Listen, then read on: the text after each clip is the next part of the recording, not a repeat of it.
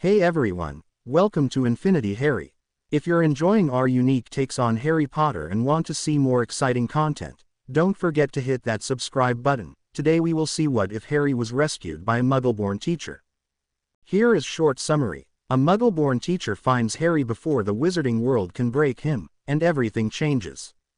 But before we start, if you want more stuffs like this, then please support to subscribe this channel and share with your friends. Let's start the video. The young teacher, Keith Brackwood, was setting up his study in the house he had just inherited from his grandmother. She had died with 85 years of age, a good, old age, and she had simply stopped breathing in her sleep. Just like most wanted to leave this world, Keith himself was grateful that she had left him her house in this town while the other members of his family got investments, cash, or had to negotiate who got how much of the family mansion. Yes, his grandmother and grandfather had been rich to boot.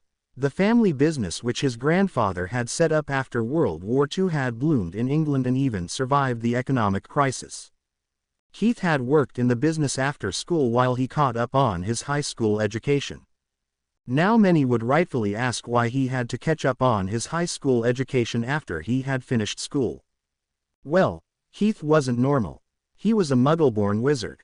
It had shocked his family when they were informed about what the incidents that had happened in his childhood really meant. After some discussions and explanations from Professor McGonagall, who had come to their home to inform them about Keith's place at Hogwarts, the best magical school in England, his parents had agreed to let him go there.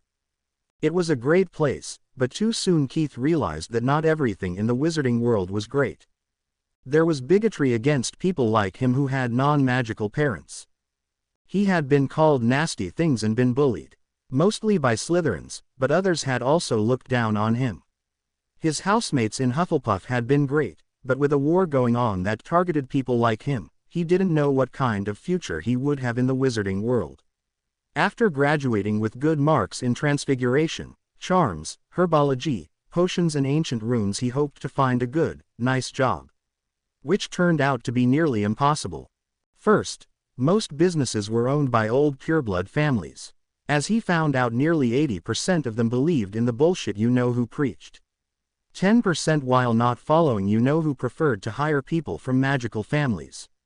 The remaining 10% were pressured by the others to not hire people of lower blood status. Oh yes, the wizarding world was so advanced, insert sarcasm. He had tried to find a job dozens of times, but he never had success. So he decided to cut his losses and leave the wizarding world and its unfairness behind. Thanks to telling his grandparents everything that had happened and how nobody ever told the Muggleborns what they could expect after school, they agreed to let him work in their business in a low position until he got caught up with his education and could go and get a degree in a subject he liked. He had worked 8 hours each day from 7 in the morning till 3:30 in the afternoon at his grandparents' business before he got his A-levels. He had never before been as grateful to his siblings as then, because they had helped him catch up within 2 years. It was enough to get him a place at university where he studied to become a teacher for primary school students. He knew that he had missed a lot while being in the wizarding world, but at primary school that wouldn't matter as much. Right now, after he had passed his last exams, he had got a position as a teacher for English and Maths at Stonewall Primary School in Little Whinging, Surrey. Which was the reason why he was so happy to have inherited this house. Privet Drive number 14 was in no way as impressive as any of the other houses his family owned, but it was close to his new place of work. The house had been rented out until 6 months ago, when the occupant moved away due to being promoted and taking a new position in Manchester. He had organized for the house to be renovated by professionals while he sorted out his possessions.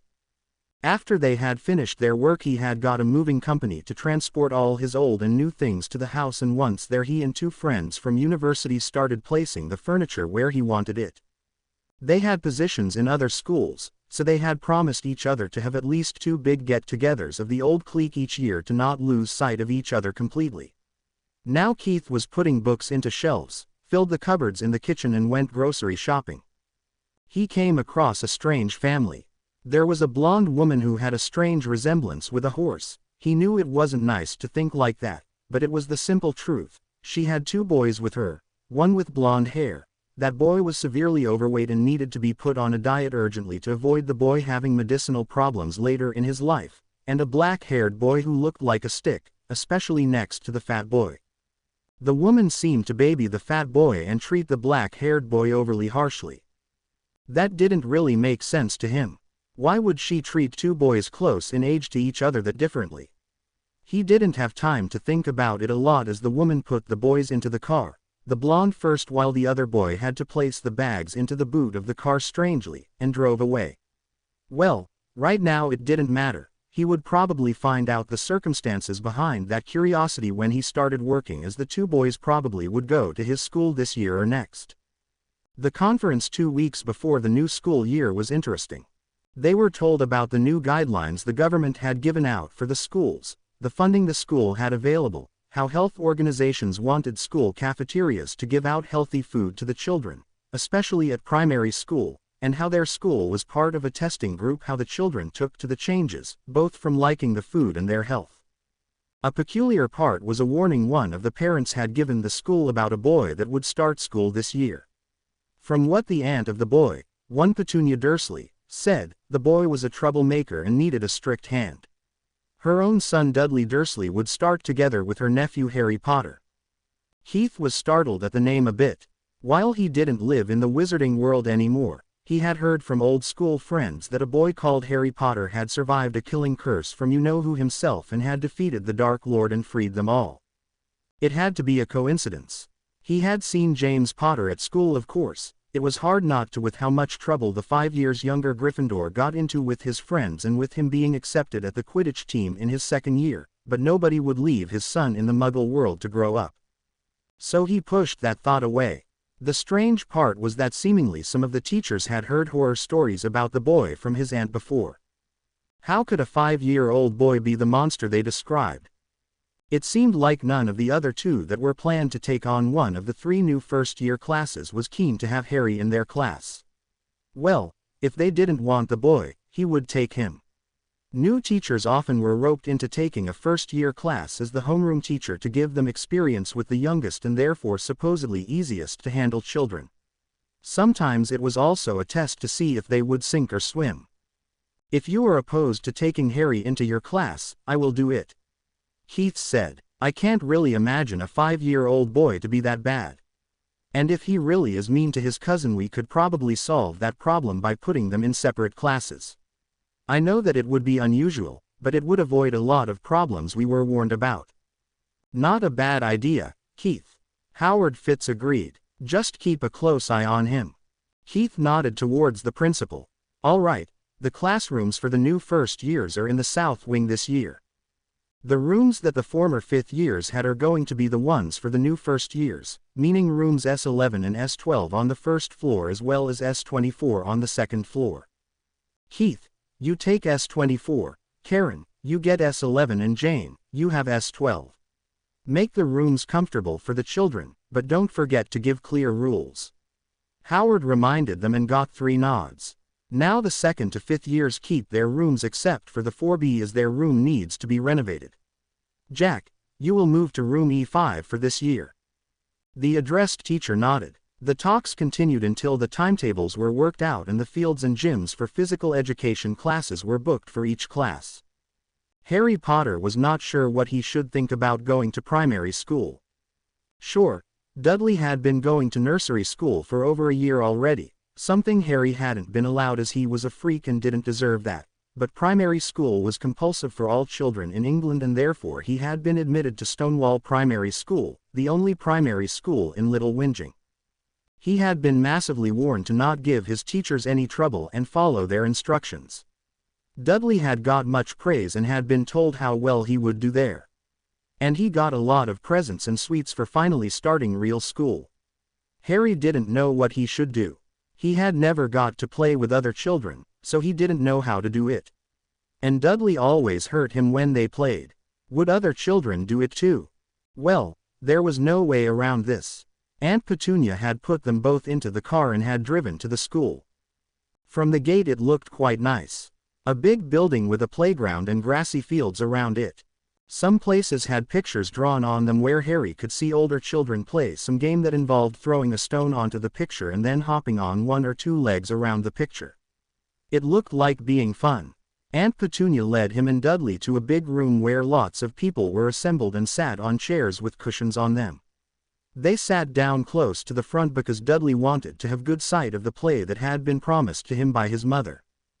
Harry found the introduction to the school rules that were shown to the new students funny. Somebody used puppets on strings to show what was wrong and what was right. Then the 3 teachers that would be the homeroom teachers for the new first years were called forward and they introduced themselves a bit. Harry tried to remember their names. Aunt Petunia was always angry if he didn't remember the name of somebody and then she yelled at him.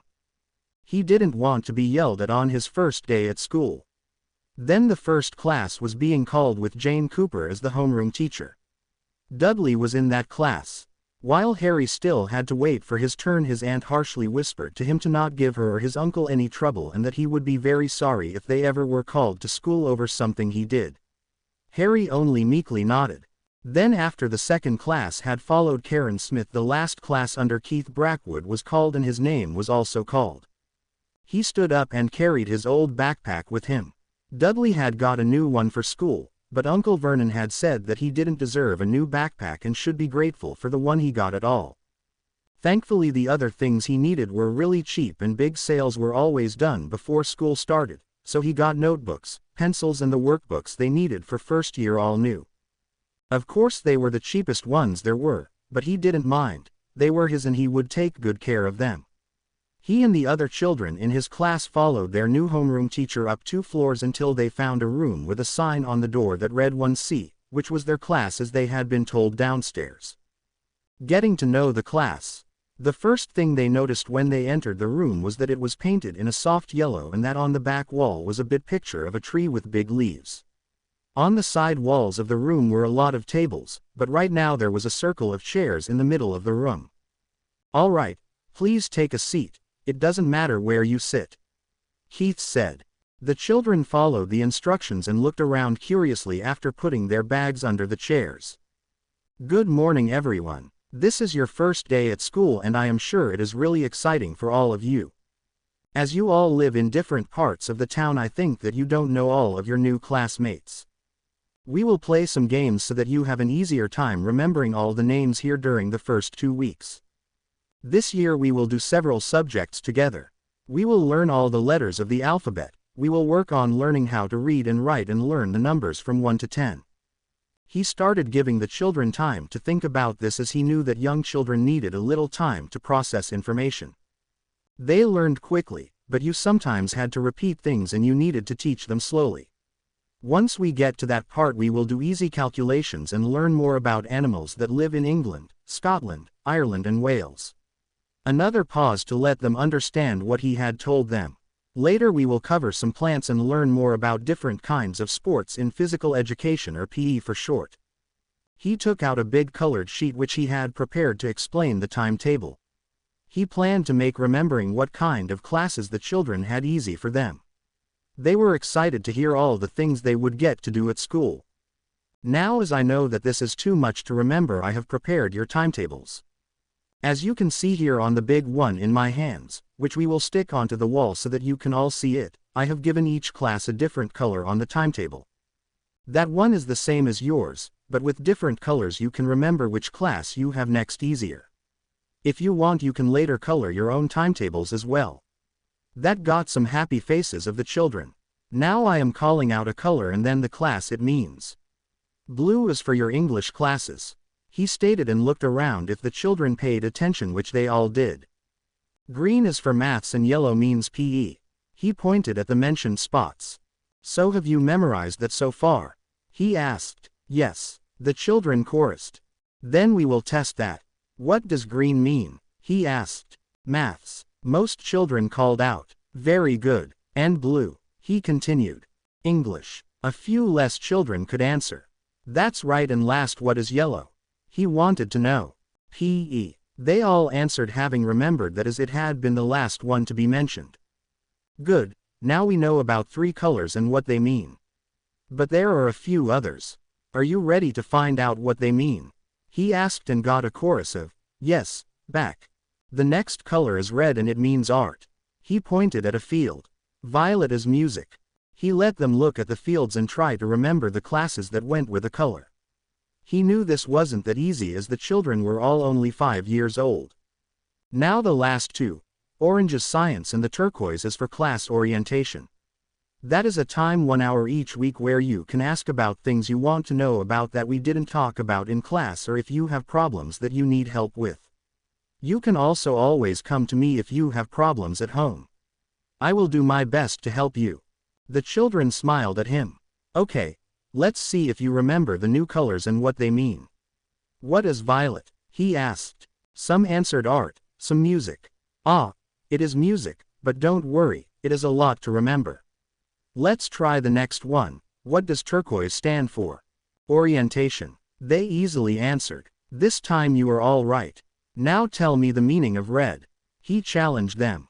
Art. A few called out that had been unsure with violet before. Indeed it is. And orange. He finished. Science. Some called out and he nodded. Good. Now you can see that most of our classes are either green, blue or orange. That means most of your classes will be English, maths or science. That is because there is the most to learn for you, therefore you get a lot of time in those subjects. He pointed out and got nods. The others are often in the afternoon as you can concentrate best in the mornings after having slept well and eaten breakfast at home. And the 3 in which you have most classes need more concentration than the others. PE, music and art are all about being creative and moving around, so they don't need as much concentration. He explained. You will have most of your classes in this room. In case you have the class elsewhere, your teacher will take you there for the first class you have, so if you don't know where to go, always come back to our classroom. He let his gaze go over all the children, trying to remember their looks. It would definitely take some time to memorize all their names. All right, now to start things off I want to explain the big picture of the tree on the back wall. That is our class's wall of honor. He said, having the 5-year-olds hang on his every word with how dramatically he said that.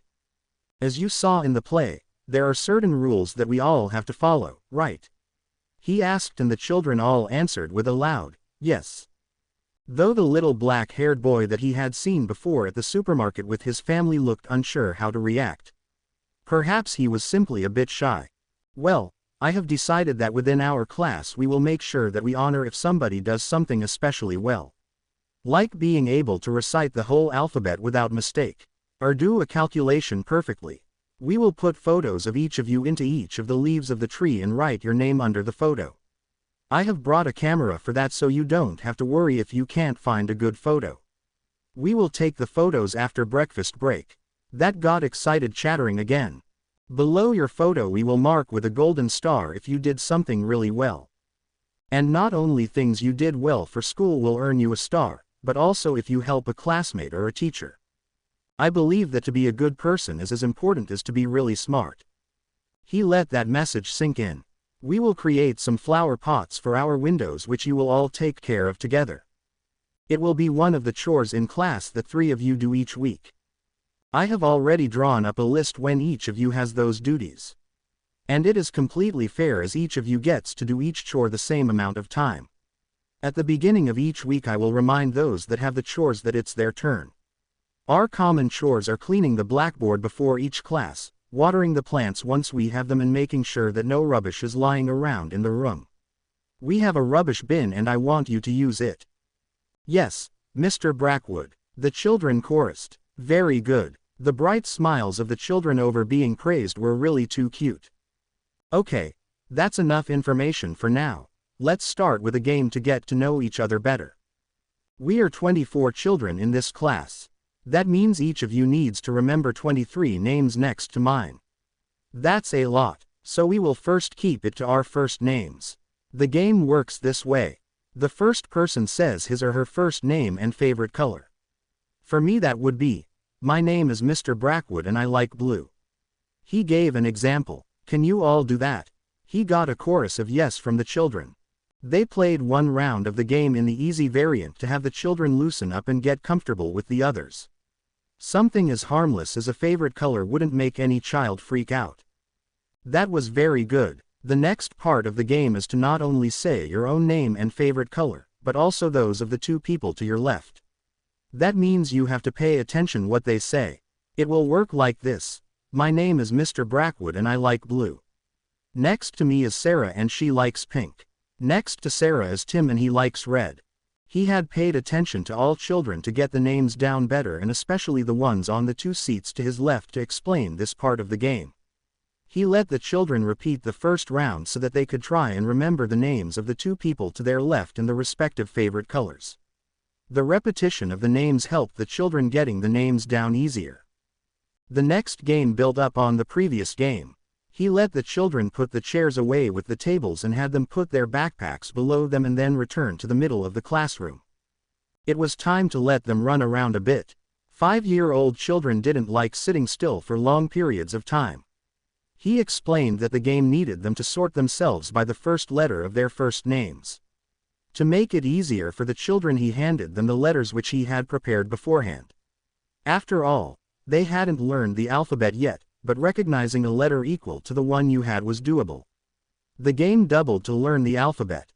Soon the children were running around the room, trying to find others with the same letter. It took 10 minutes for everybody to find the others. Then Keith called them up by their letters. He also held a big paperback letter up to let them recognize it easier, and let them say their name, showing that they were in the right group. First A, which included Annabelle, Aaron and Angela. Second was B for Betty and Brian. They had no C's, so the D with Daniel was next. In the end, the children stood in a line, sorted by their first names. Great, now I think we can move to our next game. I will play music and you run around the room as much as you can and mix around. When I stop the music, you grab the right hand of your neighbor with your own right hand. Can you all show me your right hands? He asked, and the children waved their right hands in the air. That's right, you have to take the right hand of the child next to you when the music stops. Once you all have taken a hand, you say the other child's name. If you don't remember, you ask. Once everyone has it right, we will do it again. Keith explained and started the game. After a few rounds, he was fairly sure that the children had most of the names down. For now it was enough. The children were getting tired from running around so much. So he decided to show them their respective hangers for their jackets and their lockers. Of course, for the first to third years, the teachers were the ones who set the combinations to open each locker. They also had a list with each child's locker number and combination in case a child forgot his. And these lockers had easy combinations for the children to memorize. They would take care of that part tomorrow though. There was too much to do now to let each child learn their 3-number combination. They stored the things of the children that weren't currently needed in the lockers before going back to class. Keith let the children rebuild the circle of chairs and started to tell them how breakfast and lunch breaks would work. Okay, I don't know if your parents have already told you this, but here at school we have a special program that has to do with the breaks when we get to eat breakfast and lunch. For this year the school has got the money from the government. That's the people who think about how to lead our country the best way, to have breakfast and lunch ready for all of you. For breakfast we have the choice between chocolate milk and milk for drink, and you will get a choice between different prepared sandwiches. On top of that there will be a basket with different kinds of fruit for you to choose from. He showed them pictures that the health agencies had given the school with images of a cow and a milk bottle on one, some fruits on another, and tasty-looking sandwiches on the next. For lunch we get 3 different kinds of meals each day that our school cooks have prepared. Keith told them, now what I want to know is if you want chocolate milk or milk for breakfast, so I can order it for our breakfast breaks from tomorrow on. For today we have ordered milk for every class as we couldn't know your preference. Soon he had gone over the class list and wrote the choice of each child behind the name.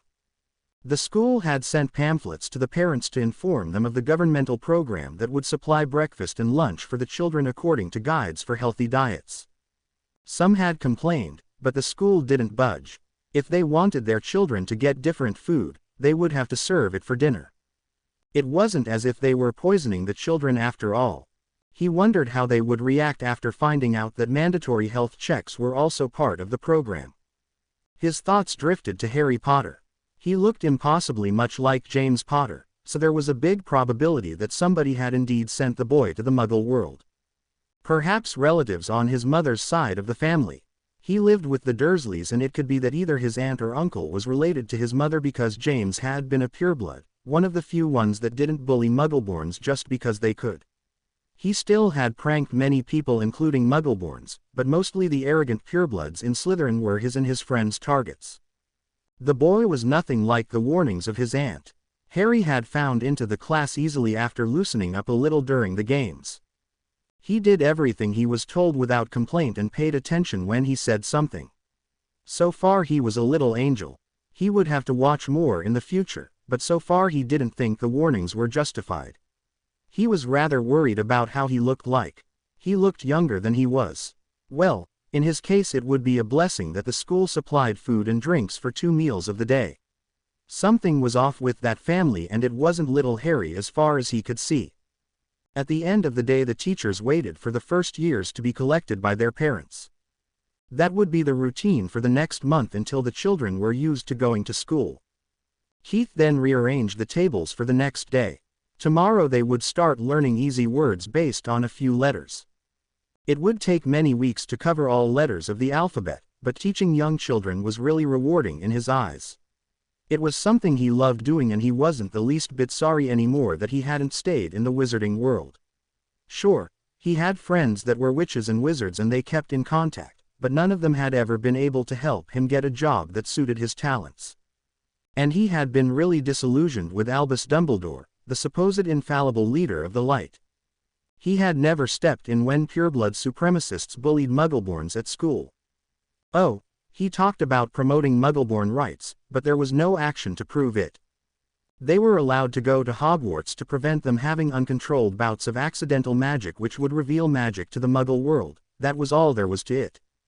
In the end, you either had the chance to leave for other countries that had better chances to offer to the brightest Muggleborns, or you went back to the Muggle world and struggled to catch up on your non-magical education, which was hard as hell. No, the system was set up so that most Muggleborns would fail and be left destitute after school. He would like to warn parents of Muggleborn children of the dangers of simply sending their children off to Hogwarts. But the names weren't known before the children went there. And by then it was too late to really do something. The children that went to Hogwarts would need to keep up with at least their studies in maths, English and science to have a chance to get a good job in the Muggle world. He had thankfully been able to easily pass his English A levels, and a bit of help with maths made that one doable as well, but biology, chemistry, physics and history were much harder, as there was nothing even remotely resembling them at Hogwarts. Arithmancy, which he had taken up in Tell Owls, was similar to maths, so getting the missing parts wasn't really that difficult. Writing endless essays helped in the English exams, as he had liked to keep reading classical English literature in his free time. But the classes that were purely non-magical were much harder to work with. Well, after getting help from his family, why, he had managed to find back into this world, and he wouldn't miss the wizarding world a lot. He still used magic for a few things, but rarely. He only kept his wand on his person out of habit and in case something bad happened. You never knew after all. For tomorrow he had planned to randomly seat the children across the room in groups of 4. With 24 children he had 6 table groups, which worked perfectly for the plans he had for his class. Harry was really happy how his first day of school had gone. Mr. Brackwood was really nice, and his classmates also were nice. He had had fun playing games and learning the other children's names. And in a few days he would have his photo put on one of the leaves on the wall of his classroom. He really wanted to earn some stars to show his homeroom teacher that he wanted to be a good boy. So far school was really great. He was glad that Dudley was in another class. This way he didn't have to fear that his aunt and uncle accused him of being mean to Dudley at school. He could simply stay with the other children in his class, and then there would be no problem at all. And the food they all got during breakfast and lunch break was really good. He had signed up for getting milk as his drink for breakfast, knowing that Aunt Petunia had forbidden him to drink chocolate milk. But getting normal milk was already great. Normally he only got water from the tap. The sandwiches were completely different from what Aunt Petunia served at home. There were things on them that Harry had never seen in the fridge of number 4 before. Salad and fresh cucumber, for example. The cheese and ham on the sandwich he had seen before though. Fresh fruits were also rarely seen at the Dursleys. Uncle Vernon called it rabbit food and wouldn't eat it at all. When Harry arrived home, he was told by his aunt to put his things into his cupboard and come help her peel potatoes for dinner. She was ranting about the school starving her precious dudders. Harry didn't understand what she was mad about, but he wouldn't ask, knowing that that wouldn't do him any good. She always hated it when he asked questions. So he quietly sat down on a stool and started peeling potatoes with the knife his aunt handed him. He knew he had to be careful because the knife was sharp and it hurt if you got cut. Not to mention that Aunt Petunia would yell at him again for dropping blood on the floor. So after half an hour Aunt Petunia had finished preparing everything for dinner. Harry really wondered how anybody would be able to eat such large amounts of food. But perhaps with so much he would get a little more than normally. When he was told to go and weed a flower bed until dinner, he overheard Dudley complaining loudly about school and how the other children in his class were all mean and that he didn't want to go there again. Harry didn't know why they would be mean, his classmates were really nice to him. Dudley also ranted about his teacher being mean and not letting him play like he wanted to. It had been 1 week since school had started again and the teachers of Stonewall Primary School had another staff meeting to discuss how the students found back into life at school and mainly how the new first years were doing. After all, for them being away from home for most of the day was completely new and the teachers had now started with the basic lessons. So, as we will need most time for the first years, do we have any problems with older children? Howard asked. Some trouble with Gordon Veilcloud, who again forgot to do his homework properly. If we hadn't investigated and found out that the whole family is notoriously forgetful, I would say it was ill will, Stephen Waterwall commented, sighing. I had hoped he would grow out of it, Howard replied. I have sadly no idea how we could manage that he doesn't forget to do it. It will only influence his grades negatively. And more than an hour for doing homework in the afternoon doesn't fit into the timetables. I know. I'm making sure already that he at least uses the full hour to get done as much as possible, Stephen agreed. Well, we can only keep going on, but I really fear for him once he goes to secondary school next year. There the teachers won't be able to watch over him like we did, Howard said. It was a sad truth that secondary schools didn't have the means to watch over single students as much as primary schools could, especially in smaller towns like Little Whinging. Do we have other problems with the older years? Howard asked but got only shaken heads. Very well, then the first years. Keith, how is Harry Potter, our announced troublemaker, doing? He's no troublemaker at all, Howard. I think his aunt simply dislikes him for something his parents did. I have never seen a child as polite and well-behaved as him. I can put him with any of the other children and he simply does everything he can to please. He also is really eager to learn. His notebooks are exemplary and perfectly well cared for. I have no idea how he got the bad reputation the people in my street give him. As you know, I live at Privet Drive where the Dursleys also live, but I can't confirm the image of the troublemaker that is spread there with the sweet boy I have in my class, Keith said. Really? That's indeed strange, Jane Cooper commented. Contrary to your observations, his cousin is a devil. He thinks he can make the other children do what he wants and he throws temper tantrums when he doesn't get his will. He also is prone to being violent when that doesn't work. I don't know how often I have had to have him stand in the corner after he hit another child. And there is no sign of him getting better. I know he complains to his mother about how I am mean and treat him unfairly. She already sent me a scathing letter to not abuse her son in my class. Howard frowned. There really seemed to be something majorly wrong with that family. The boy they had been warned about behaved like an angel and the one they had thought would be a normal boy was a terror. And the mother seemingly didn't want to see any flaws in her son and instead blamed the teacher. Perhaps it was a good thing that they had placed both boys in different classes or there might be blaming Harry for Dudley's misdeeds. We will keep a close eye on things there. And I want you too, Jane and Keith, to watch over the children at the playground closely. That's the only time the boys could see each other. I want to know exactly what each of them does, Howard stated. I did that anyway, Keith said and Jane only nodded. It was common to keep an eye on your first-year class to avoid problems that the youngest children couldn't deal with yet. Good. Now any other observations? Howard asked. Cindy Myers has some problems with homesickness after lunch. She needs more time to get used to being away from her mother for more than a few hours. I guess she is one of the few that didn't go to nursery school, Karen commented. I normally try and distract my class with games and such, but it is really difficult for her. Keep going on. It will get better. Normally by next week Cindy should be over the problem. Does she have problems connecting with her classmates? Howard asked. No, she has two good friends in Martha and Delilah. The problem only starts when she realizes for how long she hasn't seen her mother, which normally is after resting hours, Karen said. Then my estimation should come true. If it doesn't get better by the end of the month we need to see if we can find a way to help her better, Howard said.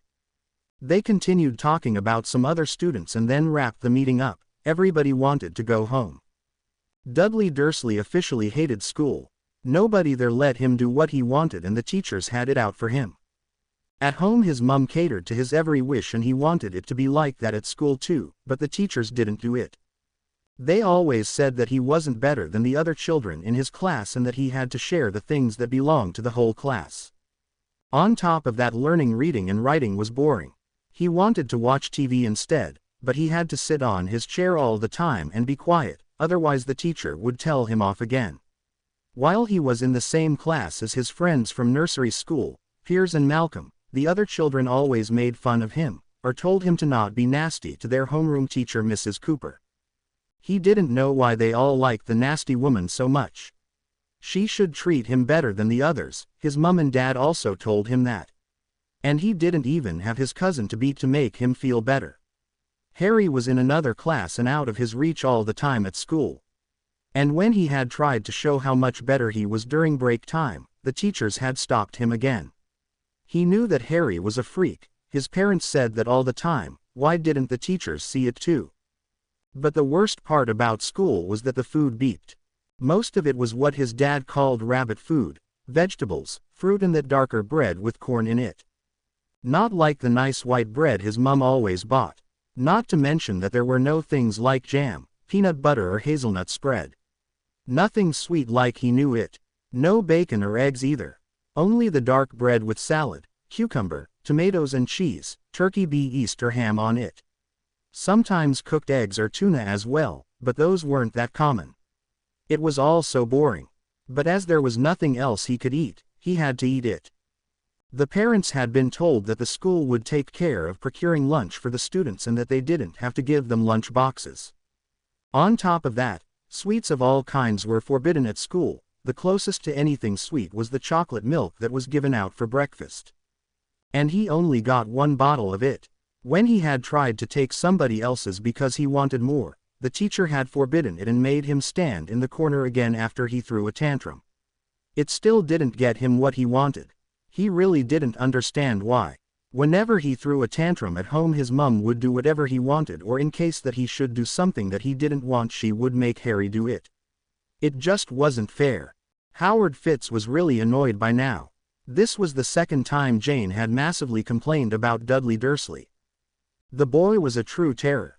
He really wasn't mature enough to be put into a class with other children, and the first year's lessons were really tame compared to the higher years classes. The children still got to play a lot and learning was mostly done in a fun way. But sending the boy back to nursery school also wasn't a real option. He had read through the reports and wasn't pleased at all about the deficits the child had. His parents really did a bad job raising him properly. The boy didn't know what limits were and had never been told. No, in his whole life it seemed. The other children in his class had started to fear his tantrums because he tended to lash out and hurt them. Seemingly that behavior pleased the boy and he didn't care about his teacher telling him off all the time. If nothing changed he would have to have a serious discussion with the boy's parents. This couldn't go on. Just why the boy was like that he couldn't fathom. His cousin Harry was a really nice child. While he wasn't as much of a perfect child as in the beginning, he had relaxed some. He would never hurt anybody intentionally and was always trying to be nice to others. Harry made mistakes, but they weren't meant to harm others, and he always massively apologized for them as if he feared to be punished for little things like accidentally breaking a glass or bumping into one of the other children while playing. This really looked like something was really wrong at the Dursley home. Perhaps he could have Keith investigate discreetly. He lived in the same street after all. There was simply no harmless reason that two boys from the same family were so different in everything. Not to mention their looks. Harry was very small for his age and just not underweight, as the school nurse had called it. Keith had got instructions what to look out for when Harry chose his breakfast and lunch. The boy tended to eat portions that were too small for his age. It was getting better, but it also indicated that he wasn't used to getting properly sized meals. Which could be because his cousin always took away his part of the food at home and wasn't told off for it. Which would fit with Dudley's behavior in Jane's class. Dudley was completely overweight. How any responsible parent could feed a child so much that it looked like that boy was beyond him. Sure, children that were a bit pudgy were normal, that got better once they got to play with other children more, which was made sure of here at school. There were reasons for putting many hours of PE on the timetable for the first years. First, it kept the children happy and balanced, and secondly, it helped them to be fit. Well, if Dudley's behavior didn't change significantly in 1 month, he would call his parents in. This couldn't go on. Harry was silently sitting at the kitchen table and doing his homework. Currently he was doing maths. They had learned the numbers up to 10 and their homework was coloring the blocks on the paper as many times as the number next to them showed. Of course they were all mixed up to make it more difficult, but he was sure he could manage. He knew that Dudley hadn't done his homework, but he didn't want to disappoint Mr. Brackwood. He had told the whole class how important doing your homework in time was for learning, and Harry had been told to do what his teacher told him. He could see his aunt looking at him sometimes when she came into the kitchen to get snacks and sweet drinks for Dudley, who was in the living room watching TV. He didn't know why she looked annoyed with him, but as far as he knew, he hadn't done anything wrong. He hadn't asked any questions, had done the chores she had given him before starting his homework, and he made really sure to not let any color get onto anything but his homework sheet. Finally he was done and smiled. He put his paper into the notebook for maths and into his backpack. Then he took out his alphabet tablet and the homework for English and started counting vowels. Their homework was looking at the words under the pictures and counting how many times the vowels A, E, I, O and U were used respectively. The first picture was an elephant. There was 1 A and 2 E's in the word. The alphabet tablet he had the vowels colored in blue and the consonants in yellow. It was really easy to see which was which this way. There were 10 pictures overall and he carefully wrote down how many vowels were in each one. Then he was done and put the paper into his English notebook and put that also back into his backpack. He was happy to have finished his homework for today. He took the backpack and carried it to his cupboard. Aunt Petunia didn't like when his school things lay around when he wasn't doing homework. The next morning in class, Harry couldn't find his finished homework. Where were the 2 papers? He looked everywhere, but he couldn't find them. He didn't understand why they weren't in his notebooks. Just when he was close to panicking, there was a knock on the door and Dudley's homeroom teacher came inside. "I'm sorry to disturb you, but there seems to have been a confusion of homework sheets. Harry, your cousin had your homework sheets and handed them in, but we had completely different kinds of homework being in 2 classes. Do you by any chance have his?" she asked kindly, handing Harry his missing homework. "No, I'm sorry, I only noticed that my homework had vanished and I didn't know how because I had put it into my notebooks and those into my backpack after I had done them yesterday." "Thank you so much for bringing them back," Harry said, smiling. "You're welcome, Harry. Well, I will return to my class then. Sorry for disturbing you," she said, addressing Keith. "It's no problem. I am glad you found Harry's homework. He was really worried where it had gone to," Keith said, forcing himself to keep smiling to not startle the children. It was clear to him what had happened. Dudley had thought that he could get out of doing his own homework by stealing his cousin's. He knew that Harry diligently did all his homework and would never simply skip doing it. Thankfully the 2 classes used different papers for homework, therefore that idea wouldn't work. But it was really concerning that Dudley's parents didn't stop something like that.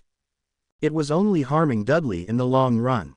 From what he had found out so far, Harry was hated at his home. His aunt barely tolerated him, and more than once he had heard her call Harry a freak. He could only assume that she had been Harry's mother's sister and been jealous or afraid of magic. Therefore she had declared it freakish, and Harry, being a wizard himself, was also a freak. It was really unfair for the poor boy, but there was nothing he could really do. They didn't really abuse Harry as far as he could see. Neglecting him definitely, but they didn't hit him or overworked him. While some tasks they set were above the level a 5-year-old boy should do, they weren't so bad that there were action that could legally be taken. More than a warning wouldn't come out of it, and that would only cause more hurt for Harry, as his uncle was incapable of seeing reason and accepting any fault in himself or his family. No, if he wanted to do something, he would need to find a way that helped Harry, but didn't attack the Dursleys. Jane was mirroring some of Keith's thoughts. She knew that Dudley hadn't simply erred in taking the wrong finished homework papers. Harry couldn't lie for the life of him, and he had seriously thought that he had put his homework into the notebooks. And from there, more so as they had been in Harry's backpack, the homework papers could hardly find their way into Dudley's backpack if they hadn't been taken from Harry's things. It was really despicable how the boy now tried to take his cousin's work and pretend it to be his. Dudley was not happy. He had thought his idea of making Harry's homework look like his would be a great one. He wouldn't get in trouble with his teacher and could still watch as much TV as he wanted to at home. Now he was told off again for trying to cheat, and more so stealing his cousin's homework. He had even got detention over this.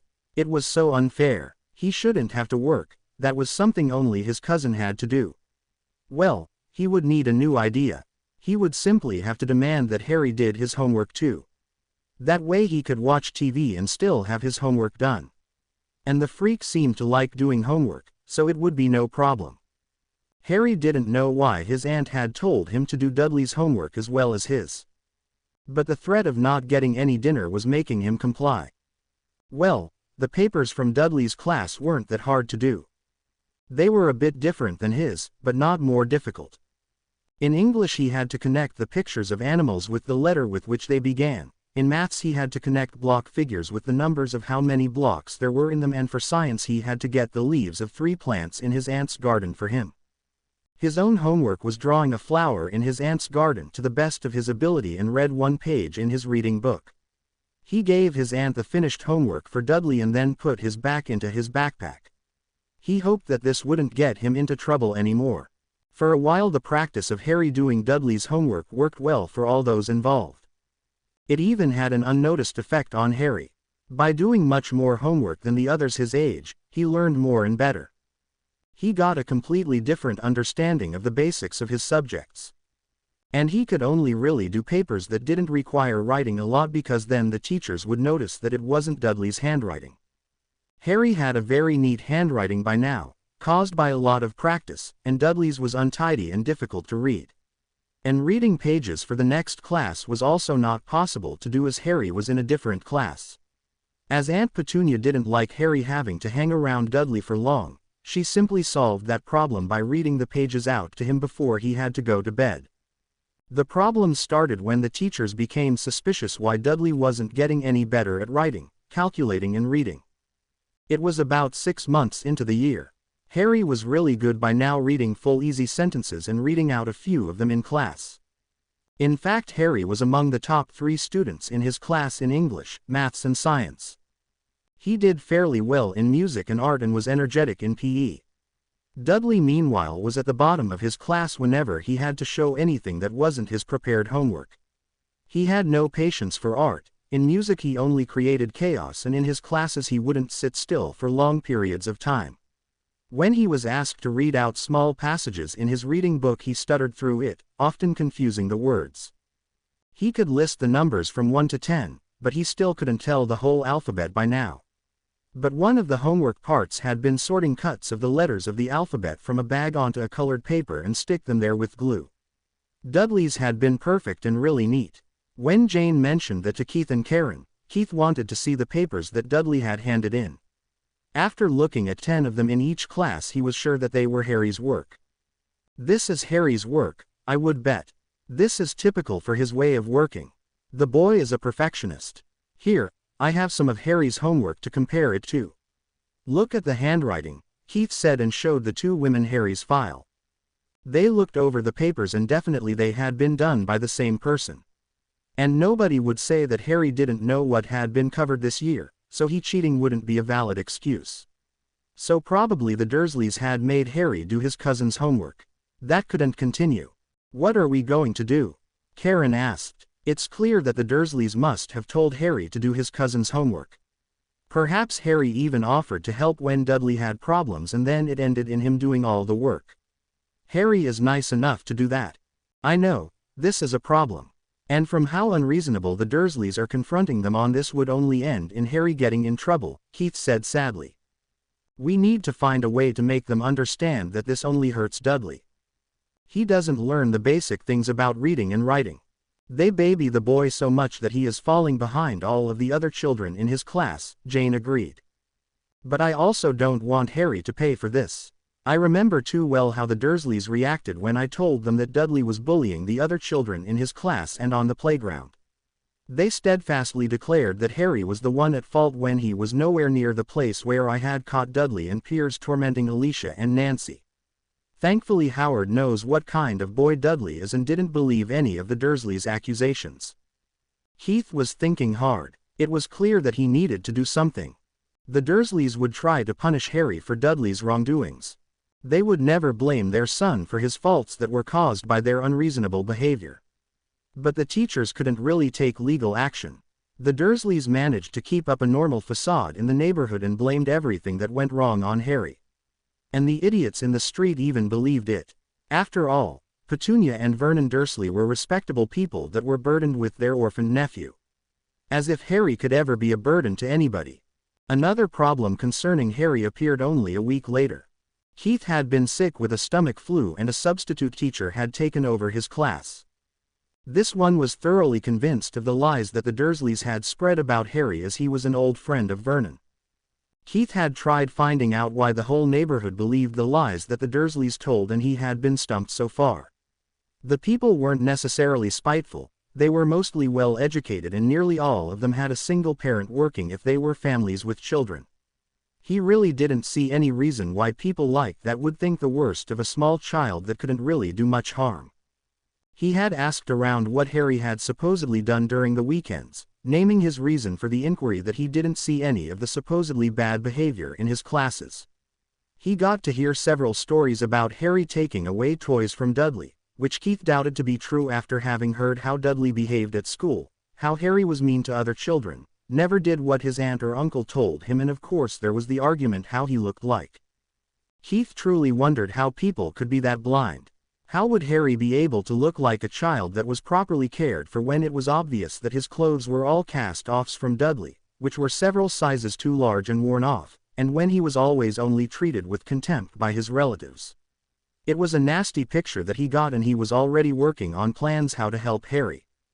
If he was sure what kind of reason Professor Dumbledore had for placing Harry here he could plan better, but he would make do with what he could tell. The Dursleys didn't like having Harry in their house on bit, but they still kept him and didn't put him into an orphanage. From the things he had observed that had to mean that they got something out of it. Vernon and Petunia Dursley didn't do anything without profit. Petunia would have made a great Slytherin with her backstabbing ways. It had to be something massive if they tolerated a child that they clearly despised. Even if they didn't treat Harry well, they still kept him and made sure that he got a normal education.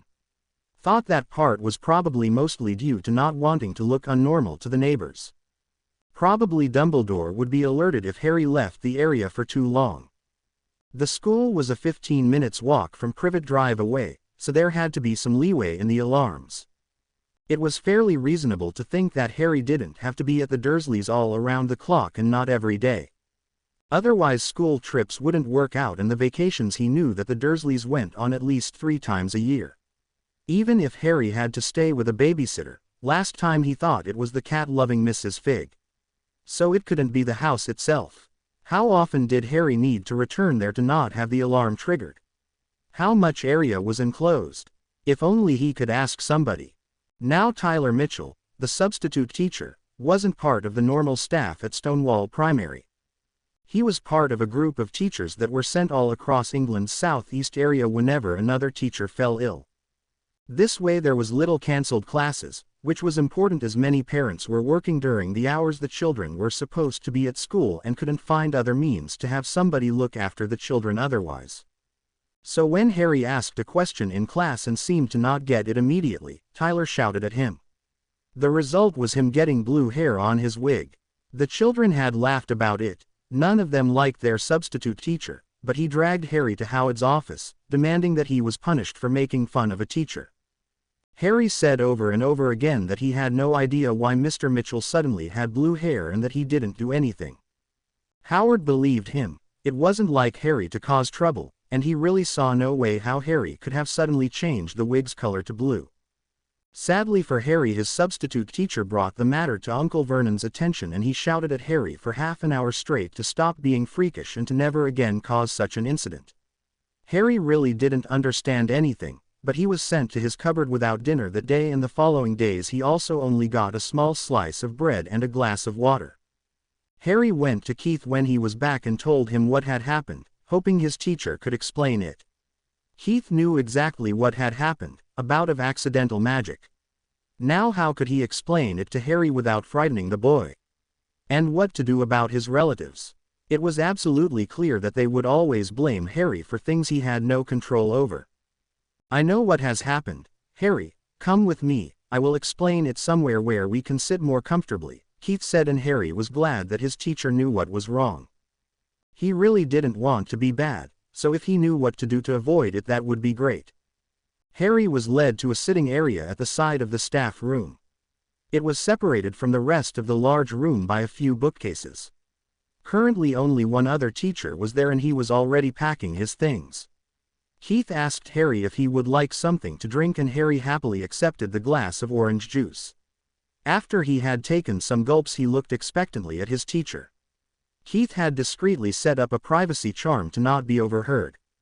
All right, Harry, what I will tell you now will sound unbelievable, but it is the complete truth, Keith started. Harry nodded. He knew his favorite teacher didn't lie. The reason that Mr. Mitchell's wig was turned blue was a special power that you were born with, Harry, magic, Keith said. But Uncle Vernon and Aunt Petunia said that magic doesn't exist, Harry said, confused. Oh, it does exist. It is just really well hidden from those that don't have it.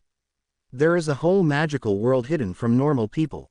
All over our country there are witches, wizards, goblins, centaurs, unicorns and other magical beings that live hidden because they fear that if they were found those without magic would hurt them, Keith said, trying to find an explanation that the young boy could understand.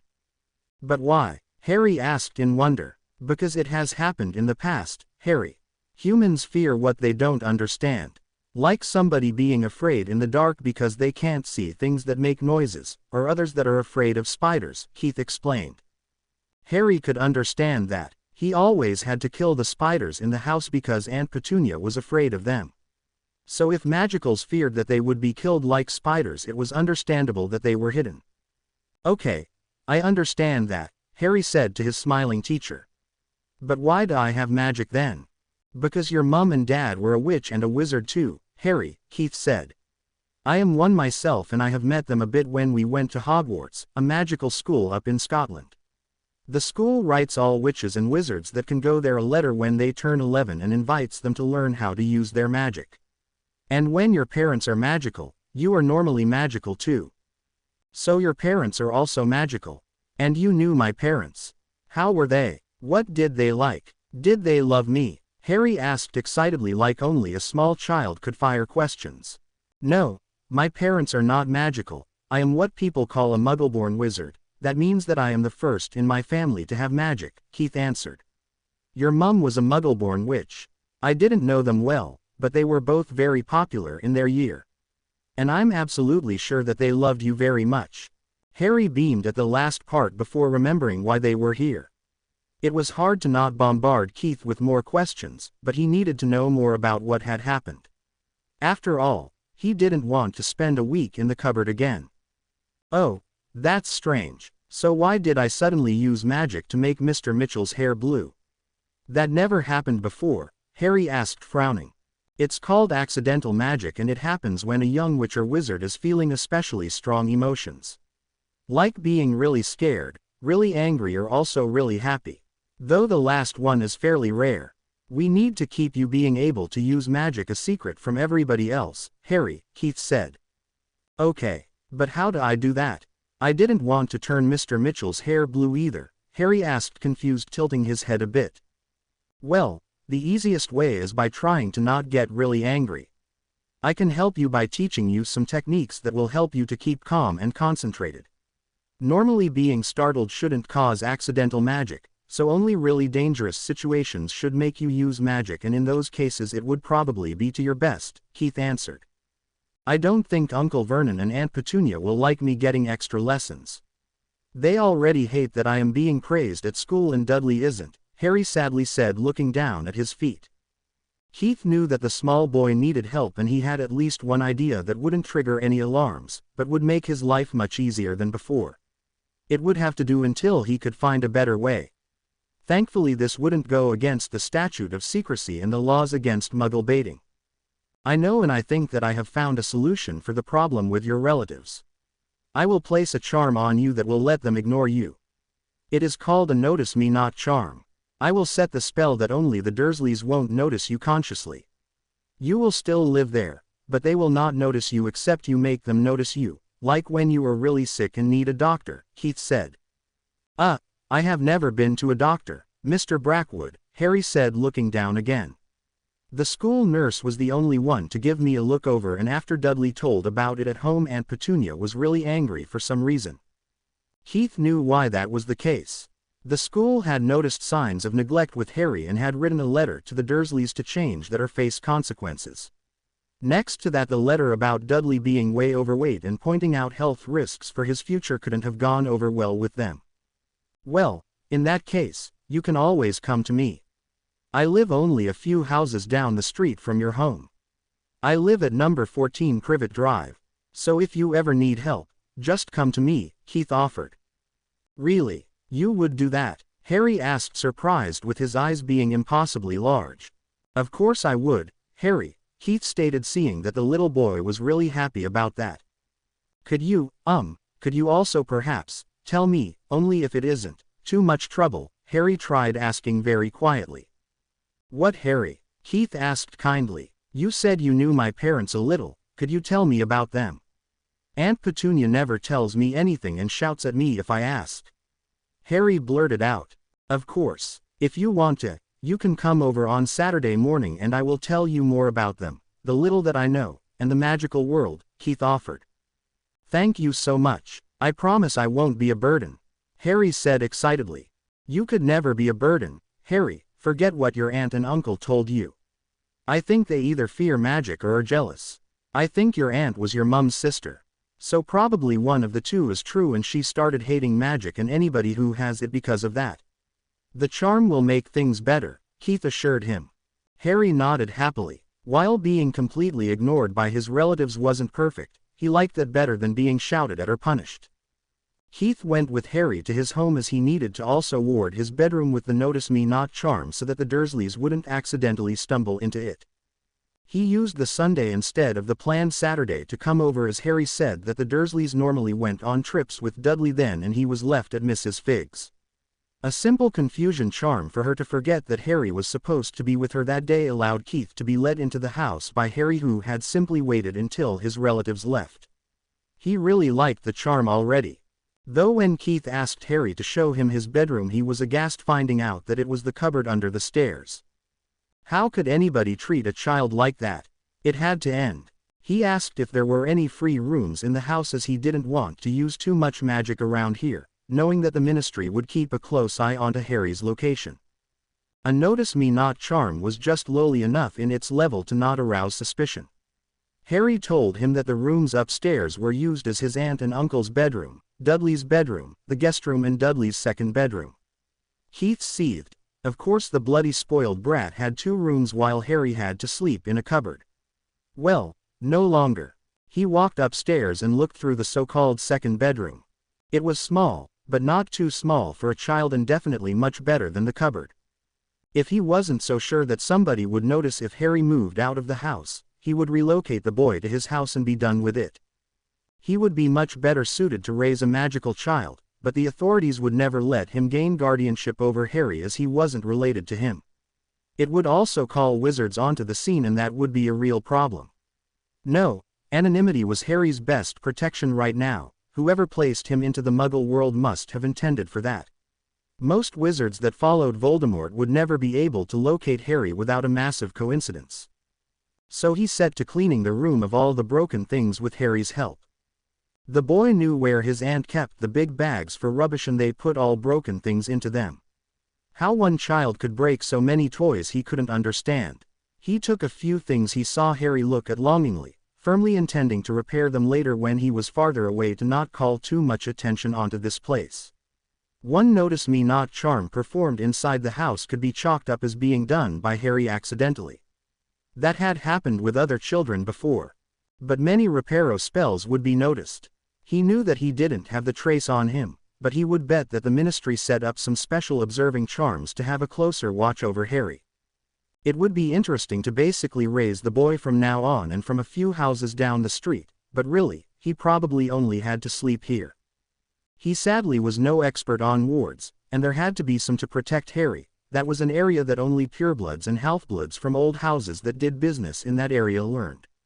But with Harry having to go to school regularly, the wards couldn't require for him to be there the whole day or even every day, as vacations and class trips had to be considered. Keith placed the bags with the broken toys onto the attic of the house. After that, he and Harry cleaned the room thoroughly as well as possible. The bed was all right.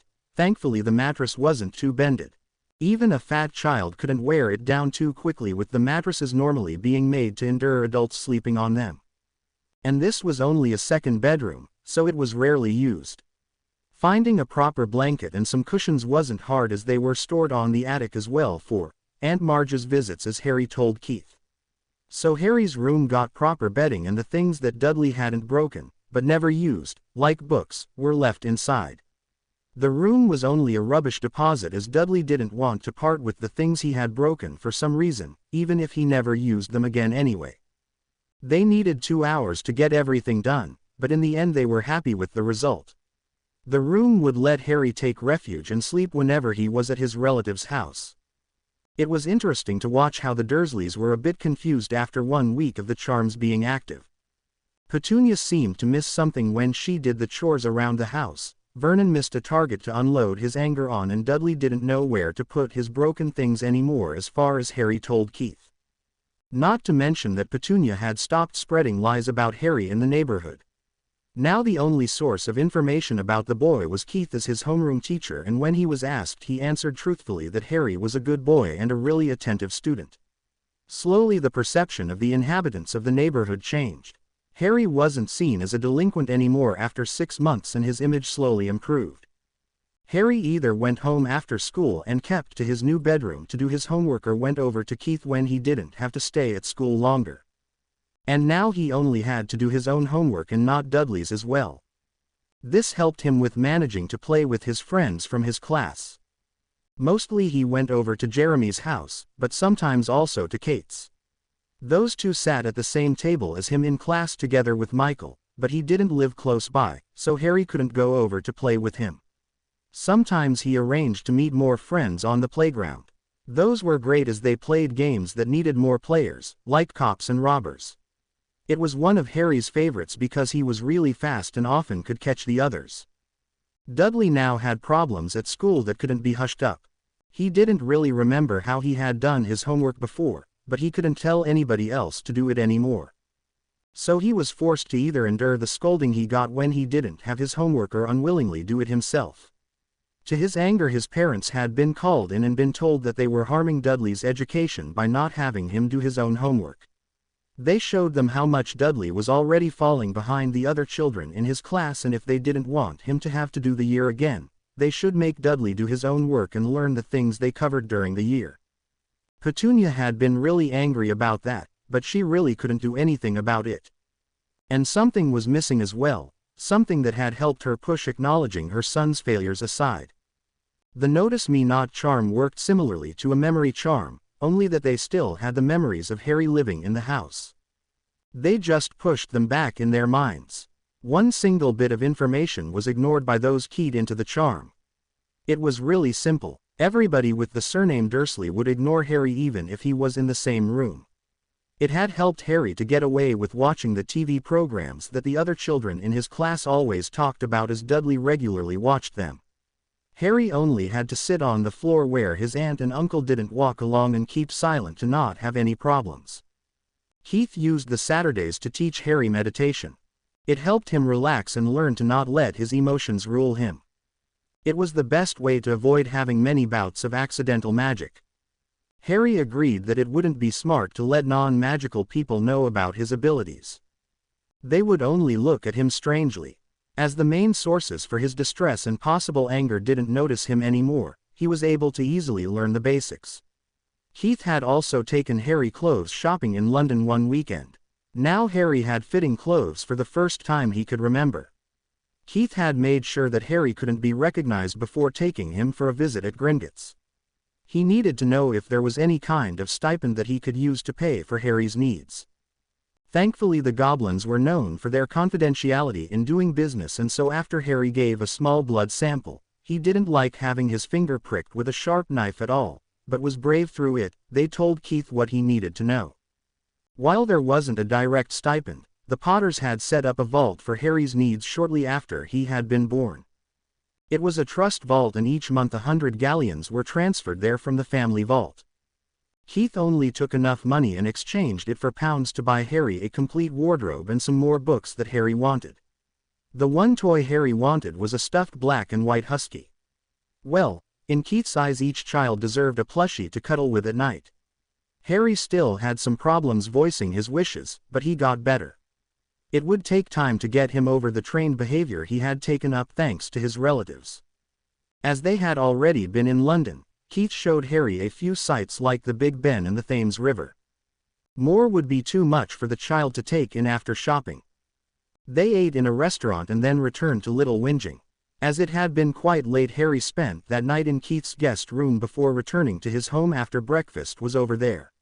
When the Dursleys went on their trip, Harry returned and put his clothes into his cupboard in his room and the books onto his shelves. His husky was placed onto his bed before Harry took out his new crayons and started drawing a picture of Big Ben. The staff of the primary school had a meeting to plan the activities of the annual sports day. All years would be participating and the results would be presented on big boards all over the school. In previous years, the students developed quite the competitive streak to make their class win their year's competition. There were a lot of different kinds of competitions, from traditional track and field athletics to sports played in groups like football. Though for the sports day the school normally had a smaller version played, four corners football. It allowed to have the students play on 2 goals each. Each goal was an element taken from a gymnastic apparatus. And with the young children it was a hit, as they could shoot at the goal much more often than in traditional football. All right, we need to organize who will oversee which activity. Like last year, each year will have to participate in 6 activities all over the day. We will rotate the years through those kinds of activities that all years are going to do. The 3 sports that are different for the years will have the same slots in the schedule. As you know, we decided to let the years 4 to 6 do swimming and basketball, and the years 1 to 3 dodge ball and water run. All years will do track and field athletics, 4-corner football, rounders and gymnastics, Howard listed. We have the support from the swimming hall to help observe the older students when they do their tasks, and Jake and Karen have volunteered to handle instructing the students there. I would like to take basketball, Mike Abler, the homeroom teacher of the 3C, offered. I'll help him, Rebecca Miller, one of the music teachers without an own class this year, spoke up. Thanks Rebecca and Mike, Howard replied and wrote their names behind the basketball space. After a while they had arranged for all teachers except the homeroom teachers of the first years, which would need to accompany their classes around the activities this year to show them how things were done, to monitor one activity or work on overall organization. The sports day was loved by nearly all students, and it was an honored tradition of Stonewall Primary School. One day each year was set aside for this and free of classes. The swimming hall's personnel was also involved, as they would help out watching over the children that did the swimming task. Contrary to some sports activities where all students had to compete in all disciplines, the sports day worked in a way that students had to choose 3 of the activities that their year had to do and then participate to win for their class. Of course, the other students that didn't do a certain activity normally attended as well and cheered those participating on. Keith looked over his students. They were all already changed into their normal sportswear with a track suit over them to not become cold while they were waiting for their turns. "Good morning, everyone," Keith greeted them all and got a chorus of greetings back. "Today, as I told you for the last 2 weeks, our school has its annual sports day. We have decided who will participate in which sports, and I want you to simply do your best. To me, it doesn't matter if you win all your activities, but that you have fun and show that you play fair. If you manage to win a category for our class, I'll be of course immensely proud of you." The children smiled happily. Some had been a bit nervous about competing with other classes. "Good. Our schedule for today is as follows." Keith took out a big paperback tablet and held it out in front of the class. "We will start with the track and field athletics at 8 on the athletic ground next to the school. As you know, 10 of you will participate in ball throwing, long jump and sprinting for 50 meters. Now I want those 10 to raise their hands." Keith made sure that the chosen 10 knew that they were meant. With first years, you had to repeatedly remind them of some things to ensure that everything went well. "Great. You all remembered what you decided to do. Now at 9 we will switch over into the gymnastic hall for the gymnastics. There you'll have to do leapfrog and floor exercises. You remember the ones that we practiced?" He got a chorus of yes from the children. "That's great. Next up is still in the gymnastic halls, but another part. 4-corner football will be played next against another of the first-year classes at a time. Each game will last for 10 minutes. After a game you'll get 5 minutes break before the next one will start. Each class had 2 teams of 5 persons, and the part of the gymnastics hall that is used for the 4 corners football will hold 2 games at the same time. Each team will play twice and the results of both teams are added for the total result of the class." The children nodded. They had heard that part before. Now the third activity at 11 is dodgeball, which is on the playgrounds. "You know the fields," Keith said, and all children nodded as they played dodgeball regularly in PE. "At 12 we will go over to play rounders. For both dodgeball and rounders the allowed time per game is 15 minutes. The last activity for us is the water run at 1 in the afternoon. After that the total results of each class will be put together to see which class of each year performed best. The victory ceremony is set for 2:30 and your parents will probably be there to watch." The parents had of course been informed about the sports day to make sure they knew that the children would be at school longer than normally. Especially the younger years. During the activities parents were allowed to watch from the sidelines as well if they wished to. Snacks and drinks were provided by the school again to make sure that no child had to go hungry or thirsty during the day. The parents could only communicate with the children after all activities were done though. The school had had bad experiences with overly competitive parents otherwise, which took away the fun for the children. Dudley Dursley didn't like the thought of the sports day. While his mum had promised she would be there to cheer for him, he wouldn't get to talk to her because of the stupid rules. She would also not be able to make sure that the other children let him win. And the activities he was signed up for were so stupid. Each child in his class had to do 3 things. And you had to follow those stupid rules. You weren't allowed to push your opponent down in football when you couldn't get the ball, you couldn't hit other children in any kind of sport, and you had to wait for your turn in others. He would be on one of the 4-corner football teams, play dodgeball and the water run. The only one he liked a bit was football. He wasn't good at dodging at dodgeball and his ability to catch a ball wasn't good either. But at least he could throw the ball hard on other children, which was why he had decided to do that one. His other classmates were really excited about the sports day. The only good part about it was that he wouldn't have to be in class and sit through boring lectures. His parents had been called in by his homeroom teacher, Mrs. Cooper, and had been told that he was failing his classes and that he needed to work more to not have to repeat his first year at school. Of course his parents had rightfully been outraged at the accusation, but Mrs. Cooper just had to show them the class tests that he had done. He hadn't passed even one of them. Now his mum sat him down an hour each day and explained to him how addition and subtraction worked and made him read some pages in his reading book. He hated that he had to do that instead of being allowed to watch TV. He also saw that his mum would have allowed it, but she said that he couldn't fail his first year because the neighbors would talk badly about their family. So he grudgingly did the work. After all, at least he got chocolate pudding each time after he had done one of their study hours. That was the only thing that made it bearable. After all, he didn't get any sweets at school. His mum was clearly the better teacher if she knew that you learned better with sweets. Harry looked around excitedly. He had been looking forward to the sports day a lot. He was on the teams for rounders, gymnastics and track and field athletics. He hoped to do well to make Keith proud of him. During the last 3 months he had taken to only go by what his homeroom teacher thought was right to do and not what his aunt and uncle said was right. After all, they didn't notice him anymore thanks to the spell Keith had used, and Keith had said that they were wrong with what they had told him before that. Keith had told him to call him by his given name when they weren't in class shortly after he had put the spell on him. Harry liked that. He thought that Keith was like a nice kind of uncle that looked out for him. It was also great that he now had an adult that answered all of the questions he had and helped him when he had a problem. Aunt Petunia and Uncle Vernon had never done that for him. They had always shouted at him when he asked a question.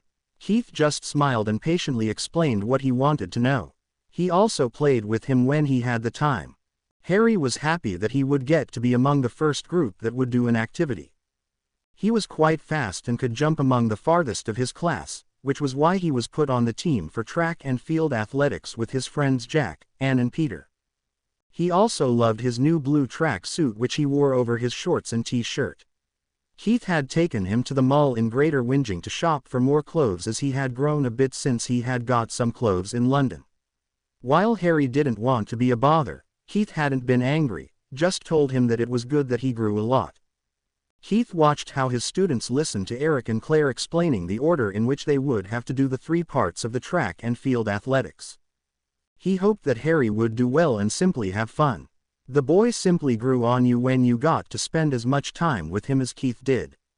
By now he sometimes considered Harry his son, even if he knew he should keep a little more distance as a teacher. But honestly, whom else did Harry have? And the boy needed a parental figure in his life. The other teachers knew about how Keith had taken over basically raising the boy after his aunt and uncle seemed to have decided that completely ignoring the boy was best. While none of them understood what had happened, they were relieved that at least Harry wasn't alone with this new kind of neglect. And if his homeroom teacher, who lived in his neighborhood, decided to provide the boy with some support and stability that his relatives weren't willing to give him, so be it. The most important part was the well-being of the child. And they all saw how much Harry bloomed after Keith had started looking after him more. The 30 children that were part of this activity were splitting up in 3 groups. One group headed over to the long jump pit, one to the sprinting line and one to the area where the throwing balls were kept. As the children were still very young, most still 5 years old with some being 6 as they'd had their birthdays since the start of the school year, there wasn't much to be expected in terms of distance. Harry was with the runners right now. 5 children at a time would run the 50 meters and their time would be noted by the teachers manning the stopwatches. The school didn't have the money to invest in high-tech equipment, and for primary school children common stopwatches would do perfectly. The first group was told to take position at the starting line. Keith saw that Harry stood behind them with Emily from his class, 2 children from Jane's class and 1 from Karen's class. In the first group there was 1 child from his class, Elizabeth Holmes, and Keith hoped she would do well. The starting signal was given and all 5 children ran as fast as they could towards the finish line. Emily came in third in her group. The next line was called up and Keith concentrated on Harry. When the signal was given, the children shot off and Harry quickly took the lead and didn't give it up till the end. His classmates cheered for that small victory. Harry beamed at getting congratulations from his friends and looked at him once he got a moment of a break. Keith smiled and nodded towards Harry. The smile on the boy's face and the happiness in his eyes were warming his heart. Keith watched his class playing dodgeball against the 1B. So far his children had lost 2 of the 9 people on the field while the other team lost 3. The others in the classes cheered the players on. This was something he liked seeing. The children, while being in a competitive environment, had fun, and the class held together, cheering for each other during competitions even if the children watching weren't active at the time. He knew that his class had won the track and field athletics and had come in second at gymnastics, where Karen's 1B took the first rank. This was the second game of the dodgeball games. The first had been the 1A versus the 1B, which the 1A had won with one person more on the field when the time was called.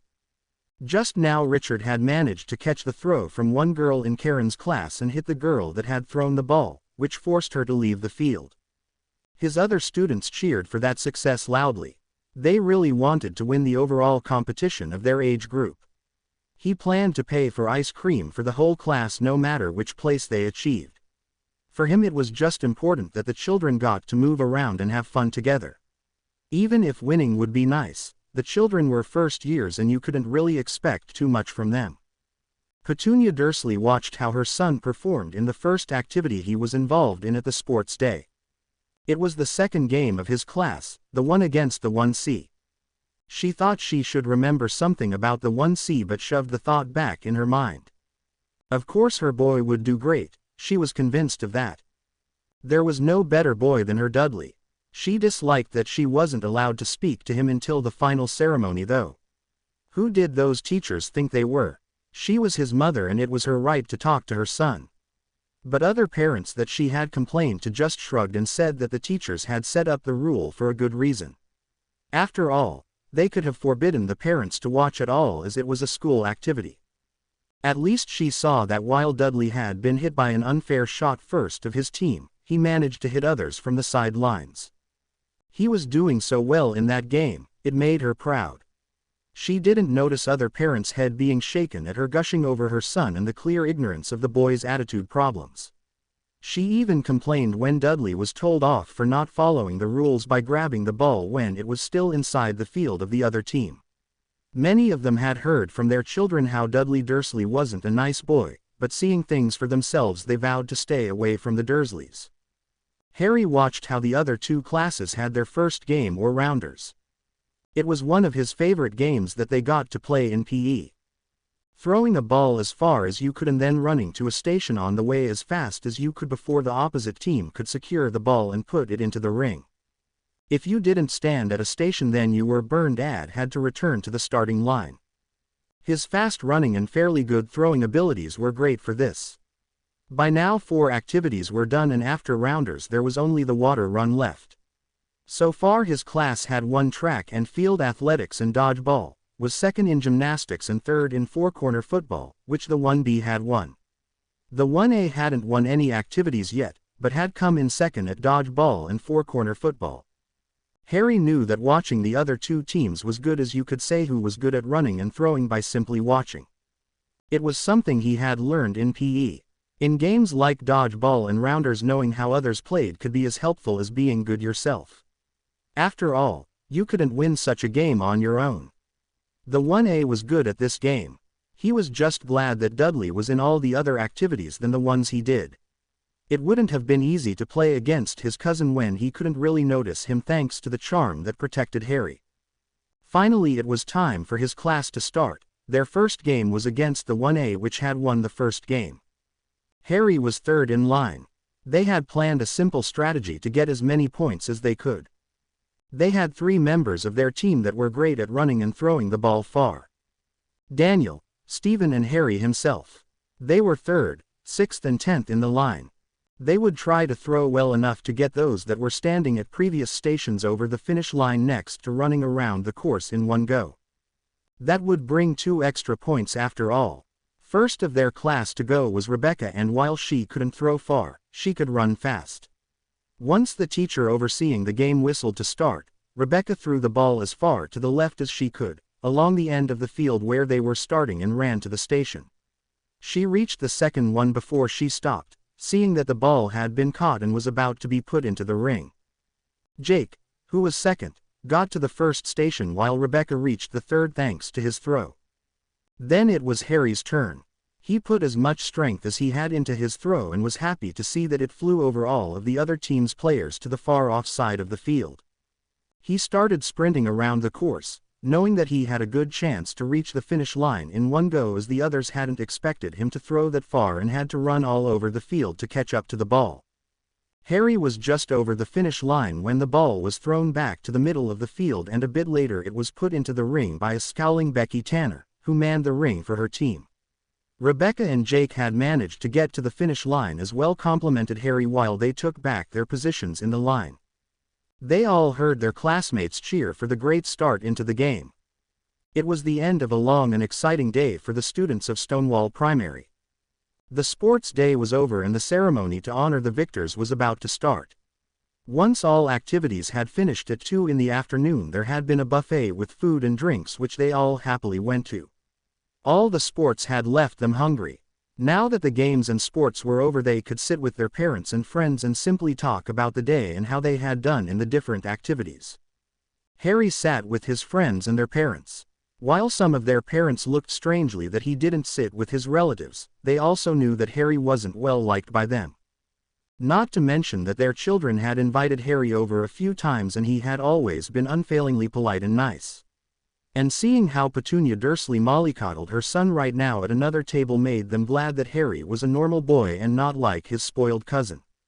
The dishes to choose from were cutlets, sausages or rissoles, with potato salad and green salad being the side dishes. For drinks there were water, orange juice and apple juice.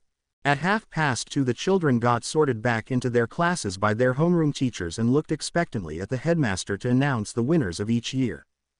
This has been a great day and I'm very happy that our sports day went without any serious injuries and that you all played fair in the games. I know that you're all waiting for the final placements now. We'll begin with the first years, Howard said.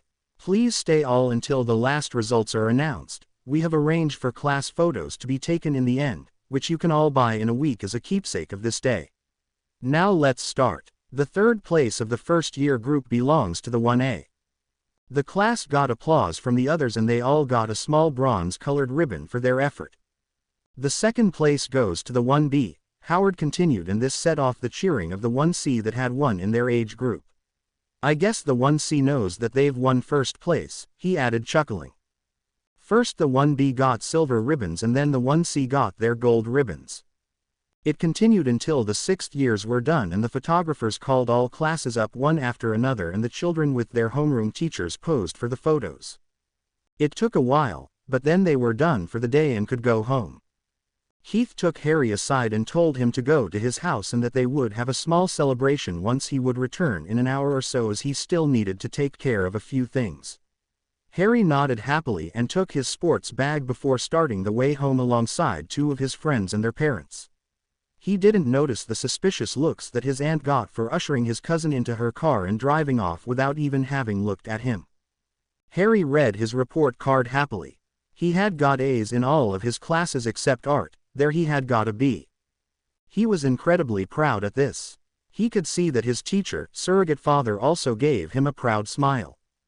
Ever since he had found out about being a wizard, Keith had taken over more and more the job of raising Harry. While Harry still officially lived at number 4 Privet Drive, he spent most of his time at number 14. He even had his own room there. That room was decorated how Harry liked it and there he stored most of his precious things. He knew that thanks to the Notice Me Not charm his things were safe in the bedroom, but there was still some fear that the charm might stop working suddenly and his treasures could be destroyed by Dudley or his aunt and uncle. Harry didn't want to risk that. His fear of losing the things he finally had went so far that Keith procured a magical backpack in Diagon Alley that let you shrink the things you put inside. That way Harry could always carry his most precious things like his husky plushie Blackie and his self-drawn pictures around with him. The other things in the room could be replaced, but those not. Keith was more than happy to do that small thing for Harry. The boy gave so much and asked for so little in return. He really wished that he could adopt Harry. He had grown to see him as a surrogate son. Keith was in a relationship with another Muggleborn witch right now that had left the wizarding world thanks to all the stones that were put in her way. Sometimes he had the feeling that those Muggleborn witches that didn't mind staying at home to mind their children weren't that bad off in the wizarding world as the others. But he could understand that many witches were repulsed by the thought of being reduced to housewives and mothers, when they were as talented as their male and pureblood counterparts in the subjects that they needed for the careers they wanted to pursue.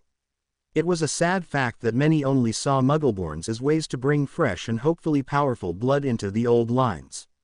Well, for those lines that didn't buy into the pureblood supremacy nonsense. Heath was carefully telling Harry the truth about the discrimination in the wizarding world without making the boy totally resent magic. Heath managed to point out the difference between the mistakes and misdoings of a few powerful and rich people and blaming a whole people. Heath knew that Harry could possibly bring some change about with his heritage and his status as the boy who lived, but he wouldn't pressure Harry into it. Harry was 8 years old right now, and the only thing he should be worried about was school, his friends, and having fun. Jessica, Heath's girlfriend, was also very taken by Harry's personality. She fully supported Keith in making sure that Harry had a happy childhood. The two planned trips for the weekends as a family, made sure that Harry got all his shots, both magical and muggle, and overall treated Harry like a normal boy. Arabella Figg was smiling seeing little Harry Potter with his surrogate family. She had at first been concerned when Harry spent more and more time over at Keith Brackwood's house, but the boy had become happier with each day he got to spend in the company of the young teacher. She was confused why, whenever he was in company of one of the Dursleys, they behaved as if Harry didn't exist, but as it was only a massive improvement to the previous situation, she didn't mention it in her reports. She didn't agree with Albus leaving Harry at Petunia's. She had seen how she emotionally abused the poor child all those years. It was all well and good thinking that the blood wards that Albus put so much importance on would keep out you-know-who and his followers, but to let a child grow up properly you needed more than simply a place to sleep. You needed love and care, and that was not given at the Dursleys. She suspected that either Harry had, in a bout of accidental magic, made the Dursleys ignore him completely, or that Keith had put a charm on him. She had noticed that he was a wizard when he had one day given Harry a clearly enchanted backpack for his things. From what she had overheard from the others in the neighborhood over the years, they first had wondered a bit why Petunia and Vernon didn't complain about Harry anymore, but thought that the boy must have got better after starting school. Once the focus about wrongdoing was off Harry, they noticed other things that had previously been overlooked. Now they were talking about what a terror Dudley was. Really, how Petunia could raise her son that badly was a mystery to her. At first she had thought that she spoiled Dudley too much to make him feel more loved than Harry, but now that Harry basically was only a thought in the back of her head, that should have ended. But she still catered to her son's every whim. The boy would never get anywhere with her behavior. Next to that, the obvious neglect towards Harry also was a large topic among the housewives of Privet Drive and the surrounding streets in the neighborhood. It had started around the time of Harry's first sports day at school, when parents had seen how Petunia had lavished attention on her son, but completely ignored her nephew. And leaving him behind to get home by himself while she drove her son home by car also didn't sit right with them. Petunia was faced with a massive drop in invitations to tea parties, others not taking her invitations with different excuses about not having the time, and neighbors now gossiping about her son's obvious problems with weight and behavior. Parents of children in his class confronted her to get her son to leave their children alone and not hurt them, or they would take action and involve the authorities. Petunia tried denying that her son was the aggressor in any of those situations, but the overwhelming mass of parents against her was hard to deny. Arabella knew that Petunia had complained to Vernon more than once, but in this situation, when all teachers had watched Dudley and had to intervene several times on the playground to stop him from beating other children that mocked him or which he felt mocked him, they had no ground to stand on. She wondered if she should tell Keith the minimal amount of time that Harry had to spend at the Dursleys' house. After all, she could see how much Harry wished to fully live with Keith and Jessica. He still came over occasionally when Keith and Jessica were too busy, and she enjoyed those visits a lot. Now that she didn't have to fear that the Dursleys would forbid Harry coming over, she could be much nicer to him.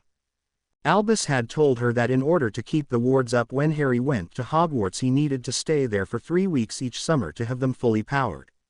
And the alarms that were built into the warding scheme would only be triggered if Harry left the area of 3 kilometers around number 4 for more than a week at a time. She could inform Albus about family vacations and nothing would happen. Probably for Harry it would be best if she worked something out with his new chosen family. Keith was really surprised to get a phone call from Arabella Figg, the old woman that had babysat Harry whenever Petunia Dursley didn't want to take her nephew with her on trips or vacations, and 2 or 3 times since he had taken over raising Harry. She told him that she wanted to talk to him about Harry and tell him some things that would be important for him to know. While he was slightly confused, he knew that she was no witch, and so he agreed to meet with her the next Saturday afternoon. Harry would be over at the Cornells for Jack's birthday party and they would be able to talk freely. He organized for some tea and cake and at 3 brought Harry over to the birthday party. Harry was greeted happily by his friend and handed over the wrapped present before running inside to play with the other children that were invited. He asked Jack's mother when he should get Harry and was told that they planned to end the party around 8 after dinner. Once back home he set everything up for tea and at 3:30 the bell rang. He went to the door and saw Mrs. Figg standing there. "Good afternoon, Mrs. Figg. Please come in," he said politely. "Thank you, Mr. Brackwood," she replied. "Thank you for seeing me." "You're welcome," he said and led her into the living room and served tea and cake. Mrs. Figg complimented the decoration of the living room and he could see that her eyes often rested on the photos he and Jessica had put up with the 2 of them or the 2 of them with Harry when they were at the zoo or an amusement park. Had she not known the truth she would have said that Harry was Keith and Jessica's child. The room definitely looked as if Harry belonged here. She was really happy that Harry had found somebody to love him like he deserved. Finally Keith turned the conversation to the reason for her visit. "Well, this might come as a surprise for you, but I know everything about Harry.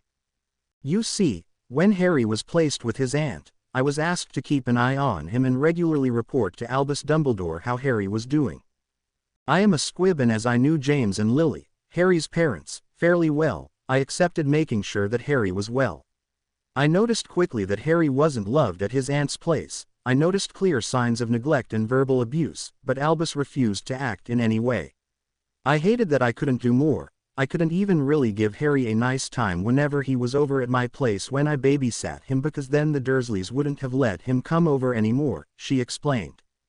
"I wondered about that as Harry told me that these days it was much nicer to visit you than when he was sent there by his aunt." "So you know that I am a wizard?" Keith asked. "Yes, I deducted you had to be when you gave Harry that enchanted backpack for his precious things. That was a really nice thing to do. In the past, whenever Harry got a present, as small as it might have been, like a small plushie or a box of crayons in a marketing event, where things were given out to all children around, he never got to keep them or Dudley outright destroyed them. Petunia and Vernon never punished Dudley for anything. Harry was always the scapegoat for anything that didn't go to their liking," she explained. "Did you tell Professor Dumbledore about me living here?" Keith asked, concerned. "No, I only found out about you being a wizard recently, and I can tell that Harry loves you. It would be wrong to inform Albus and have him meddle with things again. He is delusional in thinking that Petunia would ever put her hatred of magic aside and treat her nephew like a second son. I don't want Harry to lose the happiness he has now if Albus tried to force him to stay over at the Dursleys more often again, or even lift that effect that makes the Dursleys ignore Harry. He is better off with how things are right now. And if he did something that made you move away, I don't think Harry would be able to take the loss of another parent." "I guess you told him about magic?" she asked. "Yes, after an accidental bout of magic against a substitute teacher, I explained to him how he was a wizard and how his parents were magical as well. I didn't really know James and Lily. I only told him what I had observed at school. I was 5 years above them and in Hufflepuff. Being Muggleborn, I didn't find a good job after graduation, so I returned to the Muggle world and caught up with my normal education. I got a degree and now I am a teacher. I haven't hidden the flaws of the magical world from Harry, but I also made him realize that not everybody was that discriminating against Muggles and Muggleborns. I simply don't want that he is too entranced by the great things the magical world has to offer to overlook the nasty sides." Keith said. "That's probably a good thing. Have you told Harry how famous he is in the wizarding world?" She wanted to know. "Not yet. He knows the truth about how James and Lily died. I didn't want him to continue believing the rubbish about the car crash that his aunt had made up, making his parents look like drunks that couldn't be bothered to stay with him. I didn't tell him yet how you know who tried to kill him too and vanished because the killing curse backfired for some reason. He is too young to comprehend that a whole people has placed him on an idiotic pedestal for something he can't even remember properly. I know that he sometimes has nightmares about that night, but he doesn't know what they mean and I won't tell him for as long as I can. He is a child and deserves to be protected, Keith stated. I'm glad he has you. If you want, I can tell him a bit more about James and Lily. I was part of the Order of the Phoenix, an organization that fought against you-know-who and which they were also members of. Being a squib, I obviously wasn't involved in fighting Death Eaters head-on, but I collected information and helped brewing potions to treat the injured. Potions is one area of magic that squibs can use, as the magic is in the ingredients and not in the person that does the brewing. You only need a minuscule amount for basic potions and I have that much, she said. I would appreciate if you could tell him a few more stories. I would also like it if you could help him understand wizarding culture a bit better. I don't want him to have to appear clueless when he goes to Hogwarts, Keith said. Of course, I can do that. What I also wanted to tell you is the way the blood wards around the area are working. In one of my talks with Albus, I asked him how long Harry had to stay with his relatives over the summers, once he went to Hogwarts, so that they would be at full power. He told me they needed 3 weeks of his presence to be fully powered again. And any alarms that he has placed go off when Harry leaves the area 3 kilometers around number 4 for more than a week at a time, and I don't inform him about vacations that the Dursleys go on. So in case you plan on taking Harry with you on vacation, I would appreciate being told that I can make sure that Albus stays away. While he isn't evil, he likes to manipulate circumstances to his liking, and I don't want Harry to be caught up in his newest shrewd plan. It is necessary to make sure that Harry isn't found by Death Eaters, which the wards prevent perfectly, but there is no need to have Harry suffer under the Dursleys' care, Mrs. Fig declared. Keith nodded. This was valuable information that he had tried getting for some time. He and Jessica had discussed taking Harry with them on vacation, on not only on weekend trips, but with how the wards were unpredictable, it was too much of a risk in their eyes. I'm sure we can arrange that. It will also please Harry to no end that he doesn't have to stay over there more than those 3 weeks. I have placed a notice me not charm on him that is only keyed to anybody with the surname Dursley, and have added a few more individuals that treated him badly, because they believed the lies the Dursleys spread about Harry, later on. Another notice me not charm is on the door to Harry's bedroom, which before was Dudley's second bedroom. Keith explained what he had done. That's simply brilliant. It isn't harmful at all and still does what needs to be done. Especially as through you Harry has an adult he can ask for help and who cares for him. And you wouldn't even get in trouble with the Ministry, as you didn't do anything to bait the Muggles, Mrs. Fig praised. Thank you. And the one spell performed in the house was so low level that the Ministry wouldn't pick it up if they observed the area more closely, which I fear they do, he said. Not really. Albus has refused to reveal where Harry is staying, using the argument that too many supporters of you-know-who were never truly revealed, and for Harry's protection his location needs to be kept secret. The Minister has tried getting the location for years, but Albus is stubborn, Mrs. Fig corrected the assumption. I think the trace monitors will only be set up once he is enrolled at Hogwarts, and the address has to be registered with the Ministry, as is the law. That's good to know. I don't want to direct attention to Harry. In that part the idea of hiding him in the Muggle world was a good one. Just the family with whom he was placed is the worst kind imaginable. The things my colleague Jane, who is Dudley's homeroom teacher, tells me. The boy is in serious danger to fail this year and have to repeat it, Keith said. I didn't figure anything else. Dudley is rude, lazy and used to getting his will all the time. He never learned how to do anything himself. Petunia has him spoiled rotten. He will never amount to anything if she doesn't stop babying him and teach him right from wrong, she scoffed. Keith had to agree with her. Thanks to Dudley's behavior he had the biggest file of any child at the school. If he continued bullying the other students and got into major trouble one more time, he would get suspended for a week. And no private secondary school would take a boy who had a massively negative file. Not even Smeltings, the school Vernon Dursley boasted of having attended. Harry enjoyed playing in the sea. Keith had explained to him that, thanks to Mrs. Fig, They now knew how long he had to stay under the wards each year to keep them up and that alarms would only be triggered if he stayed away from the area the wards covered for longer than a week. This was really great. Keith's house was within the wards, so Harry brought all of his things over to his bedroom at Keith's house. The room at the Dursleys was still kept under the Notice Me Not charm to not have to explain things when the Dursleys suddenly regained their memories of the room and wondered why Dudley didn't use it anymore and where the repaired furniture came from. They planned that Harry would power the wards up for a week on end during the nights and then return to Keith in January, March and November. During the colder months it wasn't that much of a sacrifice. The days he was at school most of the time anyway, so Harry didn't mind as much. Right now, after telling Mrs. Figg that they would spend 2 weeks in Italy for a family vacation, Keith, Jessica and Harry were residing in a 4-star hotel at the Adriatic Sea.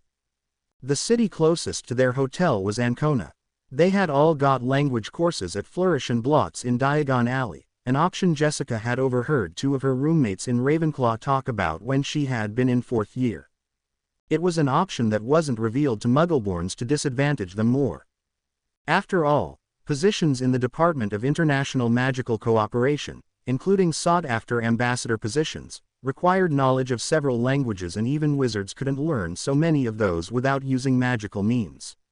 So for 2 galleons per language unit, which could be used by up to 5 people until it had to be replaced, you got perfect knowledge of the language you had chosen within 2 weeks. And that knowledge stayed with you all your life.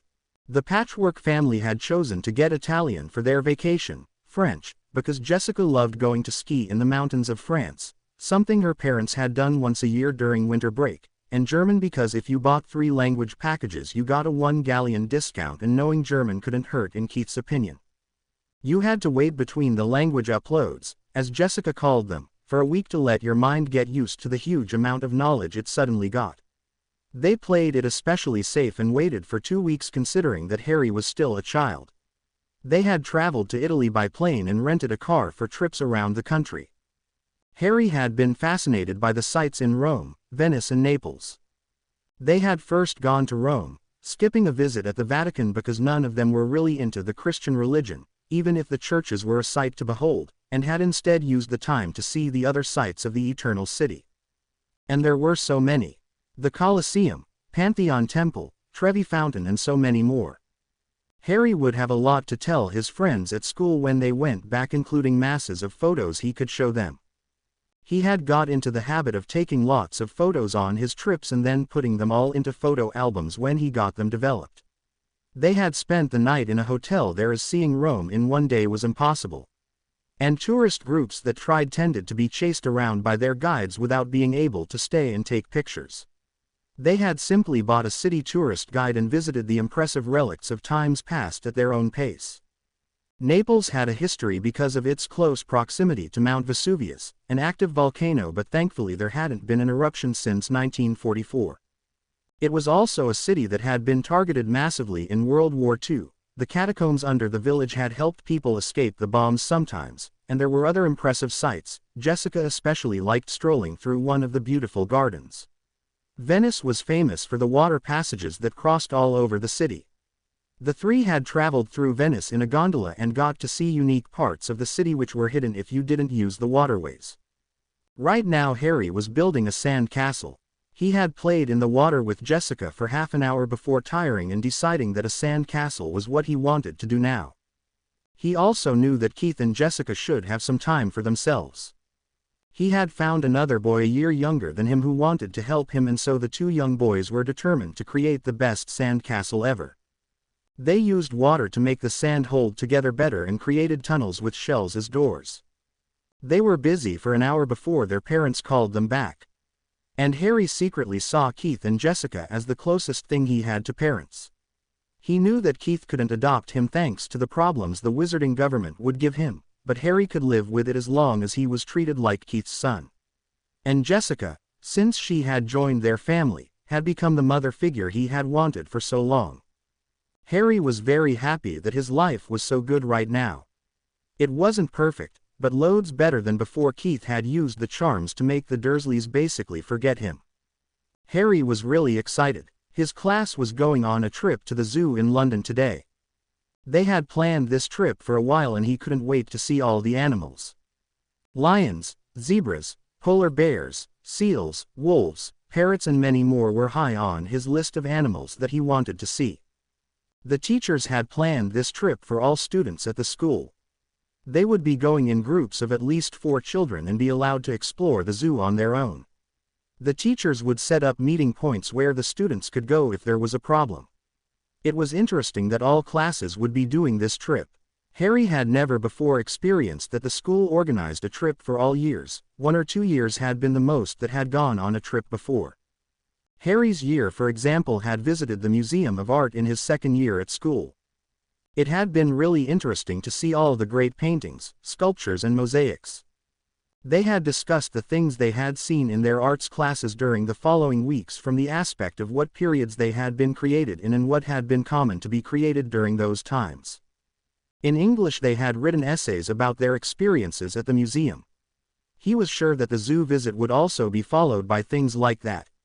He didn't mind. It was a school trip after all, so they would definitely cover some of the animals that they would see in science and perhaps draw pictures in art.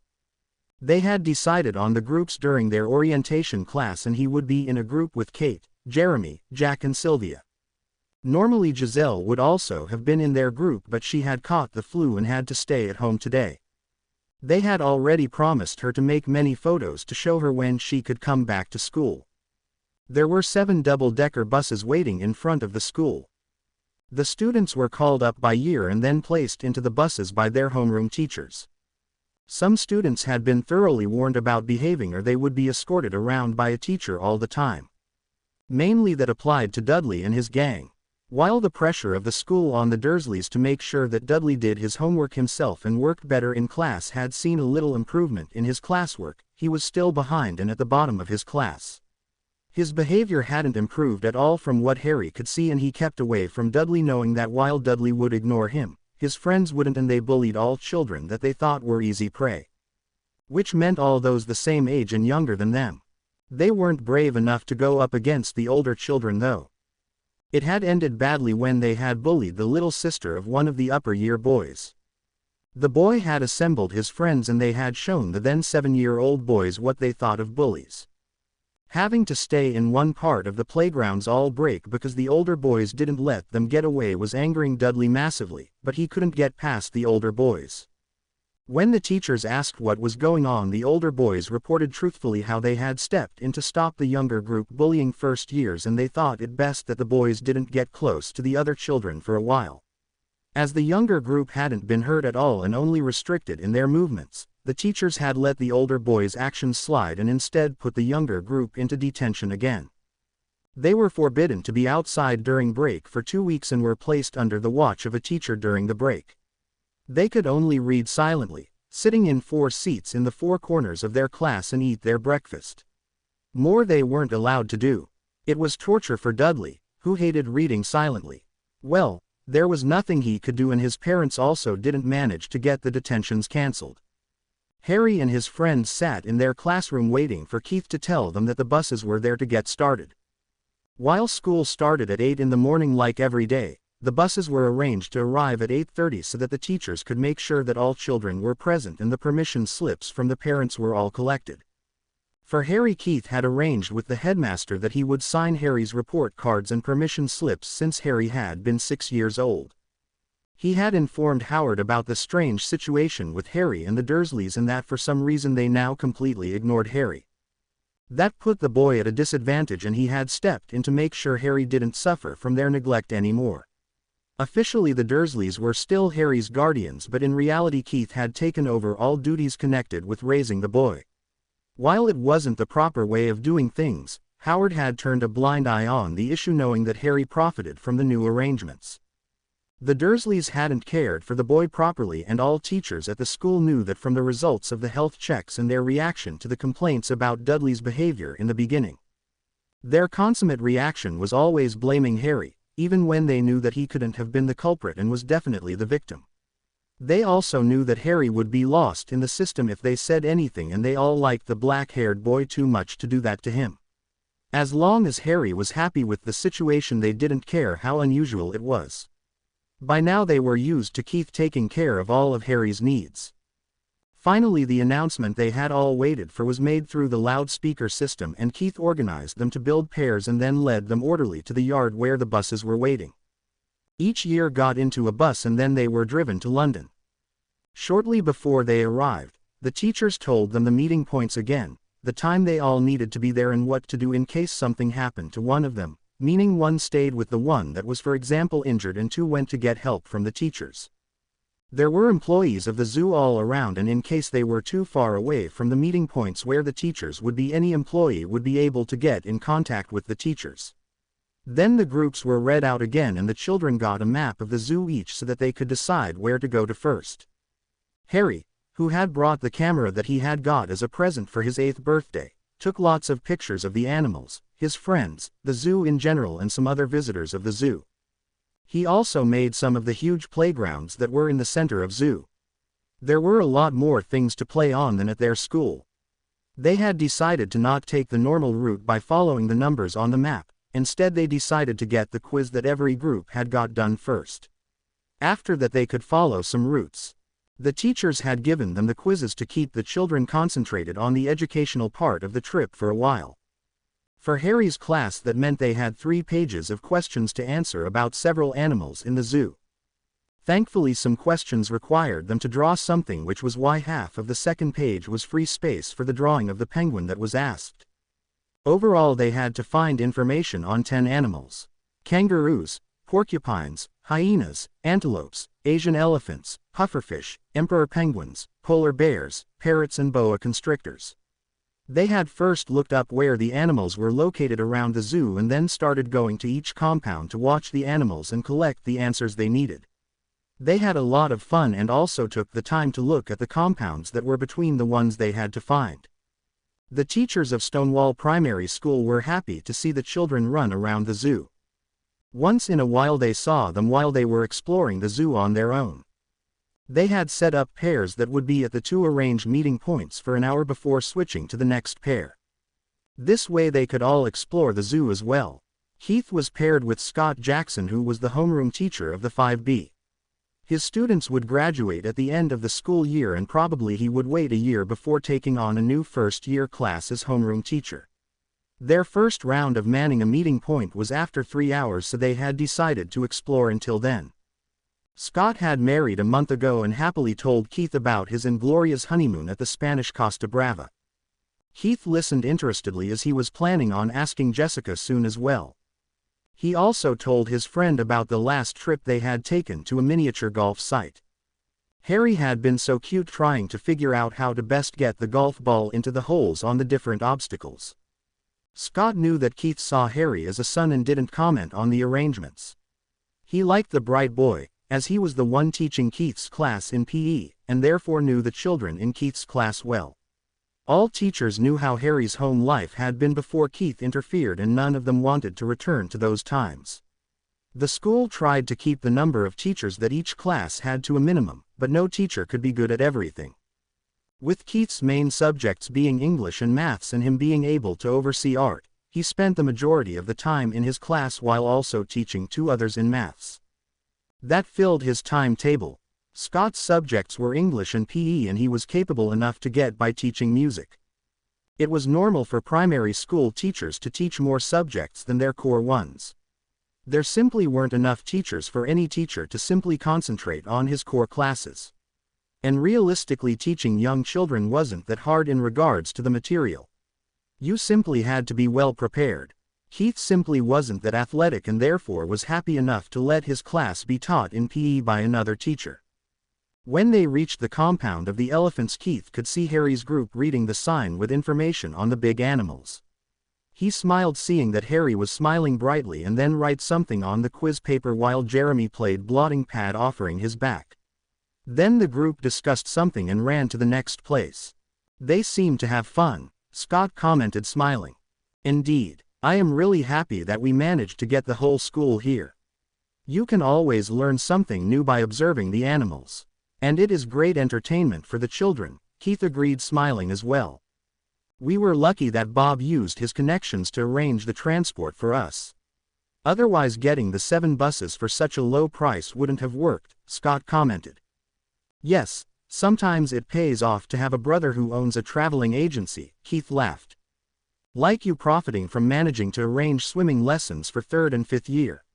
Scott asked. Hey, my family coincidentally invested in natatoriums all over England. The indoor adventure pools are a major cash cow in the corporation. And Dad is a great believer in letting children learn how to swim early on. For a fact, that was one thing I taught Harry with 6 years of age. He really took to it like a fish to water, Keith joked. I can imagine. Wasn't he the one to get most swimming badges in his year? Scott asked, pondering. Yes, swimming comes to him naturally. Dad is really happy about it too. Harry got a year card for the indoor adventure pool in London from Dad for his last birthday after he found out about the 3 badges that Harry got within half a year, Keith confirmed. He has accepted Harry as his first grandson. I wondered about how your family would react to you basically adopting Harry. Couldn't they help you getting permanent guardianship over him? I mean, we could all testify how the Dursleys aren't suitable guardians, and I know Harry would love it, Scott suggested, knowing that the influence of the Brackwoods would go a long way in making the adoption happen. There is only one complication. The man that left Harry with his aunt and uncle will thwart every attempt at anybody adopting Harry for who knows which political intentions. He is politically too powerful to get around. We would need the permission of the Prime Minister or the Queen herself to get around his plans. So we decided to play this the secret way. As long as that guy thinks everything goes to his plans, he won't interfere. He doesn't mean Harry harm, but he has plans that I don't fully agree with. Harry's parents were fairly influential and wealthy, and if the wrong people found out where he lived, they would try to get guardianship over him as far as I could find out. The interests of Harry wouldn't count for them, only the political power they could gain by raising him. So while this isn't optimal, we make the best out of the situation, Keith explained, sighing. He had asked his father if there was a way to circumvent the channels that would interfere with his adoption of Harry, but his father knew that there were some that had connections to the wizarding world after Keith had told him the names of the really influential people in that world. And with how famous Harry was with the wizards, the risk of exposing him was too great to take. And with how powerful Dumbledore was in the wizarding world, it would be better to not get his attention. Harry was happy right now, and while he wasn't legally his son, he was as good as in every other way. Harry Potter sat in his room at Keith's house. He had graduated from primary school with great marks. He was second of his whole year. Dudley had nearly failed his graduation, but somehow he scrapped a pass. He hadn't given Dudley much thought for years. Thanks to the notice me not charm, Dudley didn't bother him like he did other children at school. Something the teachers always quickly stopped. Dudley simply didn't learn. Harry could only shake his head about the number of detentions Dudley had got. From their 3rd year on, the teachers had given up on trying the nice way and assigned Dudley detentions for his bullying. And it were detentions that were horrible to Dudley. As the teachers wanted that Dudley learned at least a few skills from school, he normally got to write lines, read out texts aloud where the observing teacher would correct his pronunciation, or he had to do additional math problems. Harry was convinced that those detentions were the only reason why Dudley had learned reading and writing at all. Aunt Petunia and Uncle Vernon never forced Dudley to do anything. It had hurt Dudley's development, as he knew from what Keith and Jessica had explained to him. If something wasn't done to get Dudley to shape up, he would never be able to get by once he was an adult. But as Harry wanted nothing to do with his blood relatives, that was only a passing thought. Only when he pondered, what if, questions, he imagined how things could have been if Aunt Petunia and Uncle Vernon were decent people. And there was no reason to say it was due to him that they spoiled Dudley rotten and prevented that he became self-sufficient. After the charm took place, they could have changed, if they weren't really like he had got to know them. Harry was looking at his calendar on the wall. His Hogwarts letter should be arriving very soon.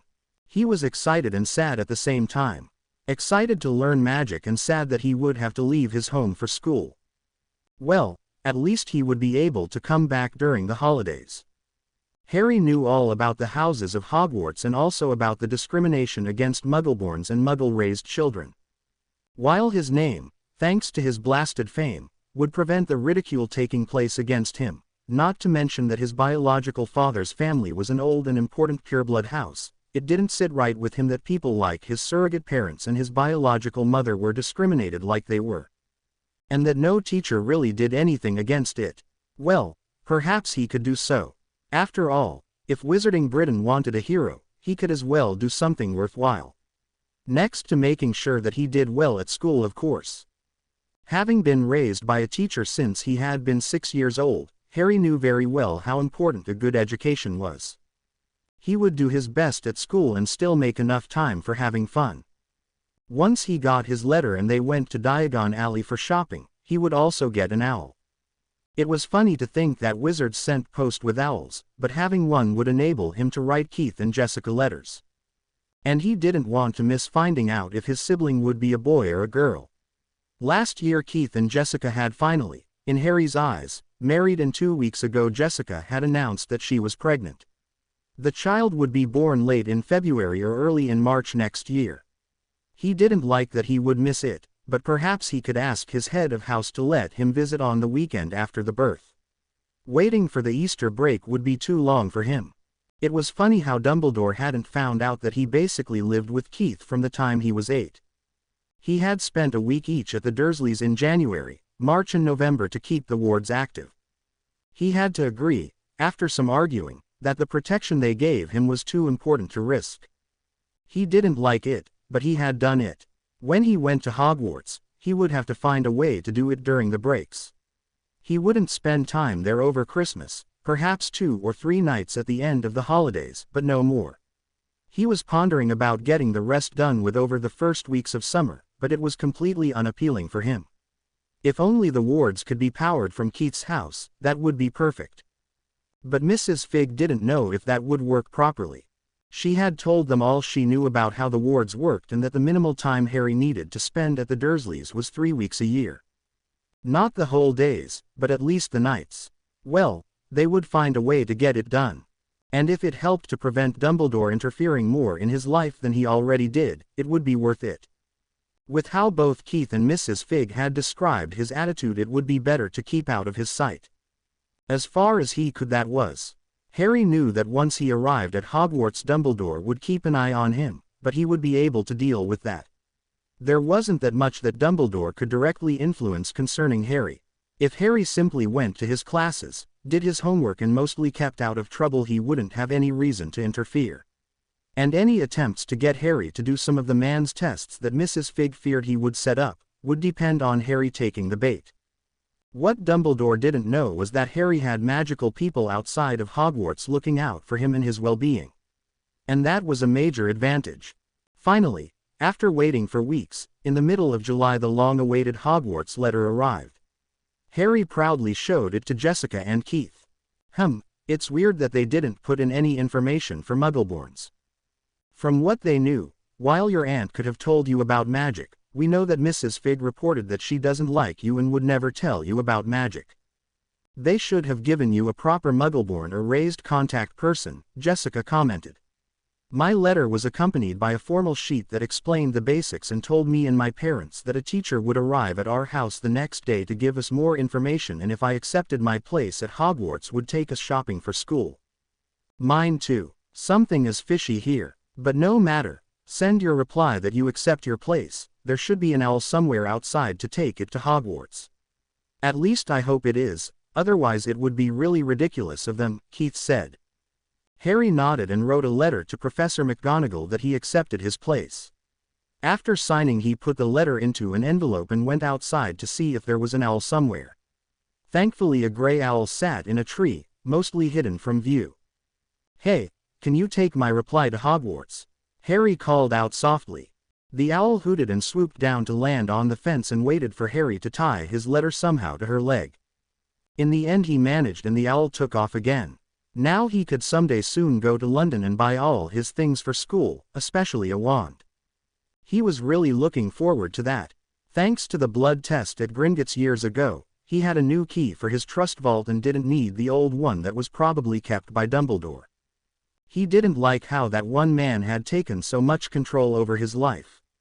Harry went back inside and sat down for breakfast, and the family made plans when to go to Diagon Alley to get Harry's things. They would still go on vacation next week, but Harry didn't want to wait until after they returned, so they agreed to go tomorrow. That night Harry went to sleep very late, too excited to really fall asleep. They decided to go the easy way by using the flow at Mrs. Fig's house. It was the only house with a flow connection in all of Little Whinging. The ministry normally could tell if a wizard was living in a neighborhood thanks to having a registered flow connection, but the one of Mrs. Fig had been set up by Dumbledore using a minor favor with one of the employees at the flow registration office. The paperwork never found its way to the eyes of the department head and nobody wondered as the flow was very rarely used. Mrs. Fig just used it to buy a few things in Diagon Alley that she couldn't get in the Muggle world.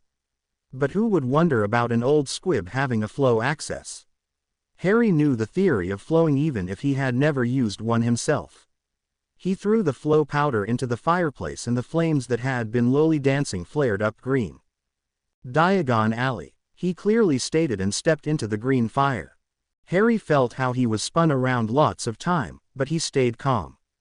He knew that he would be pushed out at the right fireplace. Finally the spinning stopped and he found himself at a dingy pub. So this was the Leaky Cauldron. He stumbled out of the fireplace and waited for Keith and Jessica to arrive. First Jessica appeared and took care of the soot on both their robes. She had apparated over to the alley at the beginning of summer and got basic robes for them all so that they wouldn't stand out overly. No need to provoke any sneering unnecessarily. Keith arrived also and took care of his own robes. Then after a nod to the barman they went to Diagon Alley. Harry was shown the right way to open the archway and told to memorize the stones as in the future it would be good if he could get here on his own if he needed to. After the arch opened Harry looked around in wonder. It had been years since he had last been here, and this time he would get to buy many of the wondrous things that were offered for sale. He would finally start learning practical magic. Doing spells, brewing potions besides the very basics that Mrs. Fig had taught him, see magical creatures that he had only read about so far. He was really excited, especially about getting a wand. He was glad that Keith and Jessica stayed close to him. He didn't want to think what could happen if anybody recognized him as the boy who lived. In his opinion, whoever came up with the moniker should be punished. What was so great about surviving a curse that killed your parents? And Harry knew that he had been lucky to have been taken in by Keith so early on. Had he been dependent on the Dursleys, he wouldn't have had as nice a childhood as he had. Alone watching them, told him how horrible they would have become over the years if nobody stopped their lies and their abusive behavior. Dudley hadn't been accepted at Smeltings like Uncle Vernon had wanted, thanks to his horrible marks and his massively negative file. The number of detentions he got and the comments from his homeroom teacher Ms. Cooper had prevented the acceptance. Dudley was a bully and had only just passed his final grade at primary school. And the acceptance into the secondary school depended on grades massively. So he only getting D's with one E even, hadn't impressed the principal of Smeltings. No matter if his father was an alumnus of Smeltings. Those grades together with many reports of bullying and detentions en masse would never get him entrance into any other private school. So Dudley was forced to attend Stonewall High, the local secondary school, while his best friend Piers Polkiss would be going to Smeltings. Dudley had complained loudly about the unfairness of his teachers, but for once Uncle Vernon had shown his displeasure with his son about not being accepted at Smeltings. He had really wanted Dudley to attend his former school. While he put most of the fault at the teachers at primary school, he told Dudley that he should at least have been able to get better grades to show that the detentions were all unfair, which would have been enough to convince the principal of Smeltings to let him attend. But only barely passing primary school wasn't a good thing for getting into a good secondary school. Harry had stayed away from number 4 as much as he could, even taking detours on his way home to avoid getting too close just in case something happened with the charms due to Uncle Vernon's rage. Right now they came to a stop in front of Gringotts. The goblins at the doors opened them, bowing to the customers, and as he had learned, Harry gave a nod with his head back as a sign of thanks, as did Keith and Jessica. For some reason that the purebloods and wizarding-raised half-bloods didn't understand, Muggleborns and Muggle-raised had a lot fewer problems with getting proper service from the goblins than them. It simply was that the Muggleborns knew that those that were in charge of their money shouldn't be angered. It was plain common sense, But then again, Jessica had complained a lot at home about most wizards lacking just that. Harry waited until a teller was free and clearly stated that he wished to visit his trust vault, presenting the key. Goblins weren't keen on small talk. They were all business and most disliked wizards because of how they treated them, so annoying them with wasting their valuable time wouldn't do you any favors. They were escorted to the carts by another goblin, and then they were taken down to where Harry's trust vault number 687 was. From what Keith had taught Harry, the Potters were very well off. He had managed the finances for Harry's inheritance with some help from the goblins in the past 4 years after Gringotts had accepted the de facto guardianship over Harry that Keith had. Of course, what happened inside of Gringotts didn't concern the Ministry, as the land on which the bank was built was Goblin land, where the Ministry didn't have jurisdiction. So nobody there was any the wiser that Harry Potter was raised by a Muggleborn wizard in the Muggle world. The goblins found that fact rather funny. Harry knew. They liked getting one over the Ministry. Keith had arranged for some low-risk investments for Harry that brought a little interest for the invested money. He didn't like investing in pureblood-led companies much, as that would only help the bigots to keep their power over society. Still, one company that he had invested regularly in was the Daily Prophet, slowly buying a comfortable percentage of the shares to prevent that the Ministry could use the paper to print false stories about Harry. By now, after 4 years, Harry held about 36% of the shares, which allowed him a veto to print certain stories, no matter if the minister wanted those stories printed. The Potters had already had 9% when Keith started. Having seen how much stock most students put into the articles in the Prophet, he knew that to protect his quasi-son he needed to be in a position that allowed blocking articles that wouldn't do Harry any good. The shares had been bought in small units. The biggest addition had been 8% in one go when one shareholder had died and didn't have any heirs. As he didn't trust the Ministry, who would have been the beneficiary if he didn't make a will, he had decided that Harry deserved the shares more than the Ministry as a thank you for getting rid of Voldemort. Therefore he had given all his money and investments to Harry. The man hadn't been rich, but about 1,000 galleons found their way into Harry's trust vault next to a small collection of books about ancient runes and arithmancy, which the man had been a master of. Harry also got all of the man's personal journals that entailed his knowledge in the subjects, a true treasure, as that kind of knowledge would never be publicly available. Once they arrived at Harry's trust vault, Harry took out about 100 galleons, a lot more than they would need for their shopping trip normally, but as he knew that he would have to look his station at the train and at Hogwarts, he had to get some wizarding clothes to add to his Muggle wardrobe. They were taken back upstairs again, and then Jessica took over, leading them to shops she knew sold better quality than the most popular shops in Diagon Alley. Jessica had also made a few investments through the goblins, but hers were shops that had been founded by fellow Muggleborns or Muggle-raised half-bloods that were discriminated against by purebloods and the Ministry. Their shops were inside alleys of Diagon Alley where fewer customers went, but those that knew the value of good quality goods to reasonable prices went there. Not to mention that products based on Muggle ideas that were realized with magical means would only be available there and not in Diagon Alley, thanks to prejudices and discrimination. While Espen Alley didn't have the same bad reputation as Nocturne Alley, it wasn't a place where the pureblood supremacists wanted to be seen shopping, and many others also had reservations. Thankfully the Muggleborns had their own network by now, and they were more than numerous enough to keep the shops running. About 30% of all wizards and witches in Great Britain had Muggle roots by now, not to mention that the more open-minded half-bloods were becoming more frequent customers as well. Harry liked the atmosphere at Espen Alley. People didn't stream towards him, just gave him a happy wave, and some stopped to talk to Keith and Jessica, asking them about how things were going for them in the Muggle world. Harry liked this. He could live with people being happy to see him and waving at him as long as they didn't come at him all at once to thank him for something he couldn't really remember. They bought most of his supplies in the alley. Clothes, potion ingredients, expertly stored in a special storage box that the apothecary also sold, a much better telescope than the ones the other shop in Diagon Alley offered, brass scales and a copper cauldron, as Mrs. Fig had shaken her head at the required pewter cauldron and said that it would melt too easily being used by beginners, and that the copper cauldron, while a bit more expensive, would hold longer and would be safer for brewing. For the beginner potions there was no difference if you used pewter or copper in the results, only advanced potions required being brewed in silver or gold cauldrons as they added certain properties to the potion.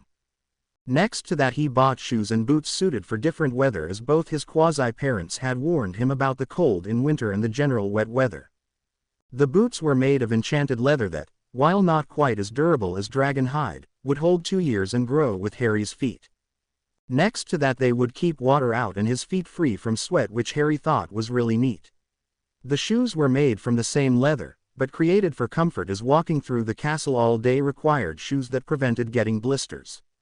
A leather bag for his books, charmed to never weigh more than half a kilo, and a general backpack that could hold triple the volume it looked like rounded up their purchases in the shop.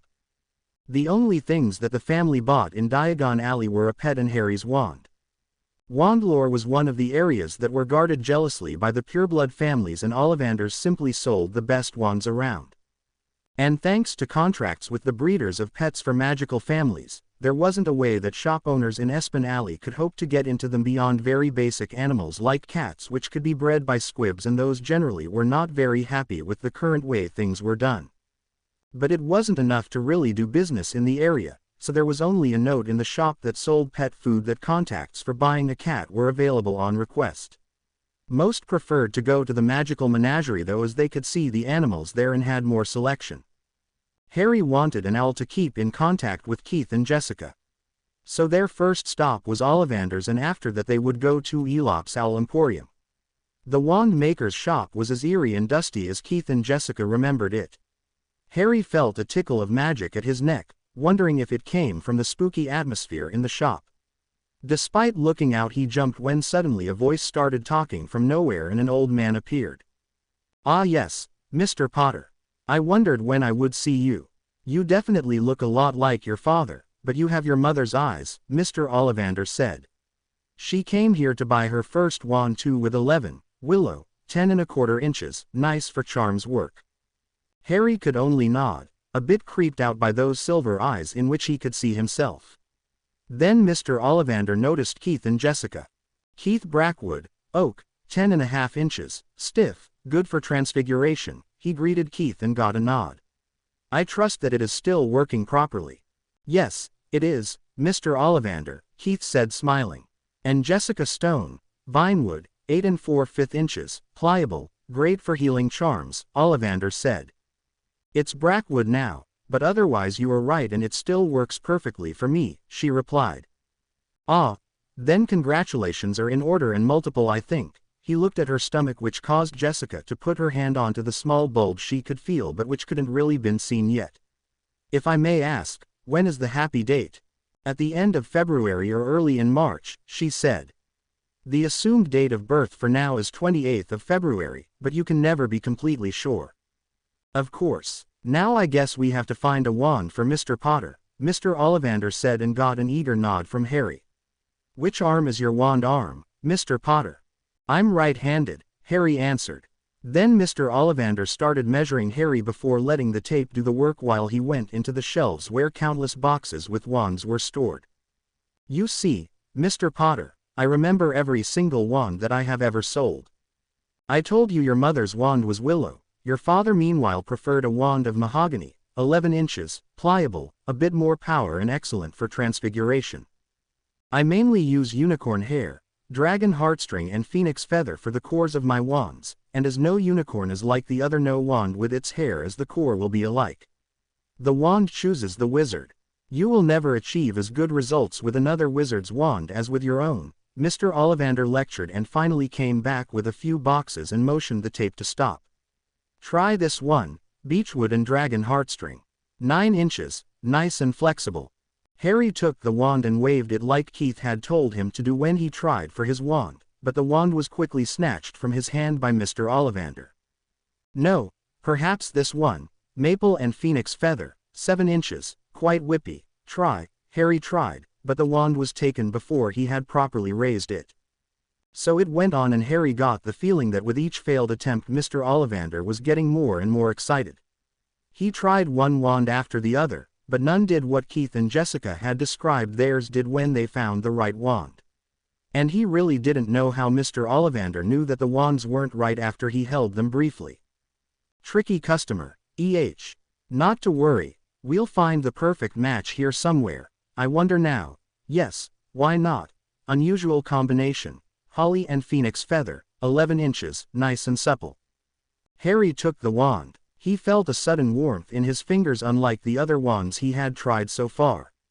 He raised the wand above his head and swished it down through the dusty air, and a stream of multicolored sparks shot from the end like firework. Harry could make out red, blue, green, gold, silver and yellow, which seemed to awe Mr. Ollivander. Remarkable. It's been ages since I saw such a strong reaction between a wand and a wizard. We certainly can expect great things from you. Curious, Mr. Ollivander mumbled while wrapping the wand in its box into package paper for transport. Excuse me, but what is so curious? Harry asked. Well, I remember every single wand I sold, and it so happens that the phoenix whose feather is part of your wand, Mr. Potter, gave one other feather, just one. It seems curious that you seem to be destined to have this one when his brother gave you that scar, Mr. Ollivander said and pointed at Harry's forehead where the lightning bolt scar was located. Doesn't matter. A wand can't be evil or good. My decisions will decide how my future will look like. And you can't choose your relatives. I should know. Harry waved the concern off. How much do I owe you? Mr. Ollivander was obviously surprised at Harry's easy acceptance of the brother wand discovery, but he took 7 galleons from Harry for the wand. Then the small family left the shop and went to their last stop before returning home, Elop's Owl Emporium. Interestingly, it didn't take long at all to find an owl because the owl herself decided that she wanted to go with Harry. She was one of the ones sitting above the heads of the customers, and as soon as she heard that Harry would be getting an owl, she flew down and landed on his shoulder, hooting imperiously while looking into his eyes. Harry smiled and stroked the beautiful snowy owl's head. If she wants to come with me so badly, I see no reason not to take her, he said, and Jessica took care of getting everything Harry would need for her and paying. They made their way back to the leaky cauldron, and once they could get to the fireplace, Jessica covered the owl's cage with a big piece of cloth to make the travel bearable for her. Owls weren't made to travel through the flow network, but before they got home it wouldn't be good to let her fly there on her own. They let Harry go first while Jessica set up a small privacy charm to mask their destination. If anybody recognized Harry at the pub, it wouldn't be good if they knew how to find his home. Harry was walking next to Keith and Jessica towards platform 9 3/4 from where the Hogwarts Express would leave at 11. They had explained to him how the portal to the platform worked, and now they only had to show him the right pillar to go through. Once Harry knew the pillar, he took all his courage and went through it on a slight run, keeping his eyes closed. No matter that he knew that magic was real, his logic told him that running at a massive stone pillar wasn't a smart idea, and so he decided closing his eyes would be a good idea. Once he was through, he was awed at the old-fashioned steam engine. While he knew that most of the British wizarding world was caught about at least a century in the past with their way how to do things, seeing such a train was still special. Especially knowing that this train would take him to Hogwarts where he would learn magic. He had been reading his school books after they had returned from their trip. Mrs. Fig had taken care of Hedwig, which was the name he had chosen for his owl, while they had been in France. They had spent the time over his birthday there, and it had been fantastic. He had had a belated birthday party with his friends a week after they had returned. As they were going to go to different schools after the summer break was over, they had used the chance to get together again and exchange news which schools they would attend. Harry had used the name that Hogwarts had developed for the Muggle world, Scotland Youth Academy, which was registered with the Muggle Ministry, but in case anybody asked about it, which rarely happened, they were delegated to an agent from the Ministry of Magic specialized on giving explanations about the school that would deter Muggles from asking more questions. The pamphlets that were sent out were charmed with a useful spell that made Muggles feel satisfied with the information and let them ignore any curiosity that they might have had for the school before. Harry had simply told his friends that his birth parents had set up a fund for him and already secured his place at their old school under the condition that his grades were acceptable, which everybody knew was more than true. Harry was an excellent student.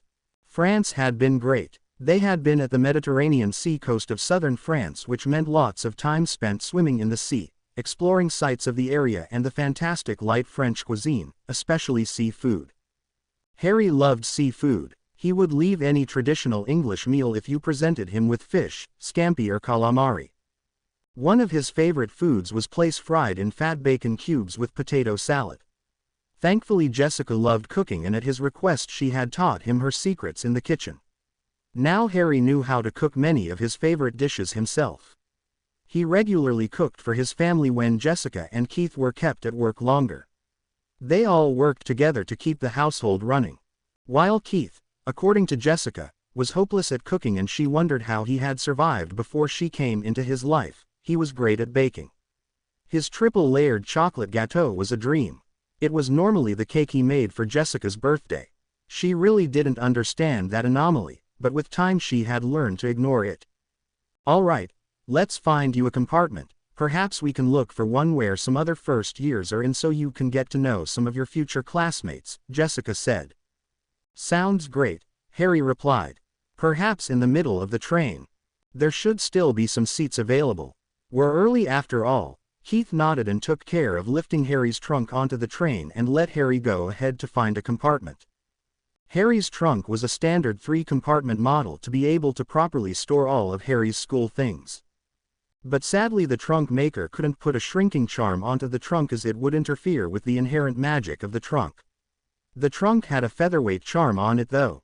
So while it wasn't heavy, it was simply unhandy, and Keith had decided to help Harry, who was simply too small to properly hurdle his trunk through narrow corridors. Why the train had such small corridors when magic could be used to enlarge space he had no idea, but that was Wizarding World logic for you. Keith found Harry talking to a pair of girls, one with red hair and one with blonde hair. "Over here, Keith, Susan and Hannah said I could sit in their compartment," Harry shouted. Keith smiled at Harry's enthusiasm. He was sure that he would find a lot of friends at Hogwarts. "Okay, Harry, let me put the trunk into the luggage rack for you. You have put your reading material for the ride into your backpack, right?"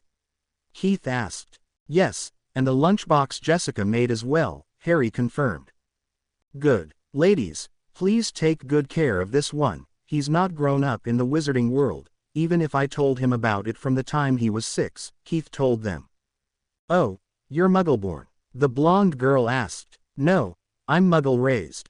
My parents were both magical, but Mum was Muggleborn, and after my parents' death, I was sent there to grow up. But I mostly live with Keith and Jessica. They're like adoptive parents for me," Harry said. The two girls looked puzzled.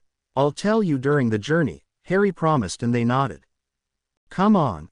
Let's go outside till the train leaves," Keith said, and Harry nodded. "Till later, Susan, Hannah," Harry said, and followed Keith outside while the girls were whispering, probably about the story Harry would tell them. Outside Keith, Harry and Jessica talked. They gave him some last-minute advice and told him to send Hedwig after he had been sorted, as they wanted to know as soon as possible in which house he would be. Harry promised that, and also to write once a week to tell them how classes were going. In return, Keith and Jessica promised to keep him updated on their child's development and let him help choosing names. Finally at 10 to 11, Harry, after hugging both of them and thanking them for everything, climbed back onto the train and went to the compartment where Susan and Hannah were already waiting. Only now there was also another boy with short brown hair. "Hey, Harry, this is Justin. He's going to share the compartment with us," Hannah said.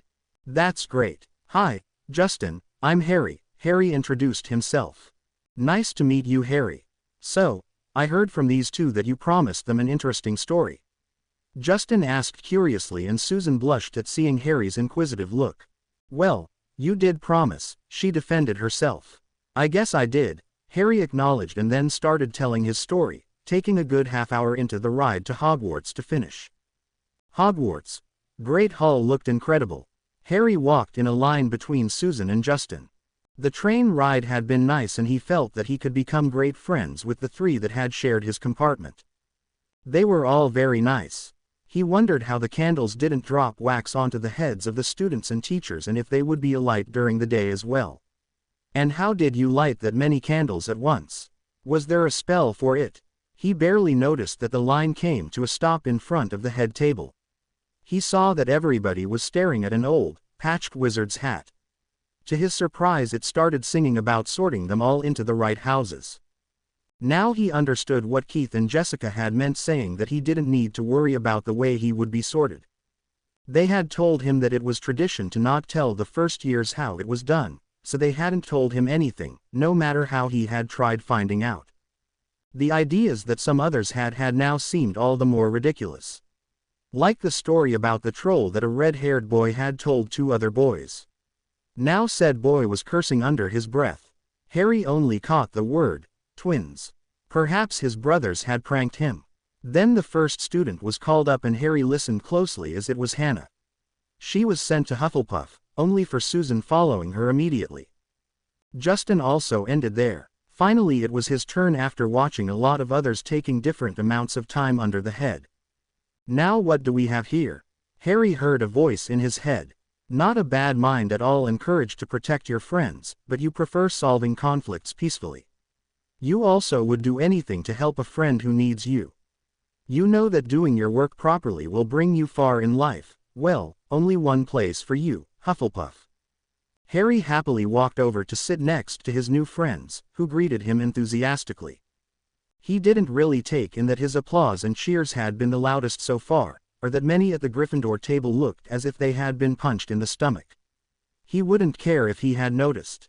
He was how he was just Harry, and he wanted to learn magic and have great friends during his time at Hogwarts. Not to mention that he was sure happy to be in the same house as his surrogate father. Keith and Jessica sat at the kitchen table at breakfast when Hedwig flew in through the open window. Harry really seemed to have taken the request to find out as fast as possible about his new house serious. Keith took the letter from the Snowy Owl while Jessica offered her a piece of toast, which Hedwig happily took and ate up. Keith opened the letter and read out loud so that Jessica could also hear what Harry had written. Dear Keith and Jessica, we arrived at Hogwarts without problems and the train ride was great. I made some friends in Susan, Hannah and Justin, who shared the compartment with me. We had a lot of fun and explained a few things to Justin, who's a Muggleborn like you. It really helped me that I at least knew a few things about the wizarding world, which prevented that I made some stupid mistakes. We all landed in the same house, Hufflepuff. I'm really happy that I'm in the same house you were in, Keith.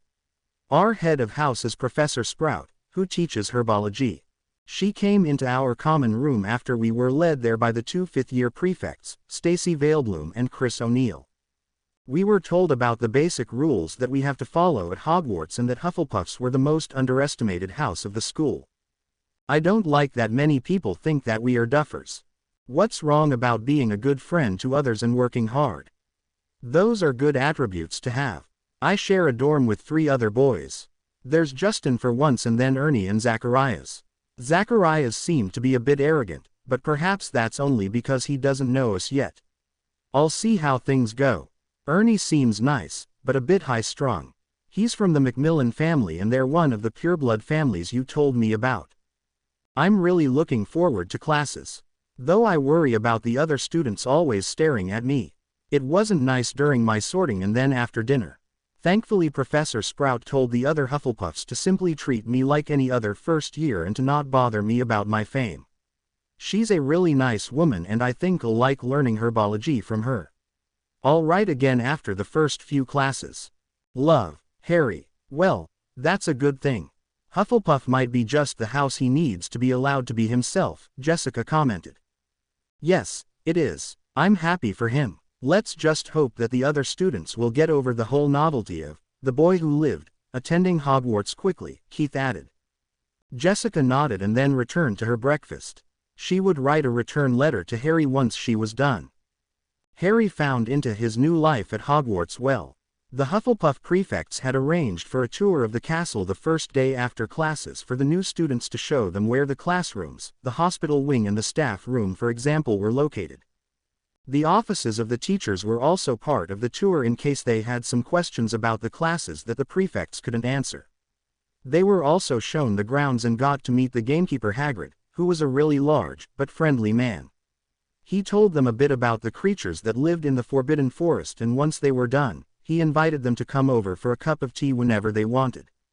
His door was always open for students that wanted to have a chat. The Hufflepuffs also had set up study hours, which were mandatory for all students. They were oriented on their timetables, and all new first years got explained how structured studying after classes made taking the material in much easier.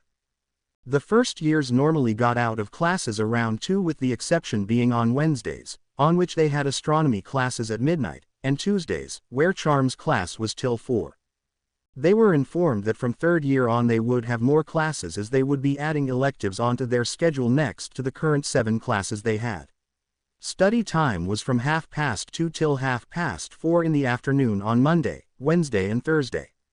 It was to be used to do homework, prepare for classes and read ahead to know what topic would be covered.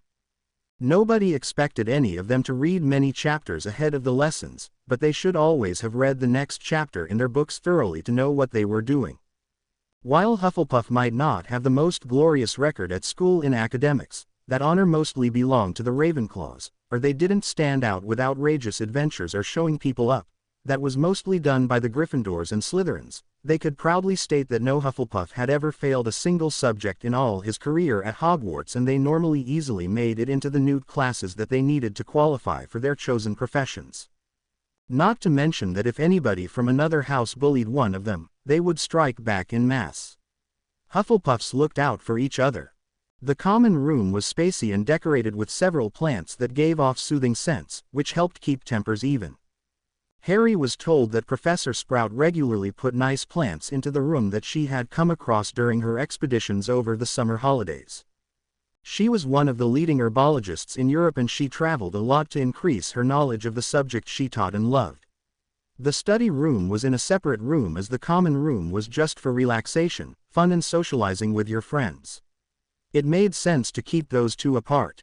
Another nice part of their common room was the game room, as they called it. There were, to Harry's surprise, a few games from the Muggle world as well. For example, they had 2 billiard tables and a table to play table tennis on. When Ernie asked about them, Stacy explained that a former alumnus had suggested that they set them up in the game room, as they were great fun and it didn't matter that they were Muggle games. With a few modifications they could be made more magical, especially table tennis. It had been agreed on by the Hufflepuffs at the time, and now they simply belonged to their common room. You could choose between magical table tennis balls and Muggle ones. The magical variant could speed up on its own after a long exchange to make it more challenging. There were of course a number of normal board games as well, and there were discussions to set up a magical dancing platform, which one of the 4th-year Muggleborns had tried out during the summer and liked a lot.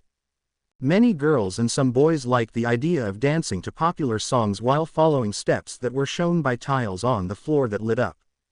And if others didn't like it, well, their problem. Everybody in Hufflepuff was free to spend their free time the way they liked. And if the songs played for the dancing platforms weren't ones liked by the others, it was easy to set up silencing wards around them to not disturb others. That was another important rule. You could do what you wanted, as long as you didn't hurt or disturb others around you. It had been a week into the school year and Hedwig had returned with a new letter from Harry. After feeding Hedwig a piece of bacon, Jessica read the letter out this time. Dear Keith and Jessica, I really like it here at Hogwarts, but I also miss you. The other Hufflepuffs are nice and have got over the hero worship of me pretty fast, thankfully. Classes are interesting, even if we don't get to do spells in many of them. About the only ones are charms and transfiguration. We have learned the Lumos charm to light our wands and the spell to change a matchstick into a needle. I needed to work on my matchstick a bit during study hour, as I only got it to become silver in class, but not change its form. It was still a good result according to Professor McGonagall. I got the Lumos charm down while in class. I think that the mandatory study hours are a good thing. That way we don't leave our homework for the last moment and have the evenings free normally. I hear that the Quidditch team was the one that got the system started decades back, as they had to juggle their studies and training. It makes sense that it's easier for them this way, as they normally schedule their training time after study hours to allow anybody that wants to be on the team to train properly for the tryouts, which are held after 3 weeks. I would like to try out for the team next year. It sounds like a lot of fun actually. An older student, Cedric Diggory, who is seeker for the Hufflepuff team, told me a little about how he regularly trains after getting his homework done to keep his spot on the team. Contrary to other houses, Hufflepuff holds full tryouts, except for the spot of the captain, each year to have the best team possible, and there are always players on reserve to avoid not being able to play if somebody becomes ill. The classes are mostly nice, but history of magic is taught by Professor Binns and he's dead boring. Our prefects actually told us to get earplugs and read the book during class to not fail the class. Nobody can stay awake in that class. Wouldn't it be better to get a proper teacher then, if it's such a big problem? Another teacher that isn't that good is Professor Quirrell, who teaches defense against the dark arts. He stutters horribly and it's really difficult to understand him in class. I've started reading the book and asking the prefects how the spells are meant to work. I don't want to fail that class just because I can't understand my teacher.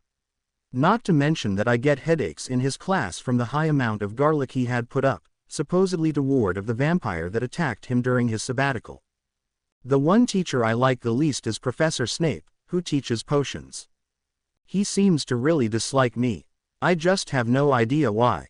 I didn't do anything, I swear.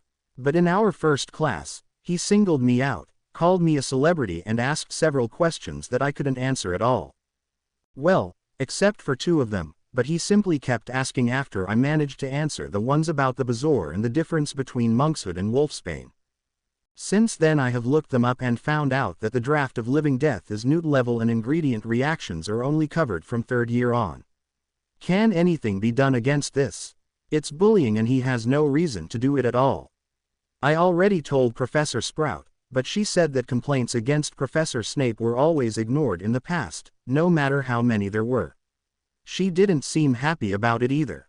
On the bright side, I'm doing well in my classes so far and made more friends among my classmates and not only in Hufflepuff. We have classes with one of the other houses normally, and in herbology I partnered up with 2 Gryffindors and Justin this week. Neville Longbottom and Hermione Granger. While Hermione is a bit of a nerd, I think she's simply unsure how to deal with other children. She's always talking about one thing she read or another. Neville meanwhile is really shy, but quite good at herbology. After he got over the fact that I'm Harry Potter, we had a nice conversation while we were pruning and watering some flowers. Charms is with the Slytherins first and they're a shrewd bunch. A boy called Draco Malfoy tried convincing me that I should drop my friends and hang out with him, but I refused, as politely as I could, as he's clearly a bully. He behaved like Wellington in 3rd year. Jessica heard Keith chuckle at this. Harry had really disliked Marcus Wellington, a boy who had been in his class in his 3rd year at primary school. The boy's parents were wealthy and he thought he was better than others because of that. Thankfully the family had moved to Leeds after the year. He didn't take the refusal well and told me if I wasn't careful, I would end like my parents. To his bad luck, Professor Flitwick happened to overhear that part and took 20 points from him and gave him detention that evening for insulting heroes of the war and being insensitive. Malfoy didn't like that at all, but went to his seat. Since then he always glares at me, but besides insults he is harmless so far. Another boy I don't like much is Ronald Weasley in Gryffindor. He's really rude and tried pushing my friends away from me and claiming me as his best friend. I have no idea how he got that idea and I told him off twice already, but he simply doesn't stop. Thankfully my friends back me up and tell him to go away. If he doesn't stop bothering me, I'll have to tell Professor Sprout. Thankfully we only have herbology and defense with the Gryffindors, so I don't see him that much except for meals. And I wouldn't want to sit next to him.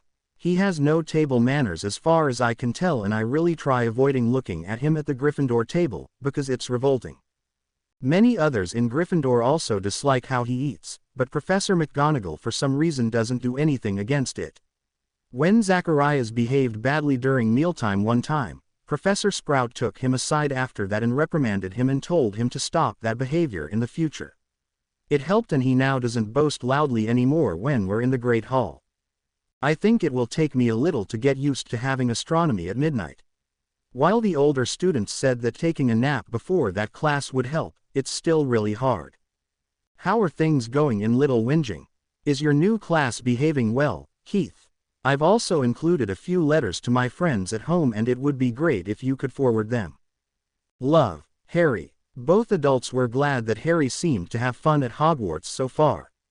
He had been sorted into a good house for him and he would hopefully not get homesick too much. He had never been away from them for this long. He seems to get by well, Jessica said. Yes, but I don't know why Snape is allowed to bully students. I remember him a little from my time there and if I remember right, he was a friend of Lily. I can't be completely sure as I never really paid too much attention to the younger years of other houses, Keith said. But I think they hang out together in the beginning. You could be right. There was a lot of talk about a Gryffindor girl and a Slytherin boy being friends. And how the Slytherins pressured the boy to stop hanging out with a Muggleborn, Jessica pondered. But I don't remember the names.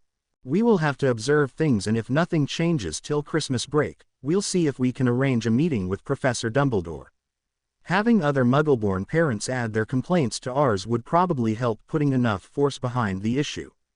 Even Dumbledore can't ignore it if a high number of parents all demand that one of his teachers stops bullying their children.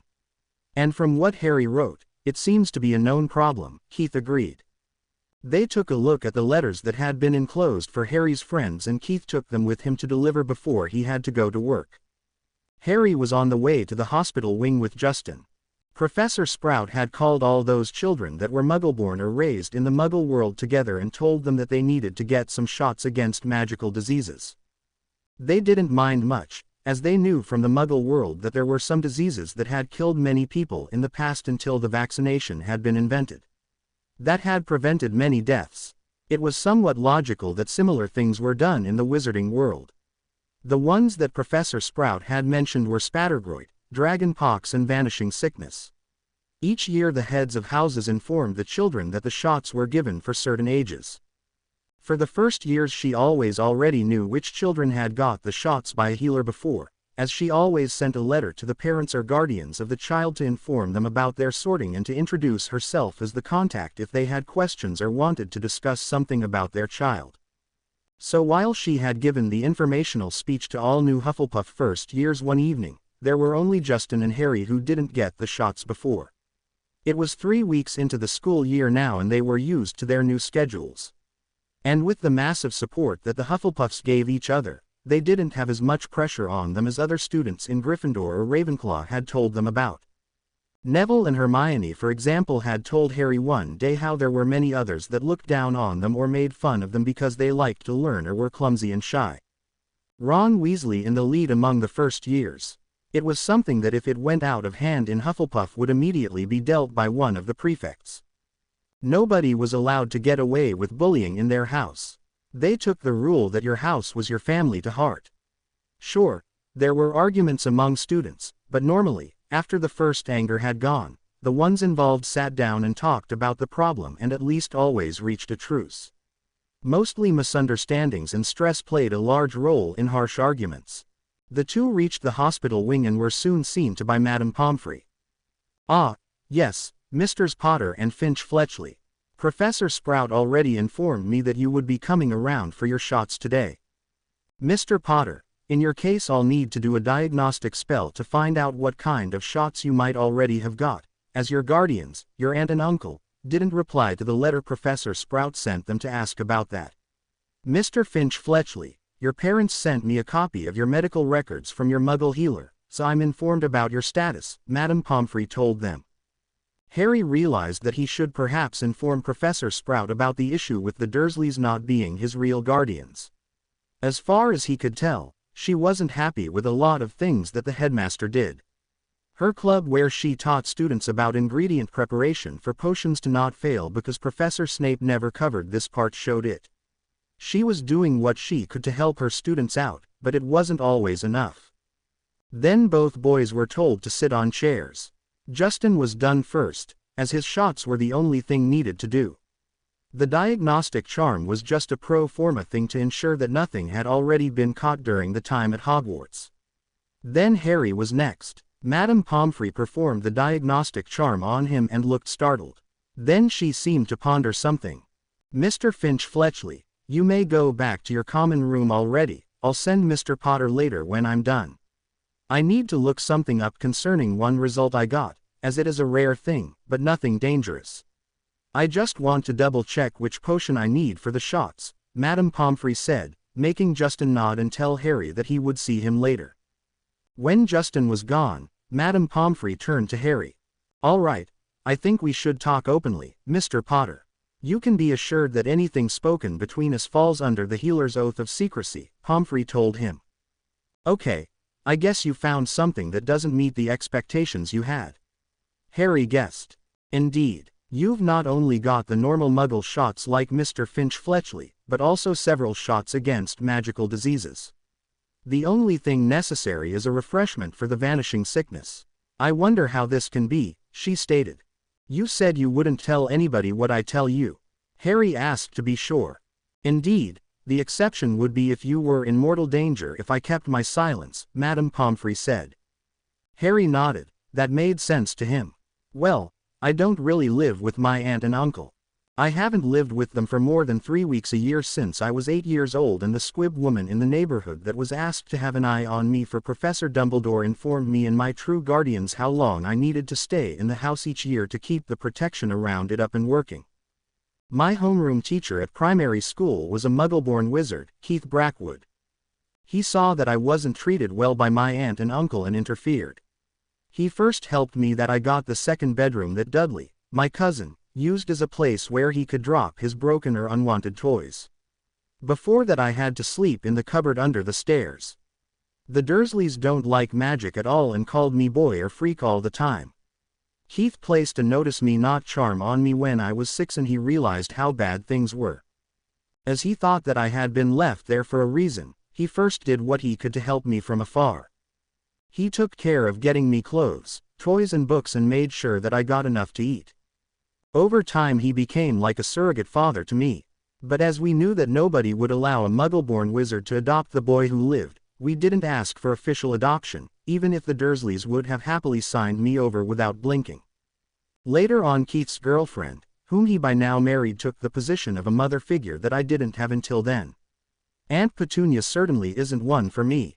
Keith and Jessica taught me all I needed to know about the wizarding world, and thanks to Mrs. Figg, the squib neighbor, telling Professor Dumbledore when we would go on vacation so that he wouldn't worry if I left the wards for longer than a certain period, I got to have a great childhood from then on.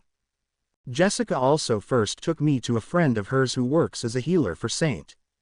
Mungo's to get me a magical checkup when I was 7. Since then I've been having one per year, but at her friend's home to not alert anybody to my knowledge of the wizarding world. We didn't want to call people onto the fact that I knew about magic and get into trouble. From what Mrs. Figg told Keith, Professor Dumbledore wanted to avoid that I got a big head from the fame I have and therefore wanted me to grow up in the Muggle world.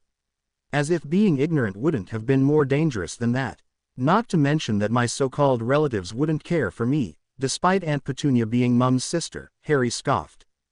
"I see, and you don't want anybody to know about this arrangement," Madame Pomfrey stated. "Yes, Keith and Jessica are like my parents and I want to stay with them, no matter what other people think," Harry said fiercely.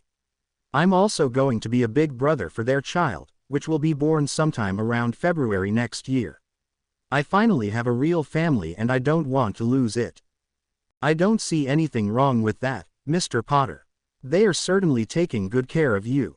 I won't tell the headmaster or anybody else, but I suggest that you inform Professor Sprout so that she gets the information who to contact in case she needs to speak to your guardians," Madame Pomfrey said. "Okay, I'll do that," Harry promised. Madame Pomfrey then gave him the potion to refresh the vaccination against vanishing sickness and let him go. Secretly she was very pleased that the boy had a good home. After what Minerva had told her about the Muggles Harry was left with, she had been worried what she would find. Keith and Jessica looked over a catalog with furniture for a nursery. They were currently discussing what kind of things they wanted to get for their baby. They looked up when they heard a bird enter through the open window. "Oh, hello Hedwig, I see you have a new letter from Harry," Jessica greeted the snowy owl. She hooted and held out her leg to let them take the letter. "If you can wait for a moment, I'll get you some owl treats." "We didn't really expect a new letter already," Keith said. Hedwig in response hopped onto the perch she had in the kitchen to take a bit of water while she waited. Jessica read over the letter. "It seems that Madame Pomfrey and Professor Sprout now know about us taking care of Harry. It was found out during the routing check for vaccinations of magical illnesses, Jessica told Keith. Ah, yes, we didn't think of that. Professor Sprout always makes sure that her students have all the necessary vaccinations at the beginning of the year and would have tried writing to Harry's guardians to find out which ones he had got. With the Dursleys not being able to reply, not that I think they would have done it even if Harry was still truly living with them, she would go with the default route and let Madame Pomfrey do a complete diagnosis, Keith admitted, having overlooked that part. Well, at least nothing else happened. Here, you can read the letter for yourself, Jessica said and handed Keith the letter. Dear Keith and Jessica, things are going well here at Hogwarts. I'm doing well in all my classes, well, acceptably in potions to be honest, but with the teacher hating me I guess that's the best I can get for now. Thanks to the older Hufflepuffs telling us to use earplugs in History of Magic and to read the book, I'm getting the work done there. The subject is actually quite fascinating, I've found. You just have to read up on more than goblin rebellions. I especially like the true story of Camelot and Merlin. The ones that is known in the Muggle world is completely different except for the main actors.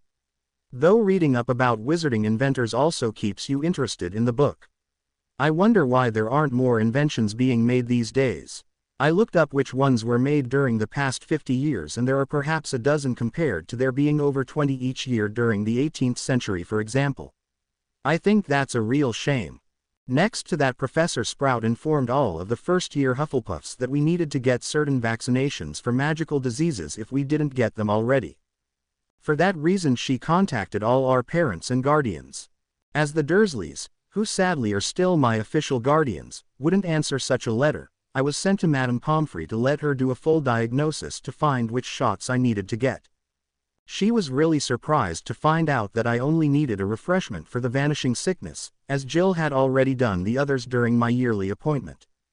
She confronted me about the situation, as she needed to make sure that I wasn't doing something dangerous, like getting them from an unqualified source. She was very understanding when I told her why I didn't tell anybody who my true guardians are. She also said that with her healer's oath she wouldn't tell the headmaster, as it wasn't anything that could endanger my life. Though she advised that I should tell Professor Sprout so she could contact you in case she needed to do that.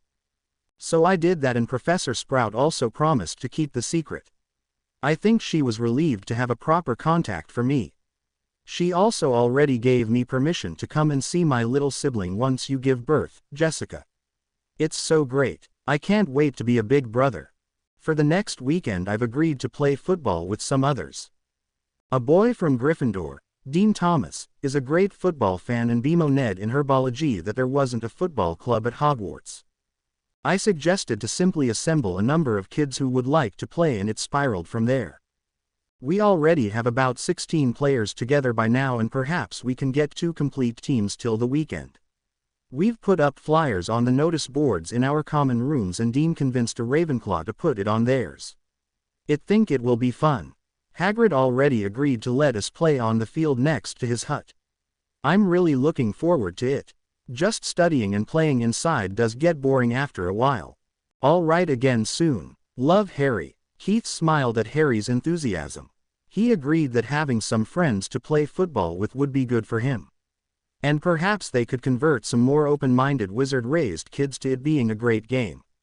After all, only 7 students could play on the house Quidditch team plus perhaps a few reserves. Nowhere near enough to let a good number of students get rid of too much energy. The football game had become really well attended. Overall 20 students in 1st to 3rd year had come to play. That meant they had 2 teams of 10, which was nearly as much as a normal team. Hermione, while she didn't like playing all that much, knew all the rules and had offered to be their referee, which was taken in with cheers. The captains of the teams were chosen to be Dean and Harry, and after drawing sticks to see who could choose the first teammate, they put together their teams. Once that was done, Hermione went over the most important rules of the game for all the wizard-raised kids, mainly that you were forbidden to use your hands and if the ball left the field, the other team got it. They decided to forego special rules like being offside. For now the rest was already enough to keep in mind. Hermione explained that they would use the basic set of rules and play 2 halves of 25 minutes. She explained changing the sides of the field after the first half, and that there would be a break of 10 minutes between the halves so that the players could rest a little. Then she started the match, and after the first awkward beginning, even those that hadn't played before got the gist of things and had a lot of fun trying to get the ball into the opposite goal.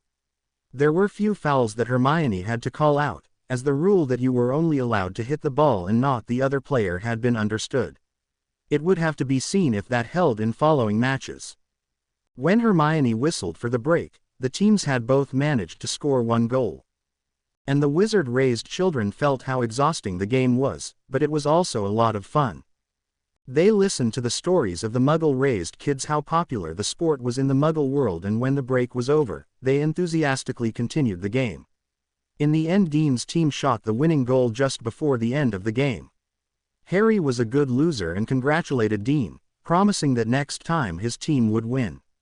After the success of having set up the game, many wanted to do this again.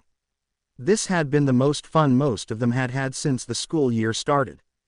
Harry sat on the chair next to Neville's bed in the hospital wing. He had heard about the accident that had happened in flying class and wanted to visit the shy boy, whom he considered one of his friends. Though Neville's broom acting out and flying off with him, only for him to fall down and breaking his wrist, wasn't the only thing that was talked about. Ron Weasley and Draco Malfoy had managed to get themselves into detention with Professor McGonagall, not only for flying without Madame Hooch being there, but Malfoy also breaking Neville's Remembrall while mocking Weasley. It had led to not only Slytherin losing 25 points for the incident, Malfoy had detention for a week.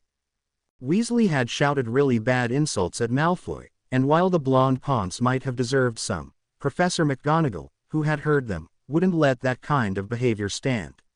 So he had 2 days of detention and lost 10 points. Thanks to the other Gryffindors, especially Hermione, being able to tell the head of Gryffindor the full story, there was no way that Malfoy could weasel his way out of that punishment. Neville was understandably downtrodden about losing the Remembrall, even if Professor McGonagall has assured him that Malfoy would have to pay for a replacement. Not to mention that he was really scared to try again to fly on a broom. Come on, Neville, don't let one bad experience sour flying for you at all. It's great. Perhaps all you need is to start with a proper broom that won't fly high even if you want it to. I heard older students in Hufflepuff say that the school brooms were too risky to use, but the school doesn't have the money to replace them. Some told me that they always flew off course. If yours behaved like that, it definitely looks as if it was damaged and it wasn't your fault, Harry said. I'm just useless at all the practical things, Harry. Look at my spell casting. I never get a spell right. No matter if it is in charms or transfiguration. And potions is a disaster for me. Professor Snape makes me really nervous. I can't do anything right, Neville said, depressed. Don't think that way, you only need some confidence. And you're not the only one Snape treats badly, he absolutely hates me for some reason that I don't get. I haven't done anything to him and always prepare extra long for his classes. It still isn't enough to get the marks I should get from him. Just read up on the things that are going to be covered in the next 2 lessons in your book. That already helps a lot. I always use a red pen to underline important steps. That helps me remembering what to look out for in a recipe. From what I heard, Hermione is really good in that class, so perhaps you could spend some time with her, working on this so you don't have to be as afraid as you are now, Harry suggested. Perhaps, but that still doesn't help with my casting. Nor even Dad's wand seems to help. I'm just a bad wizard, Neville sighed. Your dad's wand? Didn't you get your own one? I mean, Ollivander gave me a speech about the wand choosing the wizard. If your dad's wand didn't do that, you wouldn't get proper results. You only get the best results with your own wand. I didn't really understand that at first, but when I once took Susan's wand accidentally, it worked a lot worse for me than mine. The same was true for hers. We didn't notice immediately as both our wands are made from holly and look similar, Harry informed Neville. It really is such a difference? Neville asked, surprised. Yes, the difference between our wands is the core. Hers has a unicorn hair in it and mine a phoenix feather, Harry confirmed. Perhaps you could ask Professor McGonagall if you could go to Diagon Alley on a Saturday morning to buy your own wand. It doesn't make sense after all that you wouldn't be able to perform to your best just because your wand doesn't like you. I'll think about it, Harry. Thank you, Neville said with a small smile. No problem, that's what friends are for. You could also come to our next football match. It's a lot of fun and we are always happy about more players. Or spectators that cheer the teams on if you first want to watch and get an idea how to play, Harry offered. Sounds nice. I'll at least come to watch. I have no idea of the game and I don't feel well simply playing like that, Neville then said. Harry nodded and smiled at his friend. It was the end of September now and the teachers had assembled for the monthly staff meeting. First on the agenda were the reports of the 4 heads of houses, how the students had found back into school and how the first years were coming along. All right, we all know the procedure. Which one of the heads of houses wants to begin? Dumbledore asked. I'll start, Flitwick said. My Eagles are finding back well and the new first years are doing well in their classes. I find that I have less tensions among the first years than in previous years and I think it has something to do with the meetings of the younger years for that Muggle game football that Mr. Potter and Mr. Thomas have started. I don't know how many of my Eagles are attending, but I think at least 2 of the first years play and some others go with them to watch and learn more about the sport. The prefects informed me that they overheard some discussions and comparisons between football and Quidditch and which one was more interesting. There were the usual complaints about Cuthbert's teaching inability and Severus' bias. Snape snorted, as if he could care if the little dunderheads didn't like his way of teaching. He hadn't chosen to come here and teach snot-nosed Brot's potions. He had wanted the defense job, but the headmaster had refused it to him each year anew. The snakes are behaving like it is to be expected. They have more or less got the picking order down and the older ones have informed the younger ones what I expect of my Slytherins. None of them would attend a silly Muggle game, Snape said condescendingly.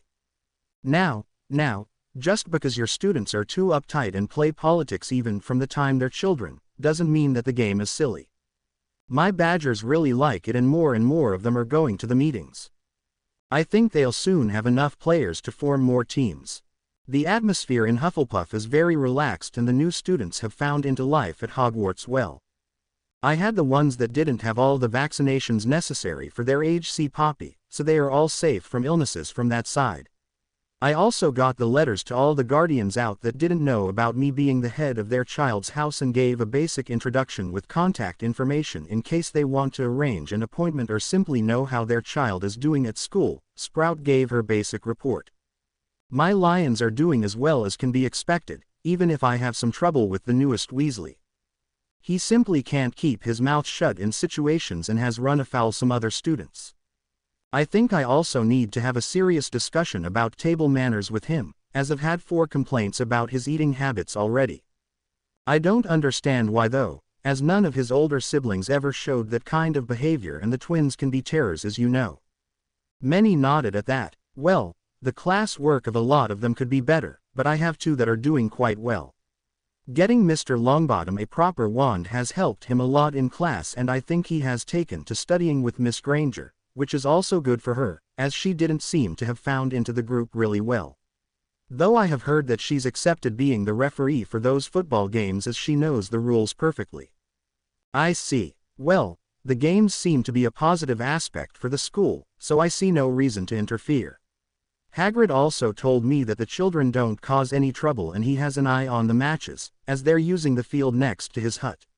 He's actually very happy, as he gets to know a lot of the students this way, Dumbledore chuckled. Many of the teachers smiled fondly at that. Hagrid really was a nice man and he would be a good person for the children to know.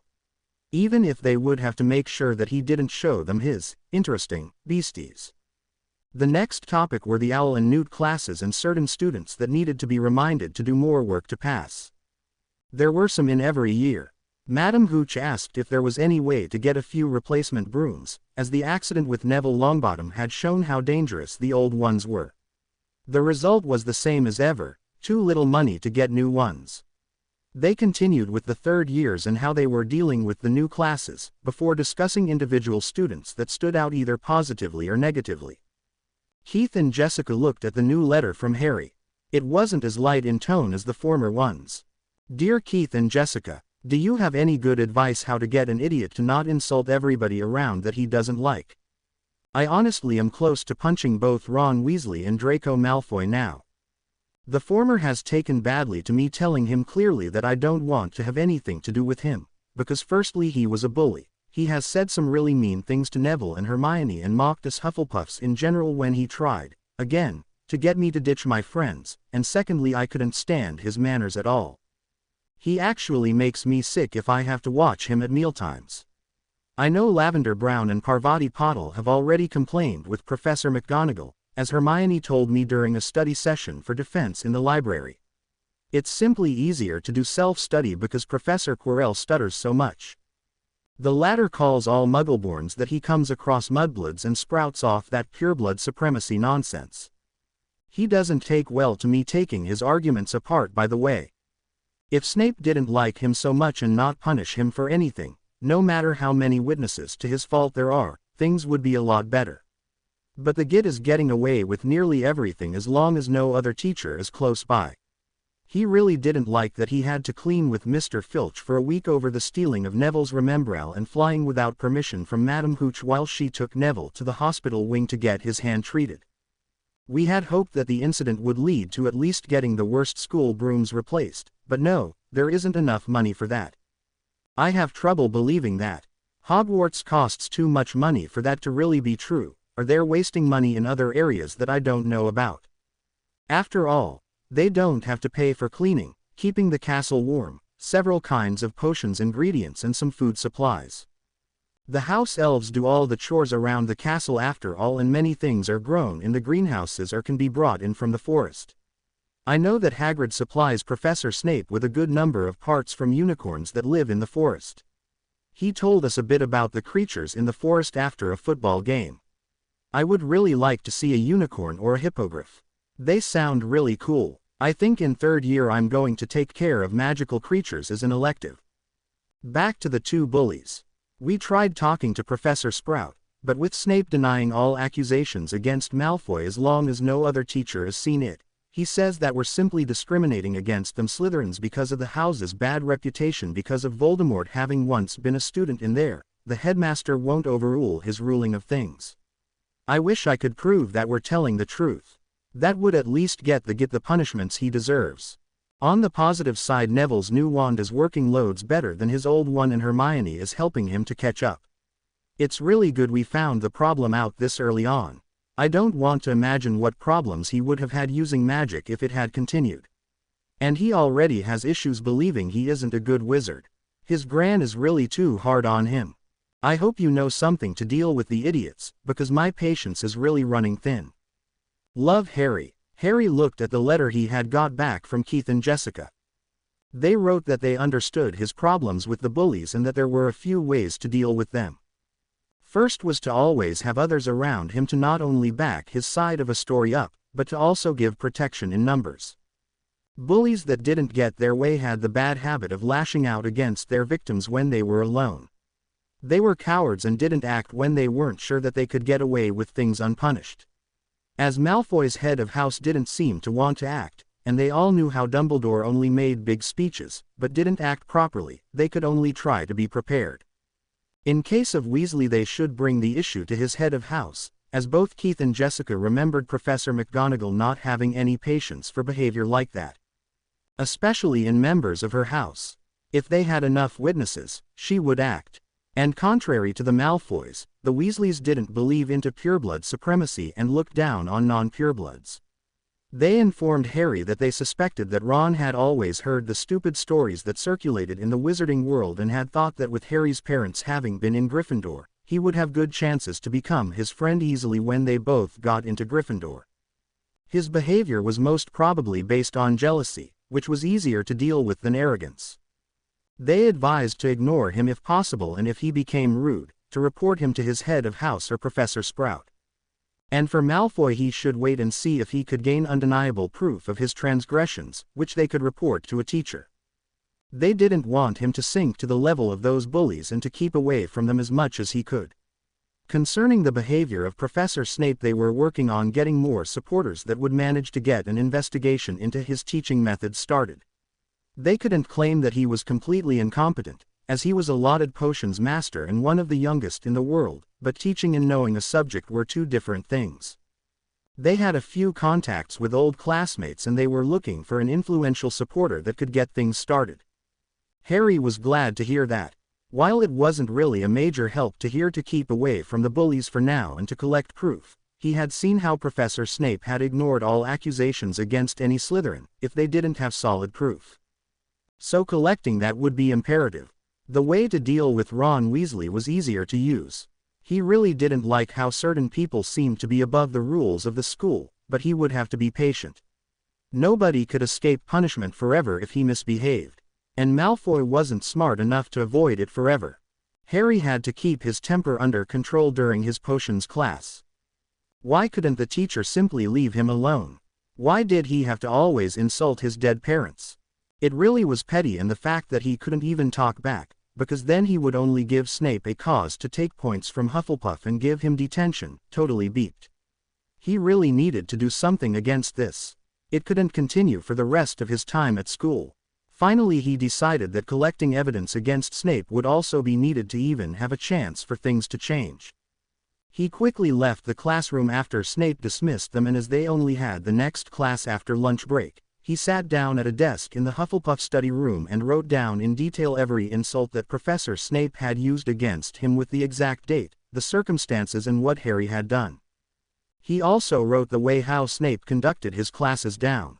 As just his word wouldn't be enough in the long run, he took his notes to Stacy Veilbloom and Chris O'Neill. He explained the problem and his idea that if only enough factual complaints were collected for the period till the Christmas break, for example, the headmaster wouldn't be able to simply ignore it anymore. But it would be most helpful if other students also put their experiences down on parchment, and if all students in a class signed the report to prove that it wasn't just a single student's opinion. Stacy and Chris certainly liked the idea, and it had promised to actually achieve anything. They promised to talk to the other prefects and call in a house meeting to deal with the problem. No Hufflepuff would stand for the bullying of one of their own, especially if said victim of the bully hadn't done anything to deserve it.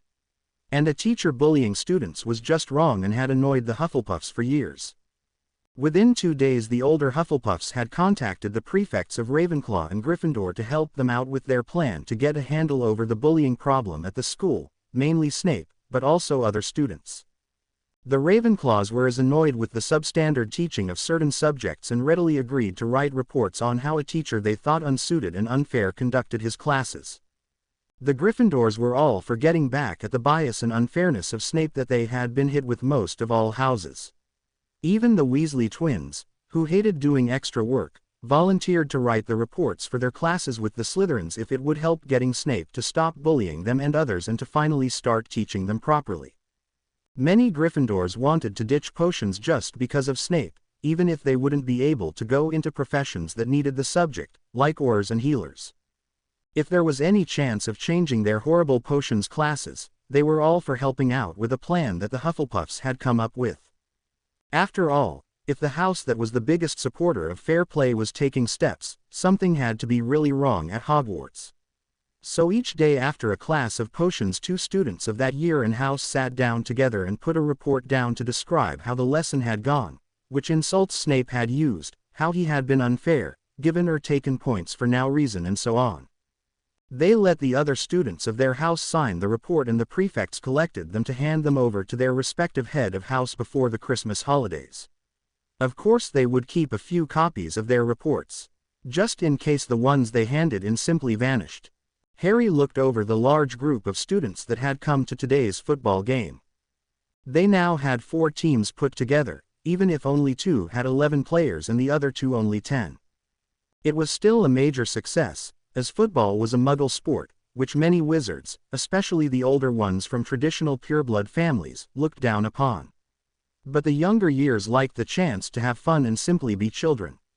They didn't have to behave properly all the time while playing, and they were allowed to curse when something went wrong. Not to mention that fighting for the ball could get rowdy. Hagrid had been happy with how many students wanted to play and had given permission to set up a second field for playing. There was more than enough space around. They had also found a second referee next to Hermione and Neville.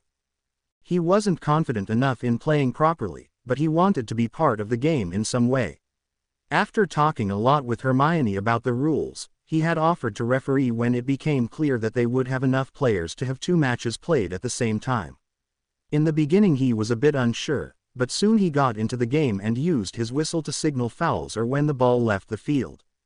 That the players also adhered to his decisions helped a lot in bringing him more out of his shell. Not to mention that everybody liked how fair he was in his decisions. Neville got better stamina through running around the field to have a good view onto the game, and it showed in him being less clumsy with every time he did it. The group had games every weekend. As the Quidditch season hadn't started yet, there was even a good amount of interest of those that didn't play themselves. There were even a few teachers that came by occasionally to see what the game was about. Mainly the heads of Hufflepuff, Gryffindor and Ravenclaw. After choosing teams, which they did randomly each time anew to make it fairer for everybody, they drew lots which team would play which one today. They went to their respective fields, decided who wanted to play which position, and then their referees started the matches. Ron Weasley wasn't a happy wizard. All his dreams of getting attention over his older brothers hadn't worked like they should, just because Harry Potter had been sorted into Hufflepuff of all houses. Really, he was the savior of the wizarding world and he should have been a Gryffindor. But no, he had to go to the Duffers. And even if Ron had decided to overlook that and try to become his best friend despite of this, he didn't take him up on the offer. Why wouldn't he? He was probably thinking he was so much better than Ron. He was oh so popular because of that stupid game. Football could never be as great as Quidditch. But still, lots of other students went to play and watch each weekend. What use did it have when you didn't even get to win some points for the House Cup? And running around like that for half an hour on end twice with only a short break between it was exhausting. Flying was so much cooler. Why would anybody want to chase just one ball when you weren't allowed to use your hands? And just one ball for 11 people? That didn't make any sense. But despite all that, the sport was really popular. When he had asked Dean and Seamus, who had been among those that had helped starting the meetings, what was so great about it, they said that it was fun and they liked playing with so many others. Dean also said that football was the most popular sport in the Muggle world and he was really happy that they got to play at Hogwarts as well. Ron didn't get it, and now even Neville had decided to participate in a way. He was playing referee like that know-it-all bookworm Granger. And he had the gall to say that at least with football, he didn't have to fear that his broom would throw him off again.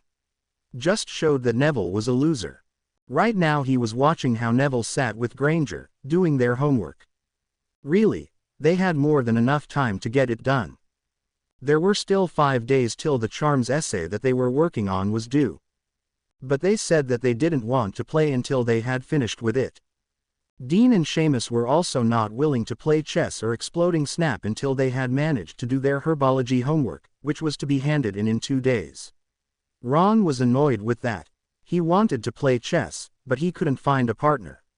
And he didn't like the comment from Granger that he could simply do his homework until one of them was done and had time to play. Homework was boring and he had enough time left to get it done. He didn't know that when he badgered the other first years to play with him, they would write it down later on, to hand in a list of complaints to Professor McGonagall.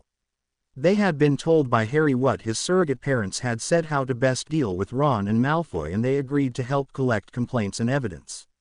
They were all sick of how they behaved. And of course all Gryffindors were in on the plan for Snape. It was Halloween and the whole day the smell of baking pumpkin and other delicious treats had been drafting through the castle. Harry was divided in his emotions. On the one hand, he liked getting sweets and great food as much as any other boy. On the other hand, he knew that on this day, 10 years ago his birth parents had died. He really didn't know how to deal with the day with so many others only seeing the feast in the evening and perhaps a show for Halloween that the teachers had arranged for. Or for some of the older ones talking how Voldemort died on this day. Some absolute idiots also talked how it was the day when Harry became famous. During his transfiguration class he was a bit listless in his casting, which was noticed by the teacher, but she didn't comment during class. She did ask him to stay behind though. Harry told the others to go ahead and that he would catch up to them later on. Mr. Potter, I couldn't avoid noticing that you aren't your normal self today. Are you feeling well? McGonagall asked concerned. It's nothing, Professor, Harry said, looking to the side. You're as bad a liar as your mother was, Mr. Potter, McGonagall sighed. She too couldn't lie for her life. Really? Harry asked surprised. He had never been compared with his mother much. Normally people commented how much he looked like his father, but had his mother's eyes. Yes, really. And I could always tell when she was bothered by something. She had the habit of bottling things up until they were too much and then she could explode at somebody. That wasn't very healthy for the one on the other side of her anger. So, I guess it isn't some sickness you caught, but something else, McGonagall stated. Harry sighed. He hated not being able to hide things well. He didn't really want to talk about it. He didn't like the fame he had for Voldemort not being able to kill him, as it had cost him his parents. I don't really like how excited some people are about Halloween, Harry finally mumbled. I mean, I like the original meaning of the day, it's all in good fun, but the other reasons, he stopped there. McGonagall only needed a few seconds to put his reasons together and her face softened. I'm sorry that you have to be reminded of your loss like this, Mr. Potter. The other students don't mean anything bad by it, she told him. I know, but I hate it when they celebrate the death of Voldemort or praise me for becoming famous. I'm always reminded what it cost me. While for the wizarding world a horrible war ended, for me it meant being sent away from anything I knew. And the Dursleys don't like me at all. So why would I want to celebrate this day? I mean, I like sweets and good food as much as any boy my age, but do they have to always remind me of this? Harry complained, some are so idiotic. I overheard Ron Weasley talking about how he wished that he had my fame. Doesn't he realize that I would have chosen my parents over the fame in a heartbeat? I can't even have a new family legally like I want to, because some politicians think that they have a right to decide over my fate. As if I belong to them. That had grated on his nerves a lot since he found out. He wanted to call Keith and Jessica his dad and mum. He wanted to really be the big brother of their child, but because people played games of power, he couldn't even have that. Mr. Potter, I'm sorry that you are in that position. Do you mean that you have people that would like to adopt you, but can't for political reasons? She asked. Harry pondered if he should tell her. He didn't want to lose Keith and Jessica. He looked into her eyes trying to find a clue if she wanted to help or would mess everything up. But he only saw honest concern. Yes, they're both Muggleborns, so the Ministry of Magic would never allow it. Others would then speak up and demand to be allowed to adopt me, and I don't want that, Harry stated. I see, and you fear that if it got out, they would get problems, she analyzed. He nodded. Yes, they're great and Keith has been taking care of me since I was 6 and he noticed that I wasn't treated well by the Dursleys. At first he put a notice me not charm on me only keyed to them. That helped not being mistreated by them anymore and he also managed to get me moved from the cupboard under the stairs to the smallest bedroom upstairs using the charm to make them the room too. When I was 8, we finally found out how long I had to stay at the Dursleys each year and except for those few weeks I moved out into his house. It was much better and I finally had something like a father again. And Jessica, who's his wife now, became like my mother when she moved in with Keith.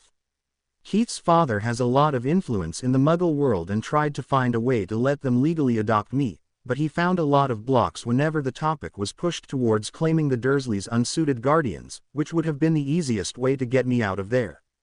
Somebody let proof of neglect vanish. Social workers that had been convinced suddenly didn't remember their investigations and more things like that. Therefore we never truly pushed for the adoption, even if we all want it, because we realized that somebody with magic was messing around to keep me at the Dursleys. This way we only don't get to be legally a family, but in every other way. I just wish that people would stop messing up my life.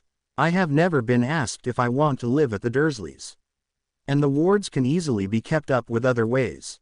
We've done that for years after all, Harry declared, knowing that he might have said too much, but it was really bothering him. I see. I'll see if I can't get some things arranged.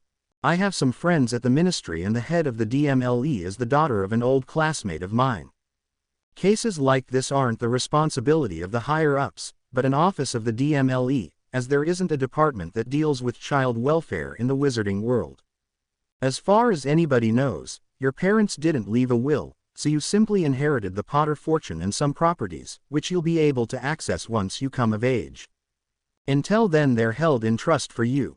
You were placed with your last remaining relatives on your mother's side, as Professor Dumbledore could set up powerful wards that would prevent any harm coming to you from you-know-who or his followers, as long as you could call the place where your mother's blood lived, home. It was explained to me that her sacrifice to keep you safe enacted that protection and could be anchored with her sister Petunia, McGonagall explained.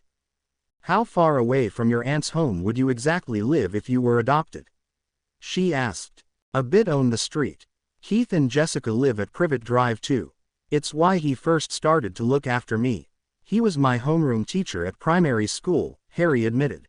That would be in favor of the adoption, as the definition is fairly flexible, McGonagall pondered. It would need to be done without any of the busybodies at the ministry finding out before everything is legally done.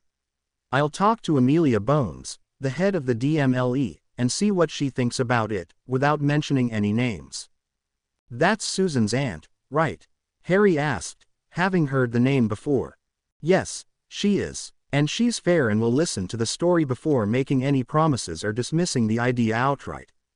I can't promise that it'll work, but I can see that you really want this. One thing I'm absolutely sure about is that James and Lily would have wanted that you're happy.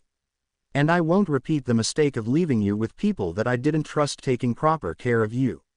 But I was sadly overruled, she sighed. I'm sorry I didn't protest your placement with the Dursleys more, Mr. Potter, but I trusted the headmaster to know what he did.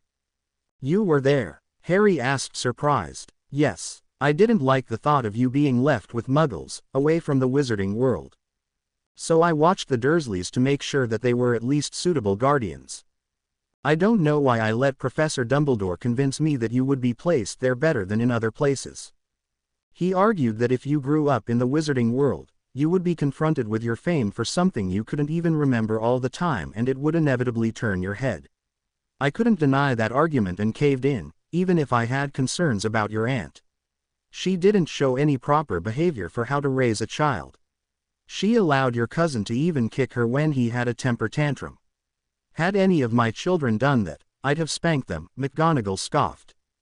That didn't change. Dudley never gets reprimanded, even if the reputation of the Dursleys in the neighborhood has fallen for how they let Dudley run wild. It ended with Dudley just scrapping a pass to graduate from primary school and being refused by Uncle Vernon's old school. They weren't happy about that, Harry told her. I see, I feared something like that. Well, I'll see what I can do for your problem and I promise to keep it a secret from the headmaster. I've failed you once, I'll try to not do it again, she declared. Harry nodded gratefully and then left the classroom. It was time for the Halloween feast and Harry went along with his classmates. Many had noticed his dour mood, but they didn't really know how to help him. At least they didn't mention anything about Voldemort's defeat at his hands, as they had found out why he was in such a bad mood. They tried cheering him up by talking only about normal things connected to Halloween, like the pumpkin pastries and the sweets that would be served at the feast. Harry appreciated their efforts. During the feast he could push his thoughts about his loss aside a bit, even if he wasn't as cheerful as his classmates. He still enjoyed the feast with all the Halloween-themed types of food. And the decoration of the Great Hall with living bats, huge floating pumpkins with cut-out grimaces that glowed thanks to candles inside of them and cobwebs in all kinds of places was really cool. But all of that suddenly ended when Professor Quirrell came running into the Great Hall, shouting that a troll was in the dungeons, before he fainted. Only a loud spell from Professor Dumbledore managed to get the panic of the students to calm down. Be quiet, he loudly declared. Good, now I want all of you to orderly return to your common rooms. I asked the prefects to lead their houses back while the teachers will come with me to deal with the troll. The Hufflepuff prefects immediately organized the students, making sure that especially the first and second years were all present, and then exiting the Great Hall in 2 lines. The 5th to 7th years all had their wands out to ensure that if they came across the troll they were ready to protect the younger students. The Hufflepuff group was nearly at the fork where one corridor led down to the dungeons and one towards their common room, when they saw the troll coming at them from the route to their common room. Shit, it must have managed to get out of the dungeons before the teachers got down there. One fourth year called out frightened. Retreat. The sixth year male prefect called out, get to the kitchens, that's the only place close enough that we can secure. Sadly many students panicked and tried to run away, even if the prefects at the head of the group and 4 other upper year students managed to stall the troll for now. There was pushing and shoving to get away. Some students fell and didn't manage to get up before others ran past them. Harry was one of them and just managed to roll to the side before others trampled on him. He tried standing up, but felt that he had sprained his ankle. And the troll was coming closer. Harry, get up, Stacy Veilbloom told him urgently. I sprained my ankle when I was pushed down, Stacy. Harry told her. Damn, I don't know any spells to stabilize the ankle. Faye, come over here, we need a quick bandaging spell for a sprained ankle. She shouted. Soon another 5th year girl was next to Harry and asked which ankle got hurt. Harry pointed at his right foot and soon a stiff bandage was around it. Thank you, he addressed Faye. No problem, now come on, we need to get you away. It's hard enough to stall the troll without having a firstie around to protect, Faye replied and helped Harry along while Stacy covered for them. It seemed to work. They were only a bit away from the kitchen entrance, when the troll broke through the defending older Hufflepuffs and they heard pained screams. The troll came charging along the corridor, swinging his club around it in anger. Harry looked at the massive troll in fright and just barely prevented that Stacy got hit in the head, which would have killed her. She had tried to stun the troll, but it didn't work. Harry pushed her down when the troll swung his club. He sadly had to put weight on his injured foot, but he grit his teeth and tried to continue for the kitchen. The troll swung his club again and Harry ducked under the swing, trying to ignore the pain in his ankle. Stacy and Faye now cast all kinds of spells at the troll, managing to slow it slightly down, but they couldn't stop it. From behind others caught up and helped, but it only made the troll angrier. Finally one of them set the club on fire and forced the troll to drop it to not be burned.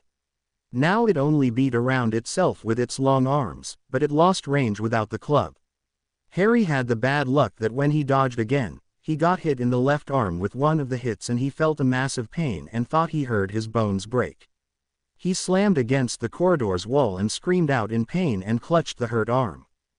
Sectum Sempra. He then heard a voice thunder and the troll howl in pain. Percutio. Another voice added and the troll howled again. Incarcerus Ferrum. A third voice snapped and the sound of heavy chains was added to the mix. The troll is secured. One voice stated, we need Poppy down here. We have a number of injured students. Harry didn't notice anything anymore, he blacked out from the pain.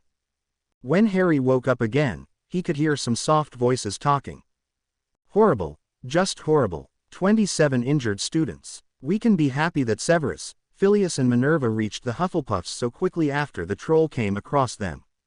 Otherwise I fear what might have happened, he heard Madame Pomfrey say. Yes, we were lucky. How bad are the injuries, Poppy? He recognized Professor Sprout's voice. I have some broken bones, many severe bruises, a few sprained ankles, lots of scraped elbows and knees, 3 concussions and nearly a whole house in shock. I already sent tea laced with a strong calming draught to your house's common room, Pomona. But you should be there soon to tell your students that nobody is in lethal danger and that they will all recover. I'll release the ones with bruises and sprained ankles tomorrow morning after observing them for a night. The ones with just scraped parts can go after I handed out a cream to apply to the parts for 2 days and taking a calming potion. The ones with broken bones I have treated so far, but I need to see how their limbs are healing before I let them go. I expect it to be sometime tomorrow though. The worst ones are those with a concussion, Mr. Potter, Mr. Robards and Miss Tonks. I need to keep them for a few days. You don't mess around with a concussion. You need to inform their parents of the injuries. I would actually advise you to send out letters to all parents to inform them what happened with the true facts before the press gets wind of this and blows things out of proportion, Pomfrey stated. Yes, that would be best. I really want to know how that troll managed to get into the school. It shouldn't be possible that one gets past the wards, Sprout complained. Harry closed his eyes. He was tired. Soon he didn't notice anything around him anymore. Repercussions. The wizarding world was in uproar. News about the security breach at Hogwarts had spread and concerned parents were flocking to the school to make sure that their children were safe in person. Especially the parents of the Hufflepuff students that had been injured didn't hesitate to flow to Hogsmeade and walk up to the school. Hagrid had got orders to send the parents directly to Professors Sprout and McGonagall. He greeted them at the gates and informed them about this, and many nodded gratefully. The two female teachers assembled the parents in their offices in groups of at most 8 and told them the current state of things before calling the children they had come to see to their offices. The school had set up a room where the families could meet, with some tea and biscuits being available for them.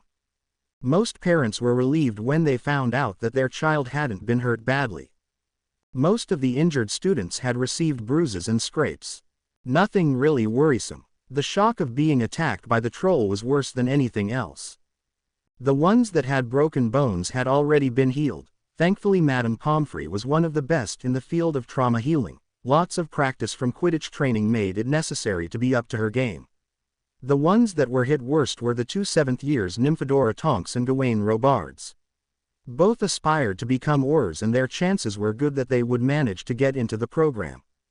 Both had been at the front of the group trying to push the troll back and covering the retreat of the other Hufflepuffs. They had been fairly successful, but the magic resistance of the troll's skin made a proper counter-attack really difficult. And they didn't have the means to really harm it with blunt weapons or lure it away with illusions. Those were the normal ways to deal with a troll. But being trapped in the corridor and having to protect their whole house, not to mention that seeing the troll had caused a panic among the other students, had in the end been their downfall. The troll, in a brute rampage, had swung his club wildly around himself and had plowed through the students that attempted to stop it. Both students had received broken bones, a concussion, some major bruising, and in Robart's case Madame Pomfrey had had to prevent him suffocating, as a rip had pierced his lung. Thankfully it was caught quickly and she healed him. The school could be happy that only 3 students were that badly injured. The injuries of Harry Potter, except for the concussion, while painful, weren't that serious. The fracture in his arm was a simple one and she had healed it in a minute. The sprained ankle was also easy to mend. Some rest for a day and it would be as good as new. The one reason he needed to stay for a few days was the concussion, as you didn't mess around with head injuries. So all the parents that came to visit their children, except for the Tonks, the Robards and the Brackwoods, were directed to the meeting room to spend some time with their children to calm down the heightened emotions. Those 3 sets of parents, with Jessica Brackwood showing clear signs of pregnancy, were shown to the hospital wing by Professor Sprout once the other parents were taken care of. The parents were warned by Madame Pomfrey to not speak loudly, as the children needed quiet and rest. Keith and Jessica took seats on the left side of Harry's bed. He looked at them tiredly. "Hey, how do you feel, Harry?" Keith asked, holding his hand, while Jessica used a wet cloth to clean some sweat from Harry's forehead. "Not so well," Harry admitted. "My head aches and I feel sick to my stomach. Madame Pomfrey gave me a potion for the sickness so that I don't throw up." "That is normal for a concussion. Do you remember what happened?" Jessica asked softly. "No, I was told we ran into the troll and I hit my head on the wall," Harry answered. "You were lucky, Harry. Thankfully the teachers arrived on time to save you all. The troll has been dealt with and won't harm anybody again," Keith assured him. "What happens now?" Harry wanted to know. "You're going to take it easy for a few days and heal from the concussion. Then you should be back on your feet. You're going to have to pause for 2 weeks with playing football, but after that everything will be back to normal," Jessica told Harry. "What about the school, and the classes all miss?" Harry asked concerned. "Don't worry about it. Classes have been cancelled for 3 days to give the students time to get over their shock. Mind healers from St. Mungo's are going to talk to all students in Hufflepuff to help you deal with the horrible experience. They're also going to see if the other houses need somebody to talk to, as they were badly shaken after hearing how your house was intercepted by the troll on the way to your common room. The ones shaken the worst are the Slytherins, who have realized how easily it could have been them that got attacked," Keith informed Harry. Harry took the information in and his eyes drooped. "Try to sleep, Harry. Jessica will stay here, while I'll talk to Professor Sprout," Keith said, and Harry did just that. Sleeping sounded like a really good idea. Dumbledore didn't have a good time. He had to report to the Ministry how it could have happened that a troll got into the school. Next to that, he had to explain why he sent the students off without escort when it was known that a troll was loose. Especially the Slytherins, as the troll was reported to be in the place where their common room was located. He spent all day at the Ministry and had to delegate the letting of the school to his deputy. It had one advantage in the form that he didn't have to talk to the parents whose children had been injured. It was a catastrophe and he hadn't been able to keep the incident silent. If only one student would have been injured, he might have got away with just sending that student's parents a letter, but with 27 injured students, one of them Harry Potter, there simply was no way to keep this contained. He had to answer questions he didn't like, for example how the troll had managed to get past the wards that Hogwarts was famous for. He was called into countless meetings and the Board of Governors wanted to hear what measures were taken to prevent something like this from ever happening again. He would have to let independent warding specialists take a look at the wards and follow their recommendations for how to modify the wards. Thankfully he could use the opportunity to take some of the ever-present scrutiny of Severus Snape, as he had been among the group of teachers that had saved the Hufflepuffs that were attacked. But the negatives far outweighed the positives. Right now he had a meeting with the DMLE head, Amelia Bones, whose niece had been among the attacked students. Thankfully the girl hadn't been injured. That would have been the icing on the cake. All right, Albus, let's talk without wasting any time beating around the bush. This is a giant cluster *****, and the people want to see action. How in Merlin's name could a troll get into the school? Bones asked pointedly. Trolls aren't on the list of creatures that are classified as banned from the school. There were times in history when the headmaster employed security trolls as an added protection against criminals that targeted certain students. The wards wouldn't automatically stop them from getting inside. It's too complicated to always change the creature ward to let a group of trolls in when they are needed, but to keep them out otherwise. The change takes a full week to take hold. As the majority of trolls in our world are trained as security trolls, all headmasters have decided to simply not change the ward all the time, Dumbledore explained. She wrote that part down. It won't pacify the parents, but I can somewhat understand the reasoning. Another question is why you didn't let the students stay in the Great Hall. You're a transfiguration master and fortifying the doors would have been simple, she pointed out.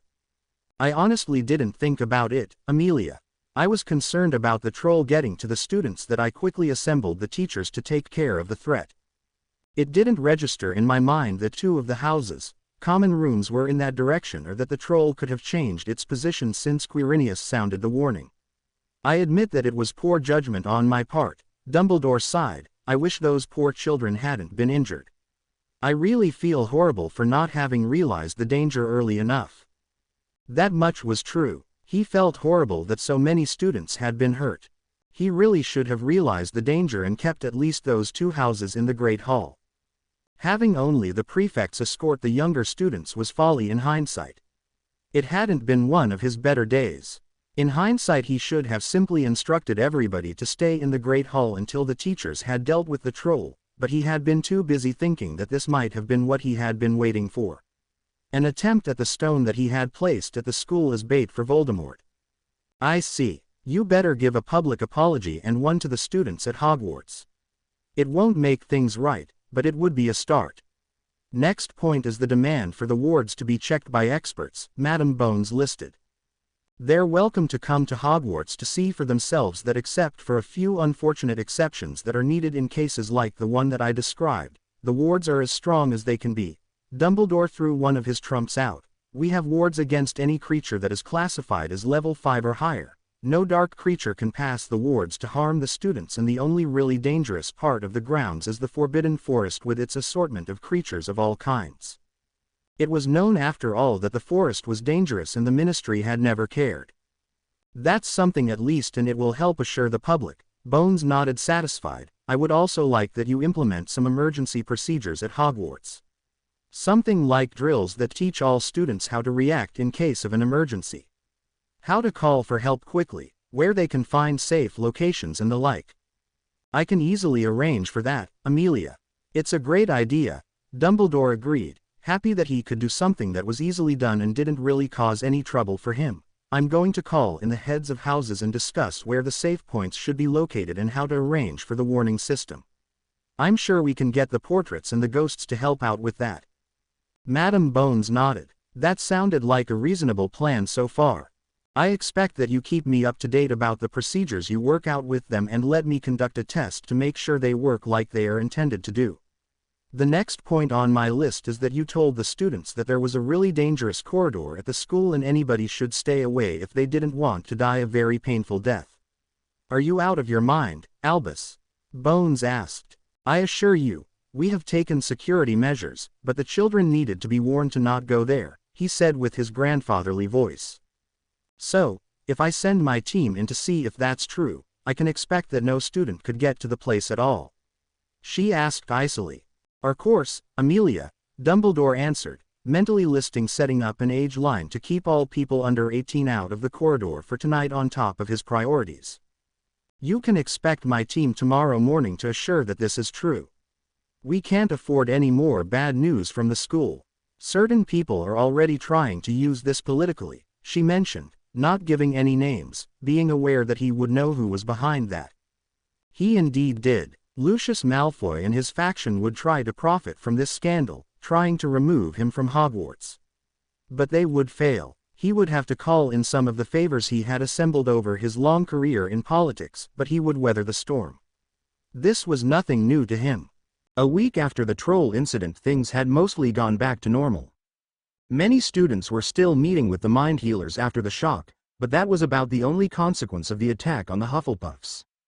Dumbledore had set up the age line for the third-floor corridor in time to appease Madam Bones and her inspectors, and the heads of house were currently tasked to work on plans to better deal with emergencies. Nobody wanted a repeat of the incident on Halloween. The press had been over the number of injured students and the Board of Governors had tried to wrangle power from Dumbledore, but was stopped in the end thanks to the political clout that Dumbledore had. And they didn't really have many attack points. The one thing that could fully be blamed on Dumbledore was sending the students to their common rooms, which normally was a standard procedure in emergencies. The troll being in the castle itself was something he couldn't have prevented with the way the wards were designed. So while he had to take some blows, he got through the storm fairly well, together with the teachers. The fact that all students were by now out of the hospital wing was only a bonus. The Quidditch match between Gryffindor and Slytherin had been pushed back by 1 week. Therefore, both matches would now be played on the same weekend. Gryffindor would face Slytherin on Saturday and Hufflepuff Ravenclaw on Sunday. The students could easily live with that. Classes were taken up again after 3 days and most students now groaned about homework again, especially the Owl and Newt students. Their workload was much larger than that of the other years. Because of the attack, the football matches were attended by fewer students, so only 2 teams were put together. Harry and some others had been told to refrain from doing anything strenuous for at least a week after being allowed out of the hospital wing. While Madame Pomfrey could easily heal broken bones, she insisted that the student in question didn't strain the limb that was broken. As it was only for 1 weekend, the students could easily live with that. They still went down to cheer the ones that could play on. Keith sat at the table in the room that the group had rented for the evening at a popular pub in London, just about 10 minutes away from the Leaky Cauldron. They didn't want all kinds of people overhearing their discussions. The group consisted mainly of Muggleborns with the occasional half-blood and pureblood thrown in. When everybody was present, he stood up. "Thank you all for coming today," he started. "You all know why I have invited you here. The troll attack at Hogwarts, combined with the falling standards of education, there are reason to start working on solutions to the problems that have been allowed to fester at the school for decades. We all have been disillusioned by the silky words of Albus Dumbledore, as most of us were promised a great future as witches and wizards and in the end were thrown away. Some, like me, managed to get a good job, but I'll freely admit that without the massive support of my family, I wouldn't have managed. We all didn't graduate with worse marks than those that got high positions at the ministry or in businesses that pay well." Agreeing comments came from the others. The ministry is a place where you don't have a chance to get a position that suits your talents, if you don't have connections or are a pureblood. By now, many of us have children at Hogwarts that have to deal with the same prejudices that we had to fight against. And still, nothing is done. Albus Dumbledore just twinkles at the bullies and takes a few points from them and tells them not to be naughty boys anymore, which they laugh about. Thanks to Severus Snape covering for his house all the time, even the few times that other teachers want to take action are stopped, Keith pointed out. But what can we do? I know that the situation is bad, but we don't have any influence in the wizarding world. We left to at least earn a living, one woman asked. The only way to get anything done is to force Dumbledore into action, and face it, that is nearly impossible, another man exclaimed. You're right in what you say, but we're speaking about Dumbledore here. They all admire him for defeating Grindelwald. The only one with a bigger hype being made about his name is Harry Potter, and he's just 11. I know that, and I won't allow for Harry to be put into the spotlight. A child shouldn't be expected to solve problems that fall into the responsibility of adults to be dealt with. He's already overwhelmed with the crazy behavior of people and doesn't want to be famous for something he doesn't remember and which probably was done by his parents some way, Keith said. You talk as if you know the boy better? A woman asked. I practically raised him from the time he was 6, as his aunt and uncle neglected him massively. I was his homeroom teacher since his first year at primary school. All the stories that are around in the wizarding world about Harry's great adventures as a child are pure fiction. Completely made up. He grew up in a Muggle neighborhood with relatives that are intolerant of magic and resented him for having it. I couldn't stand by and do nothing, so I arranged that his relatives ignored him and took over looking out for him. That actually worked better than letting them be in charge, Keith admitted, knowing that none of the ones present could talk about the things discussed here, as they had all had to sign an agreement to keep things secret from those not included in the plans. That will really irk the purebloods. Their precious savior, raised by a Muggleborn wizard, a man chuckled, the irony. How did you manage to hide that? A woman asked. Dumbledore had an old squib placed in the neighborhood. She found out about me being a wizard after some time, and as she had seen how Harry was treated by his relatives and how happy being with me made him, she didn't report it to Dumbledore. She also told me her role in the game and some specifics of the wards that are set up to protect Harry there. From then on, Harry moved into my house for most of the year, except for the few weeks that it takes to keep the wards up and strong. That part Dumbledore did right, but his execution of a god idea, as usual, is lacking, Keith explained without giving up too many details. Isn't that the truth? How many things did that man do only half-assed? A man grumbled. Many nodded in agreement. What Dumbledore said and intended and what really happened in the end were two very different things. So, what can we do to force change? A woman asked. I have given Harry some advice, as Snape is bullying him for the enmity that he had with Harry's father James and his friends. Harry has taken up my advice to collect solid proof for Snape's misconduct as a teacher, next to doing the same for a big bully in his year from Slytherin and a lesser one in Gryffindor. I think the students are going to write lists of the faults of all teachers sooner or later. Once you start something like that, it tends to develop a life of its own. That is the point where we need to act. We can confront Dumbledore as parents, that we demand proper teachers for our children, as we pay a lot of gold for their education at Hogwarts. We can expect that the teachers can actually teach properly and not only have the knowledge of the subject. We all know that nobody learns anything from bins and that the curriculum is horribly outdated. We all have some old friends from wizarding families that we can contact in this matter. They can give us access to the ones in important positions. Nobody would think anything wrong about parents protesting that their money is wasted when the children should learn all their subjects properly. Right now I know of 3 subjects that lack proper teachers for first year, and we would have to investigate more concerning the electives, Keith described. That might just work, but so far Dumbledore always managed to weasel his way out of inquiries, a man pondered. That's why I called you all in. The more pressure we can create, the more he can't weasel out. He will find ways to weaken the impact, but any improvement is better than the current situation, Keith replied. True that. Okay, I think we can all agree to that? A woman asked and the others voiced their agreement. Okay, but we need to also think of something to change things concerning how we're treated in the wizarding world, a man stated. Yes, and I have a plan that might be a possibility, but we need some years before we can get it started, Keith said. What do you have in mind? The same man asked curiously. Keith started to explain the basic points of his plan, and many of the ones present had an evil grin on their faces the further he got.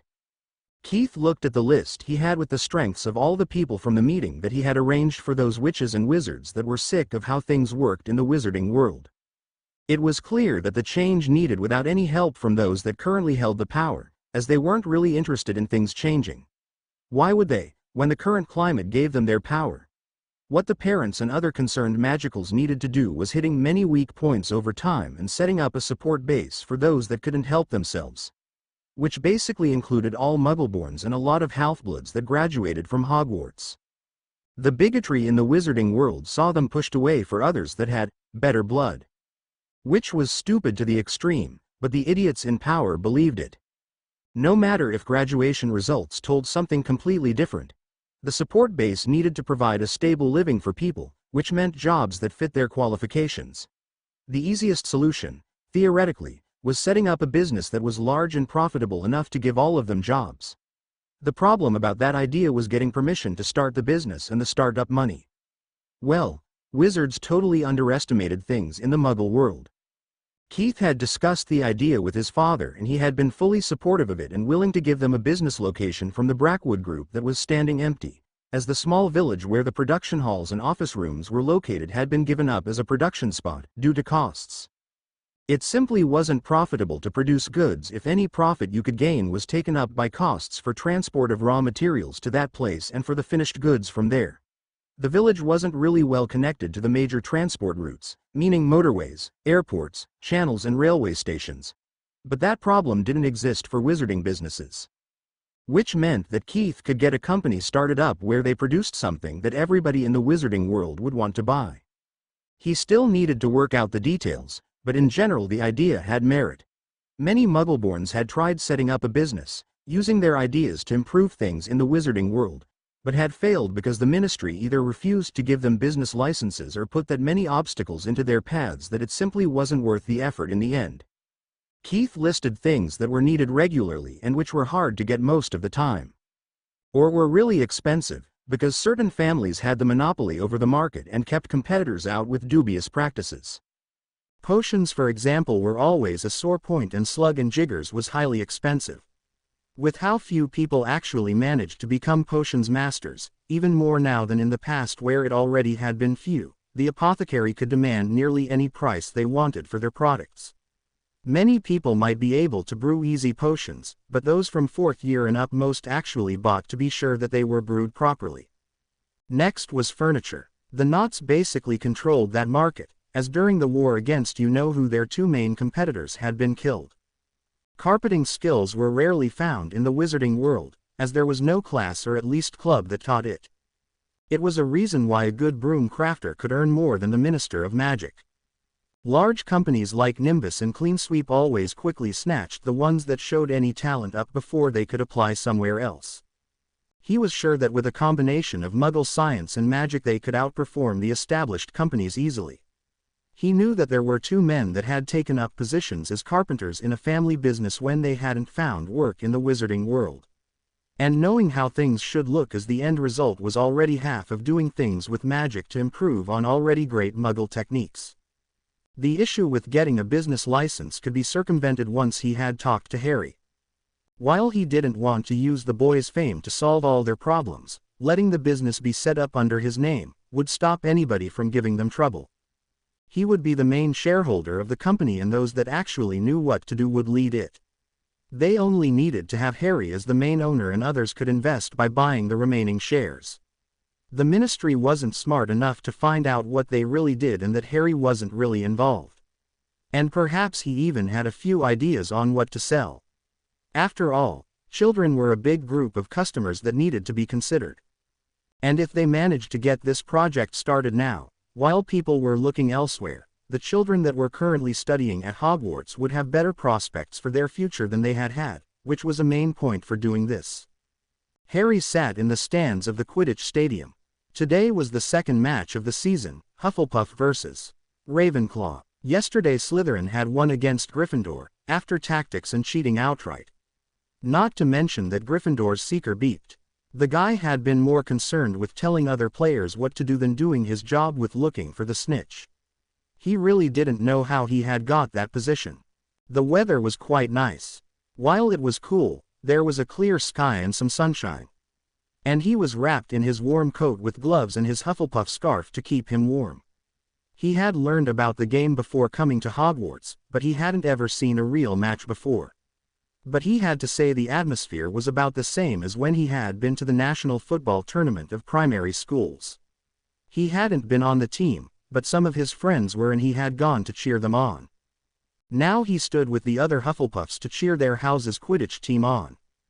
The captains down on the field had just shaken hands and the players were waiting to kick off. Then Madam Hooch blew her whistle and the game was on. It was immediately clear that this match would be totally different to the one yesterday. The players actually used strategy and skills instead of brute force to snatch the quaffle from the other team. The Seekers were also doing their jobs, even if there were a few feints, trying to trick the other one. Harry enjoyed today's match certainly more than yesterday's. The battle in the air waved from one side to the other with few goals being scored, as both teams were good at intercepting passes and blocking shoots. Harry analyzed some of their tactics and found a few patterns after 15 minutes of watching. He had done the same yesterday in the first match and he would tell the Hufflepuff captain his observations about both teams' strategies once this match was over. He hoped that it would help the Hufflepuff team. And Harry wanted them to do well in the Quidditch Cup. Their house was often underestimated and he would like that to change. He loved being in Hufflepuff, as everybody was friendly there and arguments were normally quickly settled, if necessary with a prefect taking the role of moderator between the two arguing parties. Right now the score was 40-50 in favor of Ravenclaw, but the Hufflepuff team held against it and was on the offense right now. When their chasers managed to score through the right hoop, he loudly cheered with the others around him. It took some time for him to notice that first one and then all two of the bludgers drifted over to the Hufflepuff stands more often than they should.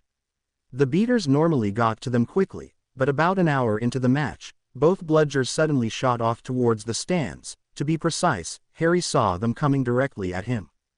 He ducked behind the wooden rail of the stands, but the bludgers impacted hard against the wood, denting it near the point of breaking it.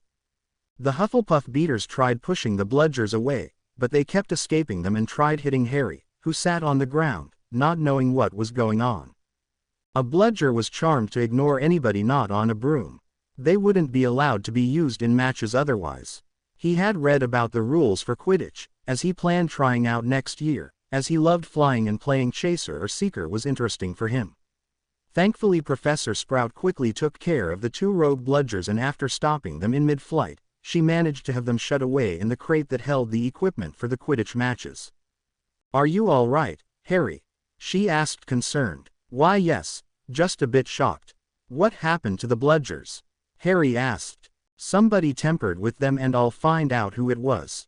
They were clearly set to target you after a while. Though I don't know why yet. Be careful and if you notice anything strange, come to me immediately," Sprout told him and he nodded. A look at the closest prefects made sure that they would also have an eye on him. Madam Hooch interrupted the match for 5 minutes to get a couple replacement bludgers, which behaved perfectly normal during the remainder of the match, which ended with the Hufflepuff Seeker catching the snitch just before the Ravenclaw Seeker could do so. Harry cheered with the other Hufflepuffs in the crowd over the victory and soon got over the crazy bludgers while celebrating the victory of the Hufflepuff team. It was the middle of December and the Hufflepuff prefects had called in a meeting of their house. Finally, when all years were assembled and nobody missing, they started the meeting. "Thank you everybody for making the time to attend this meeting. As you all know, we've taken to documenting the behavior of certain bullies among the student body.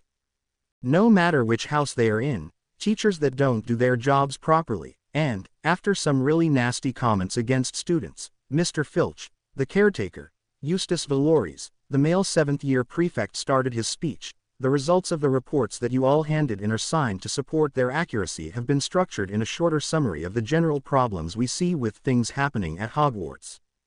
We will hand the results over to Professor Dumbledore and the heads of houses in 3 days. We have already arranged for that meeting with the other houses' prefects, except Slytherin, as they aren't in on this.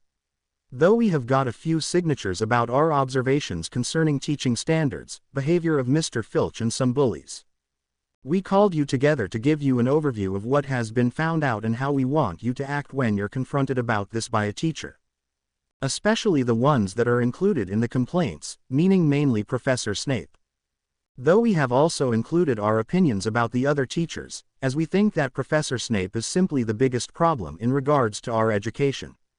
And with us pointing out the problems we see with any teacher, we can take a good amount of weight from the argument that we only target him, just because we don't like him and are against everything that is connected to Slytherin House, Eustace pointed out. The Hufflepuffs nodded. That made a lot of sense and explained the request some weeks ago to comment on how they thought the other teachers taught their classes, both positive and negative points. The summarized report that we put together has 40 pages, much more than we thought it would be when we started, but it is probably the most conclusive analysis of teaching levels and general problems at Hogwarts that has been put together in the last 30 years, Stacy, the fifth-year female prefect, now added. We will start with the classes and then continue with the bullying problem that was noticed. There are 3 concrete examples that we put into the report, more are in the enclosed single reports. We have decided to start with a general description of how each teacher holds his classes and then follow with the suggestions for improvement and the major critics we have got from the students that participated in this project.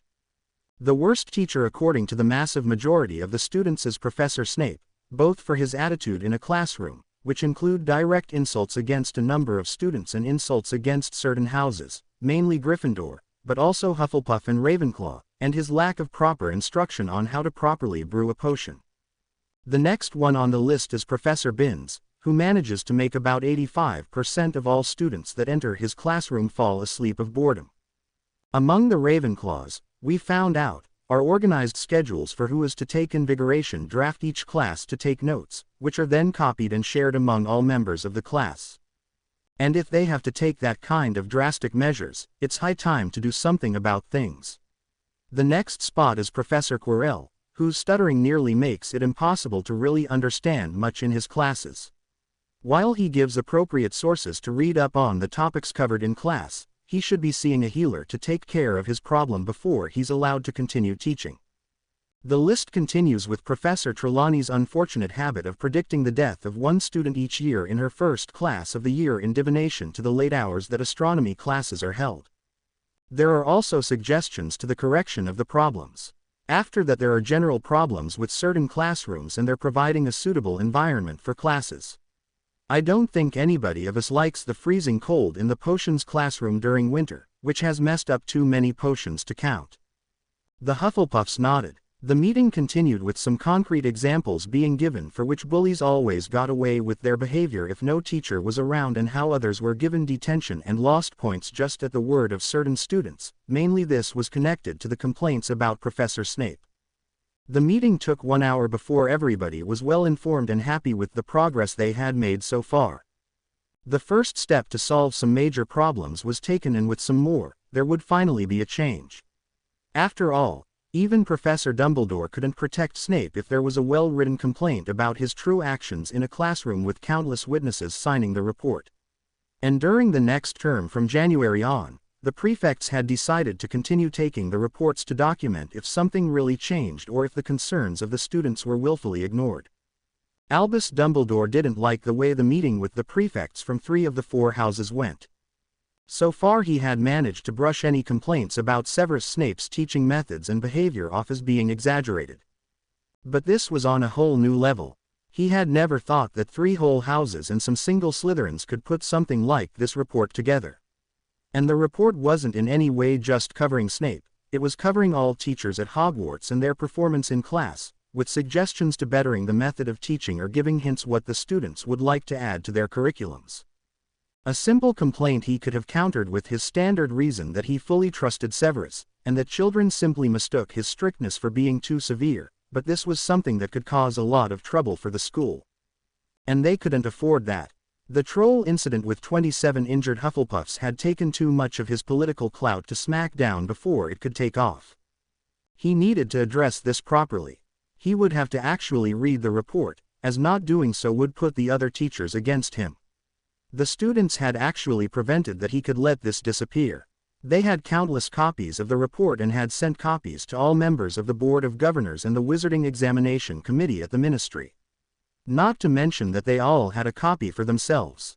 They had to have invested lots of hours to get this done. And just a quick overview of what they accused Snape of would call in the ministry immediately. The examples of insults that Severus used against prominent children of important houses, mainly Harry Potter and Neville Longbottom, but also several Muggleborns like Hermione Granger, were too severe to ignore. And after Harry had been a victim of the troll, they would not let it go that he was bullied by his potions teacher, just because the man had a grudge against the dead father of the boy who lived. This was really bad. We have been sent by our houses to express our demands that something is done against these inexcusable situations. We are here at Hogwarts to learn how to become the best witches and wizards that we can be, the head girl from Ravenclaw stated. Our parents pay a lot of money to have us taught here, and we can expect that we don't have to suffer during classes, just because our teachers aren't capable of doing their jobs properly, for various reasons. That was the finishing part of the short verbal information about the report that the students had put together. "Thank you for your hard work on this," McGonagall said. "We will read this report carefully and come back to you with what immediate measures will be taken." She threw Snape a harsh look, which made him refrain from spewing his usual vitriol. Probably it was a good thing, as it would only cement the complaints of the students. The prefects took their leave, and the assembled heads of houses and the headmaster looked gravely at the reports. "You can't tell me that you're going to take this nonsense serious," Snape scoffed. "They're clearly just complaining because they think they're treated unfairly. And of course everything connected to Slytherin is evil. The same old drivel." "Not at all, Severus," Flitwick said strictly. "This is clearly not a silly complaint about a strict teacher. This, and I hate to admit not doing anything earlier myself, is a well-researched, well-documented and accurately written report on all the things that the students noticed over the course of some months since the start of the school year that are going wrong at Hogwarts. We have signed reports about all kinds of classes, from yours to mine. And if it was a silly complaint, there wouldn't be signatures of the whole studentship of 3 houses, plus some of your house as well. We have tried to make the headmaster act before, but he refused on flimsy excuses, but this can't be ignored. I have seen too often how my ravens, who are normally easily able to follow classes, have complained about not being able to understand certain classes without lots of independent studies. Some of that is normal. But every student should be able to learn in class to the point where he can gain an E with just doing his homework properly. O's are only given out for work beyond what we teach in class, as we simply don't have the time for more, but that part isn't actually the fact for too many of them. I agree with Phileas. We need to carefully read this report and then actually do something. The report is already out, and you can imagine what will happen once the press finds out. We are already under scrutiny for the troll attack. We can't effort more bad press without taking care that identified core problems are solved. And honestly, while I don't like the complaints against myself any more than you do, I can at least admit that I'm not perfect and should probably listen to all sides of a story more before deciding on punishments, McGonagall stated while flipping through the bound report and read a few of the reports on how classes were done and what the students didn't like about it. I agree with Minerva. And one warning, Severus, if you dare insulting the dead parents of Harry Potter again, you'll have to deal with me. No matter if you and James Potter were enemies at school, you're a teacher now and your job requires to treat every student the same. That means in a professional way. And Harry doesn't even know his father, as he was murdered while trying to protect his family. Bullying the child because his father bullied you is just petty and never acceptable. None of the other teachers insults the children of people that killed their relatives in the war. We would be in really hot water if we blamed the children of Death Eaters for the sins of their parents, so why should we tolerate you bullying the son of a man that is long since dead, just because you couldn't stand him? Sprout accused. Please let's not fight with each other, Dumbledore spoke up. We will first read the report and then decide what to do. I ask you all to be on your best behavior from today on, as we will be under massive observation for the coming months. And I agree, personal animosities with a student or his family have no place in dealing with that student. You can reprimand a student that misbehaves, but that is all I'll allow. 3 of the 4 heads of houses nodded, one stormed out of the office. I know that you said that you totally trust him, but in your stead, I would finally enforce that he behaves. No teacher should be allowed to bully a student. And I have had countless complaints alone from Miss Granger on behalf of Mr. Longbottom. If nothing is done, this will blow up in our faces. The few things I already read clearly show that the students won't take the abuse any longer, and I can understand them. Finally, do your job at this school, Albus, McGonagall stated, and left with the other two following her, leaving a tired headmaster behind, looking at the thick report that would shake things up massively. The Daily Prophet for once only found out about the incidents at Hogwarts a week after the 18 prefects as well as the head boy and girl had delivered the report to the 4 heads of houses and the headmaster in person. Somehow the news hadn't leaked until then, not even from the ministry. The article on the 21st of December, the day when the Hogwarts Express was running back to London, informed the people about the general topics that the article covered, the reasoning of the students that had been involved in creating it, with special spotlight given to the main problems that the students wanted to be changed, namely bullying and bad teaching. People were aghast to find out how bad things seemed to be at Hogwarts that a 40 pages long report, which mainly summarized the reports taken over the months from September to December, had been put together. There were comments about there being examples of how teachers ignored bullying, how they didn't properly teach their classes or even participated in bullying certain students. Thanks to many students having suffered under the teachings of Binns and Snape, they knew immediately who was meant, and many sent letters to Dumbledore and the ministry, fully supporting the report and demanding that action was finally taken, as the state of things at Hogwarts couldn't continue like now. While adults all over the country were up in arms over the scandal, the students were simply enjoying the ride back to London and looked forward to their Christmas break. Harry Potter was simply happy that he would see his family again, like most others on the train, and couldn't wait to see Keith and Jessica again. He also looked forward to making Christmas biscuits with Jessica, which she had promised she would wait with until he was back home.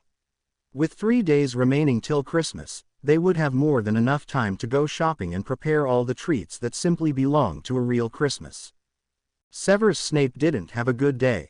Ever since that blasted article in the Prophet had appeared, he had been bombarded with howlers and complaint letters from parents that had children at Hogwarts, or even former students that insulted him for being a bully against any child not in Slytherin house. At first he didn't care, but the sheer number of letters was getting to him. As with the number of howlers, he simply couldn't safely brew any potion. He was really irritated that those dunderheads dared doing something like this. If they couldn't deal with his way of teaching, they should simply stay away from his classroom. He didn't care for them in any way. He didn't choose his job after all, he was there because the headmaster forced him to keep his protection.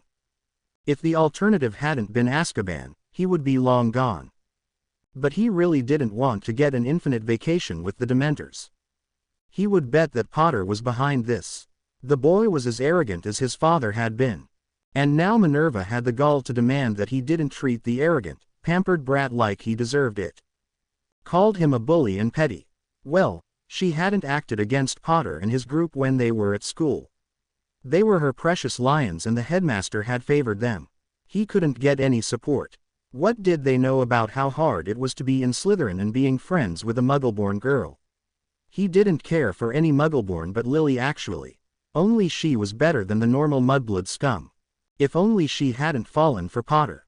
If only the bastards that called themselves Marauders hadn't driven him too far. Then Lily would have been his and Potter would have been devastated that he, Severus Snape, had won the heart of the girl that Potter fancied. One slip of the tongue had ruined his life. That and a stupid prophecy. Well, he wouldn't cave in. They could say what they wanted. He wouldn't stop treating the dunderheads as exactly that. If they couldn't follow simple instructions, they had no business dealing with potions. And honestly, this wouldn't cause anything but a short tempest in a tea glass. It would be over before the students returned to Hogwarts. And then he could make sure that the little brats learned that doubting him had consequences. To be continued. I hope you enjoyed this story. Also remember to subscribe and like this video. See you in the next video.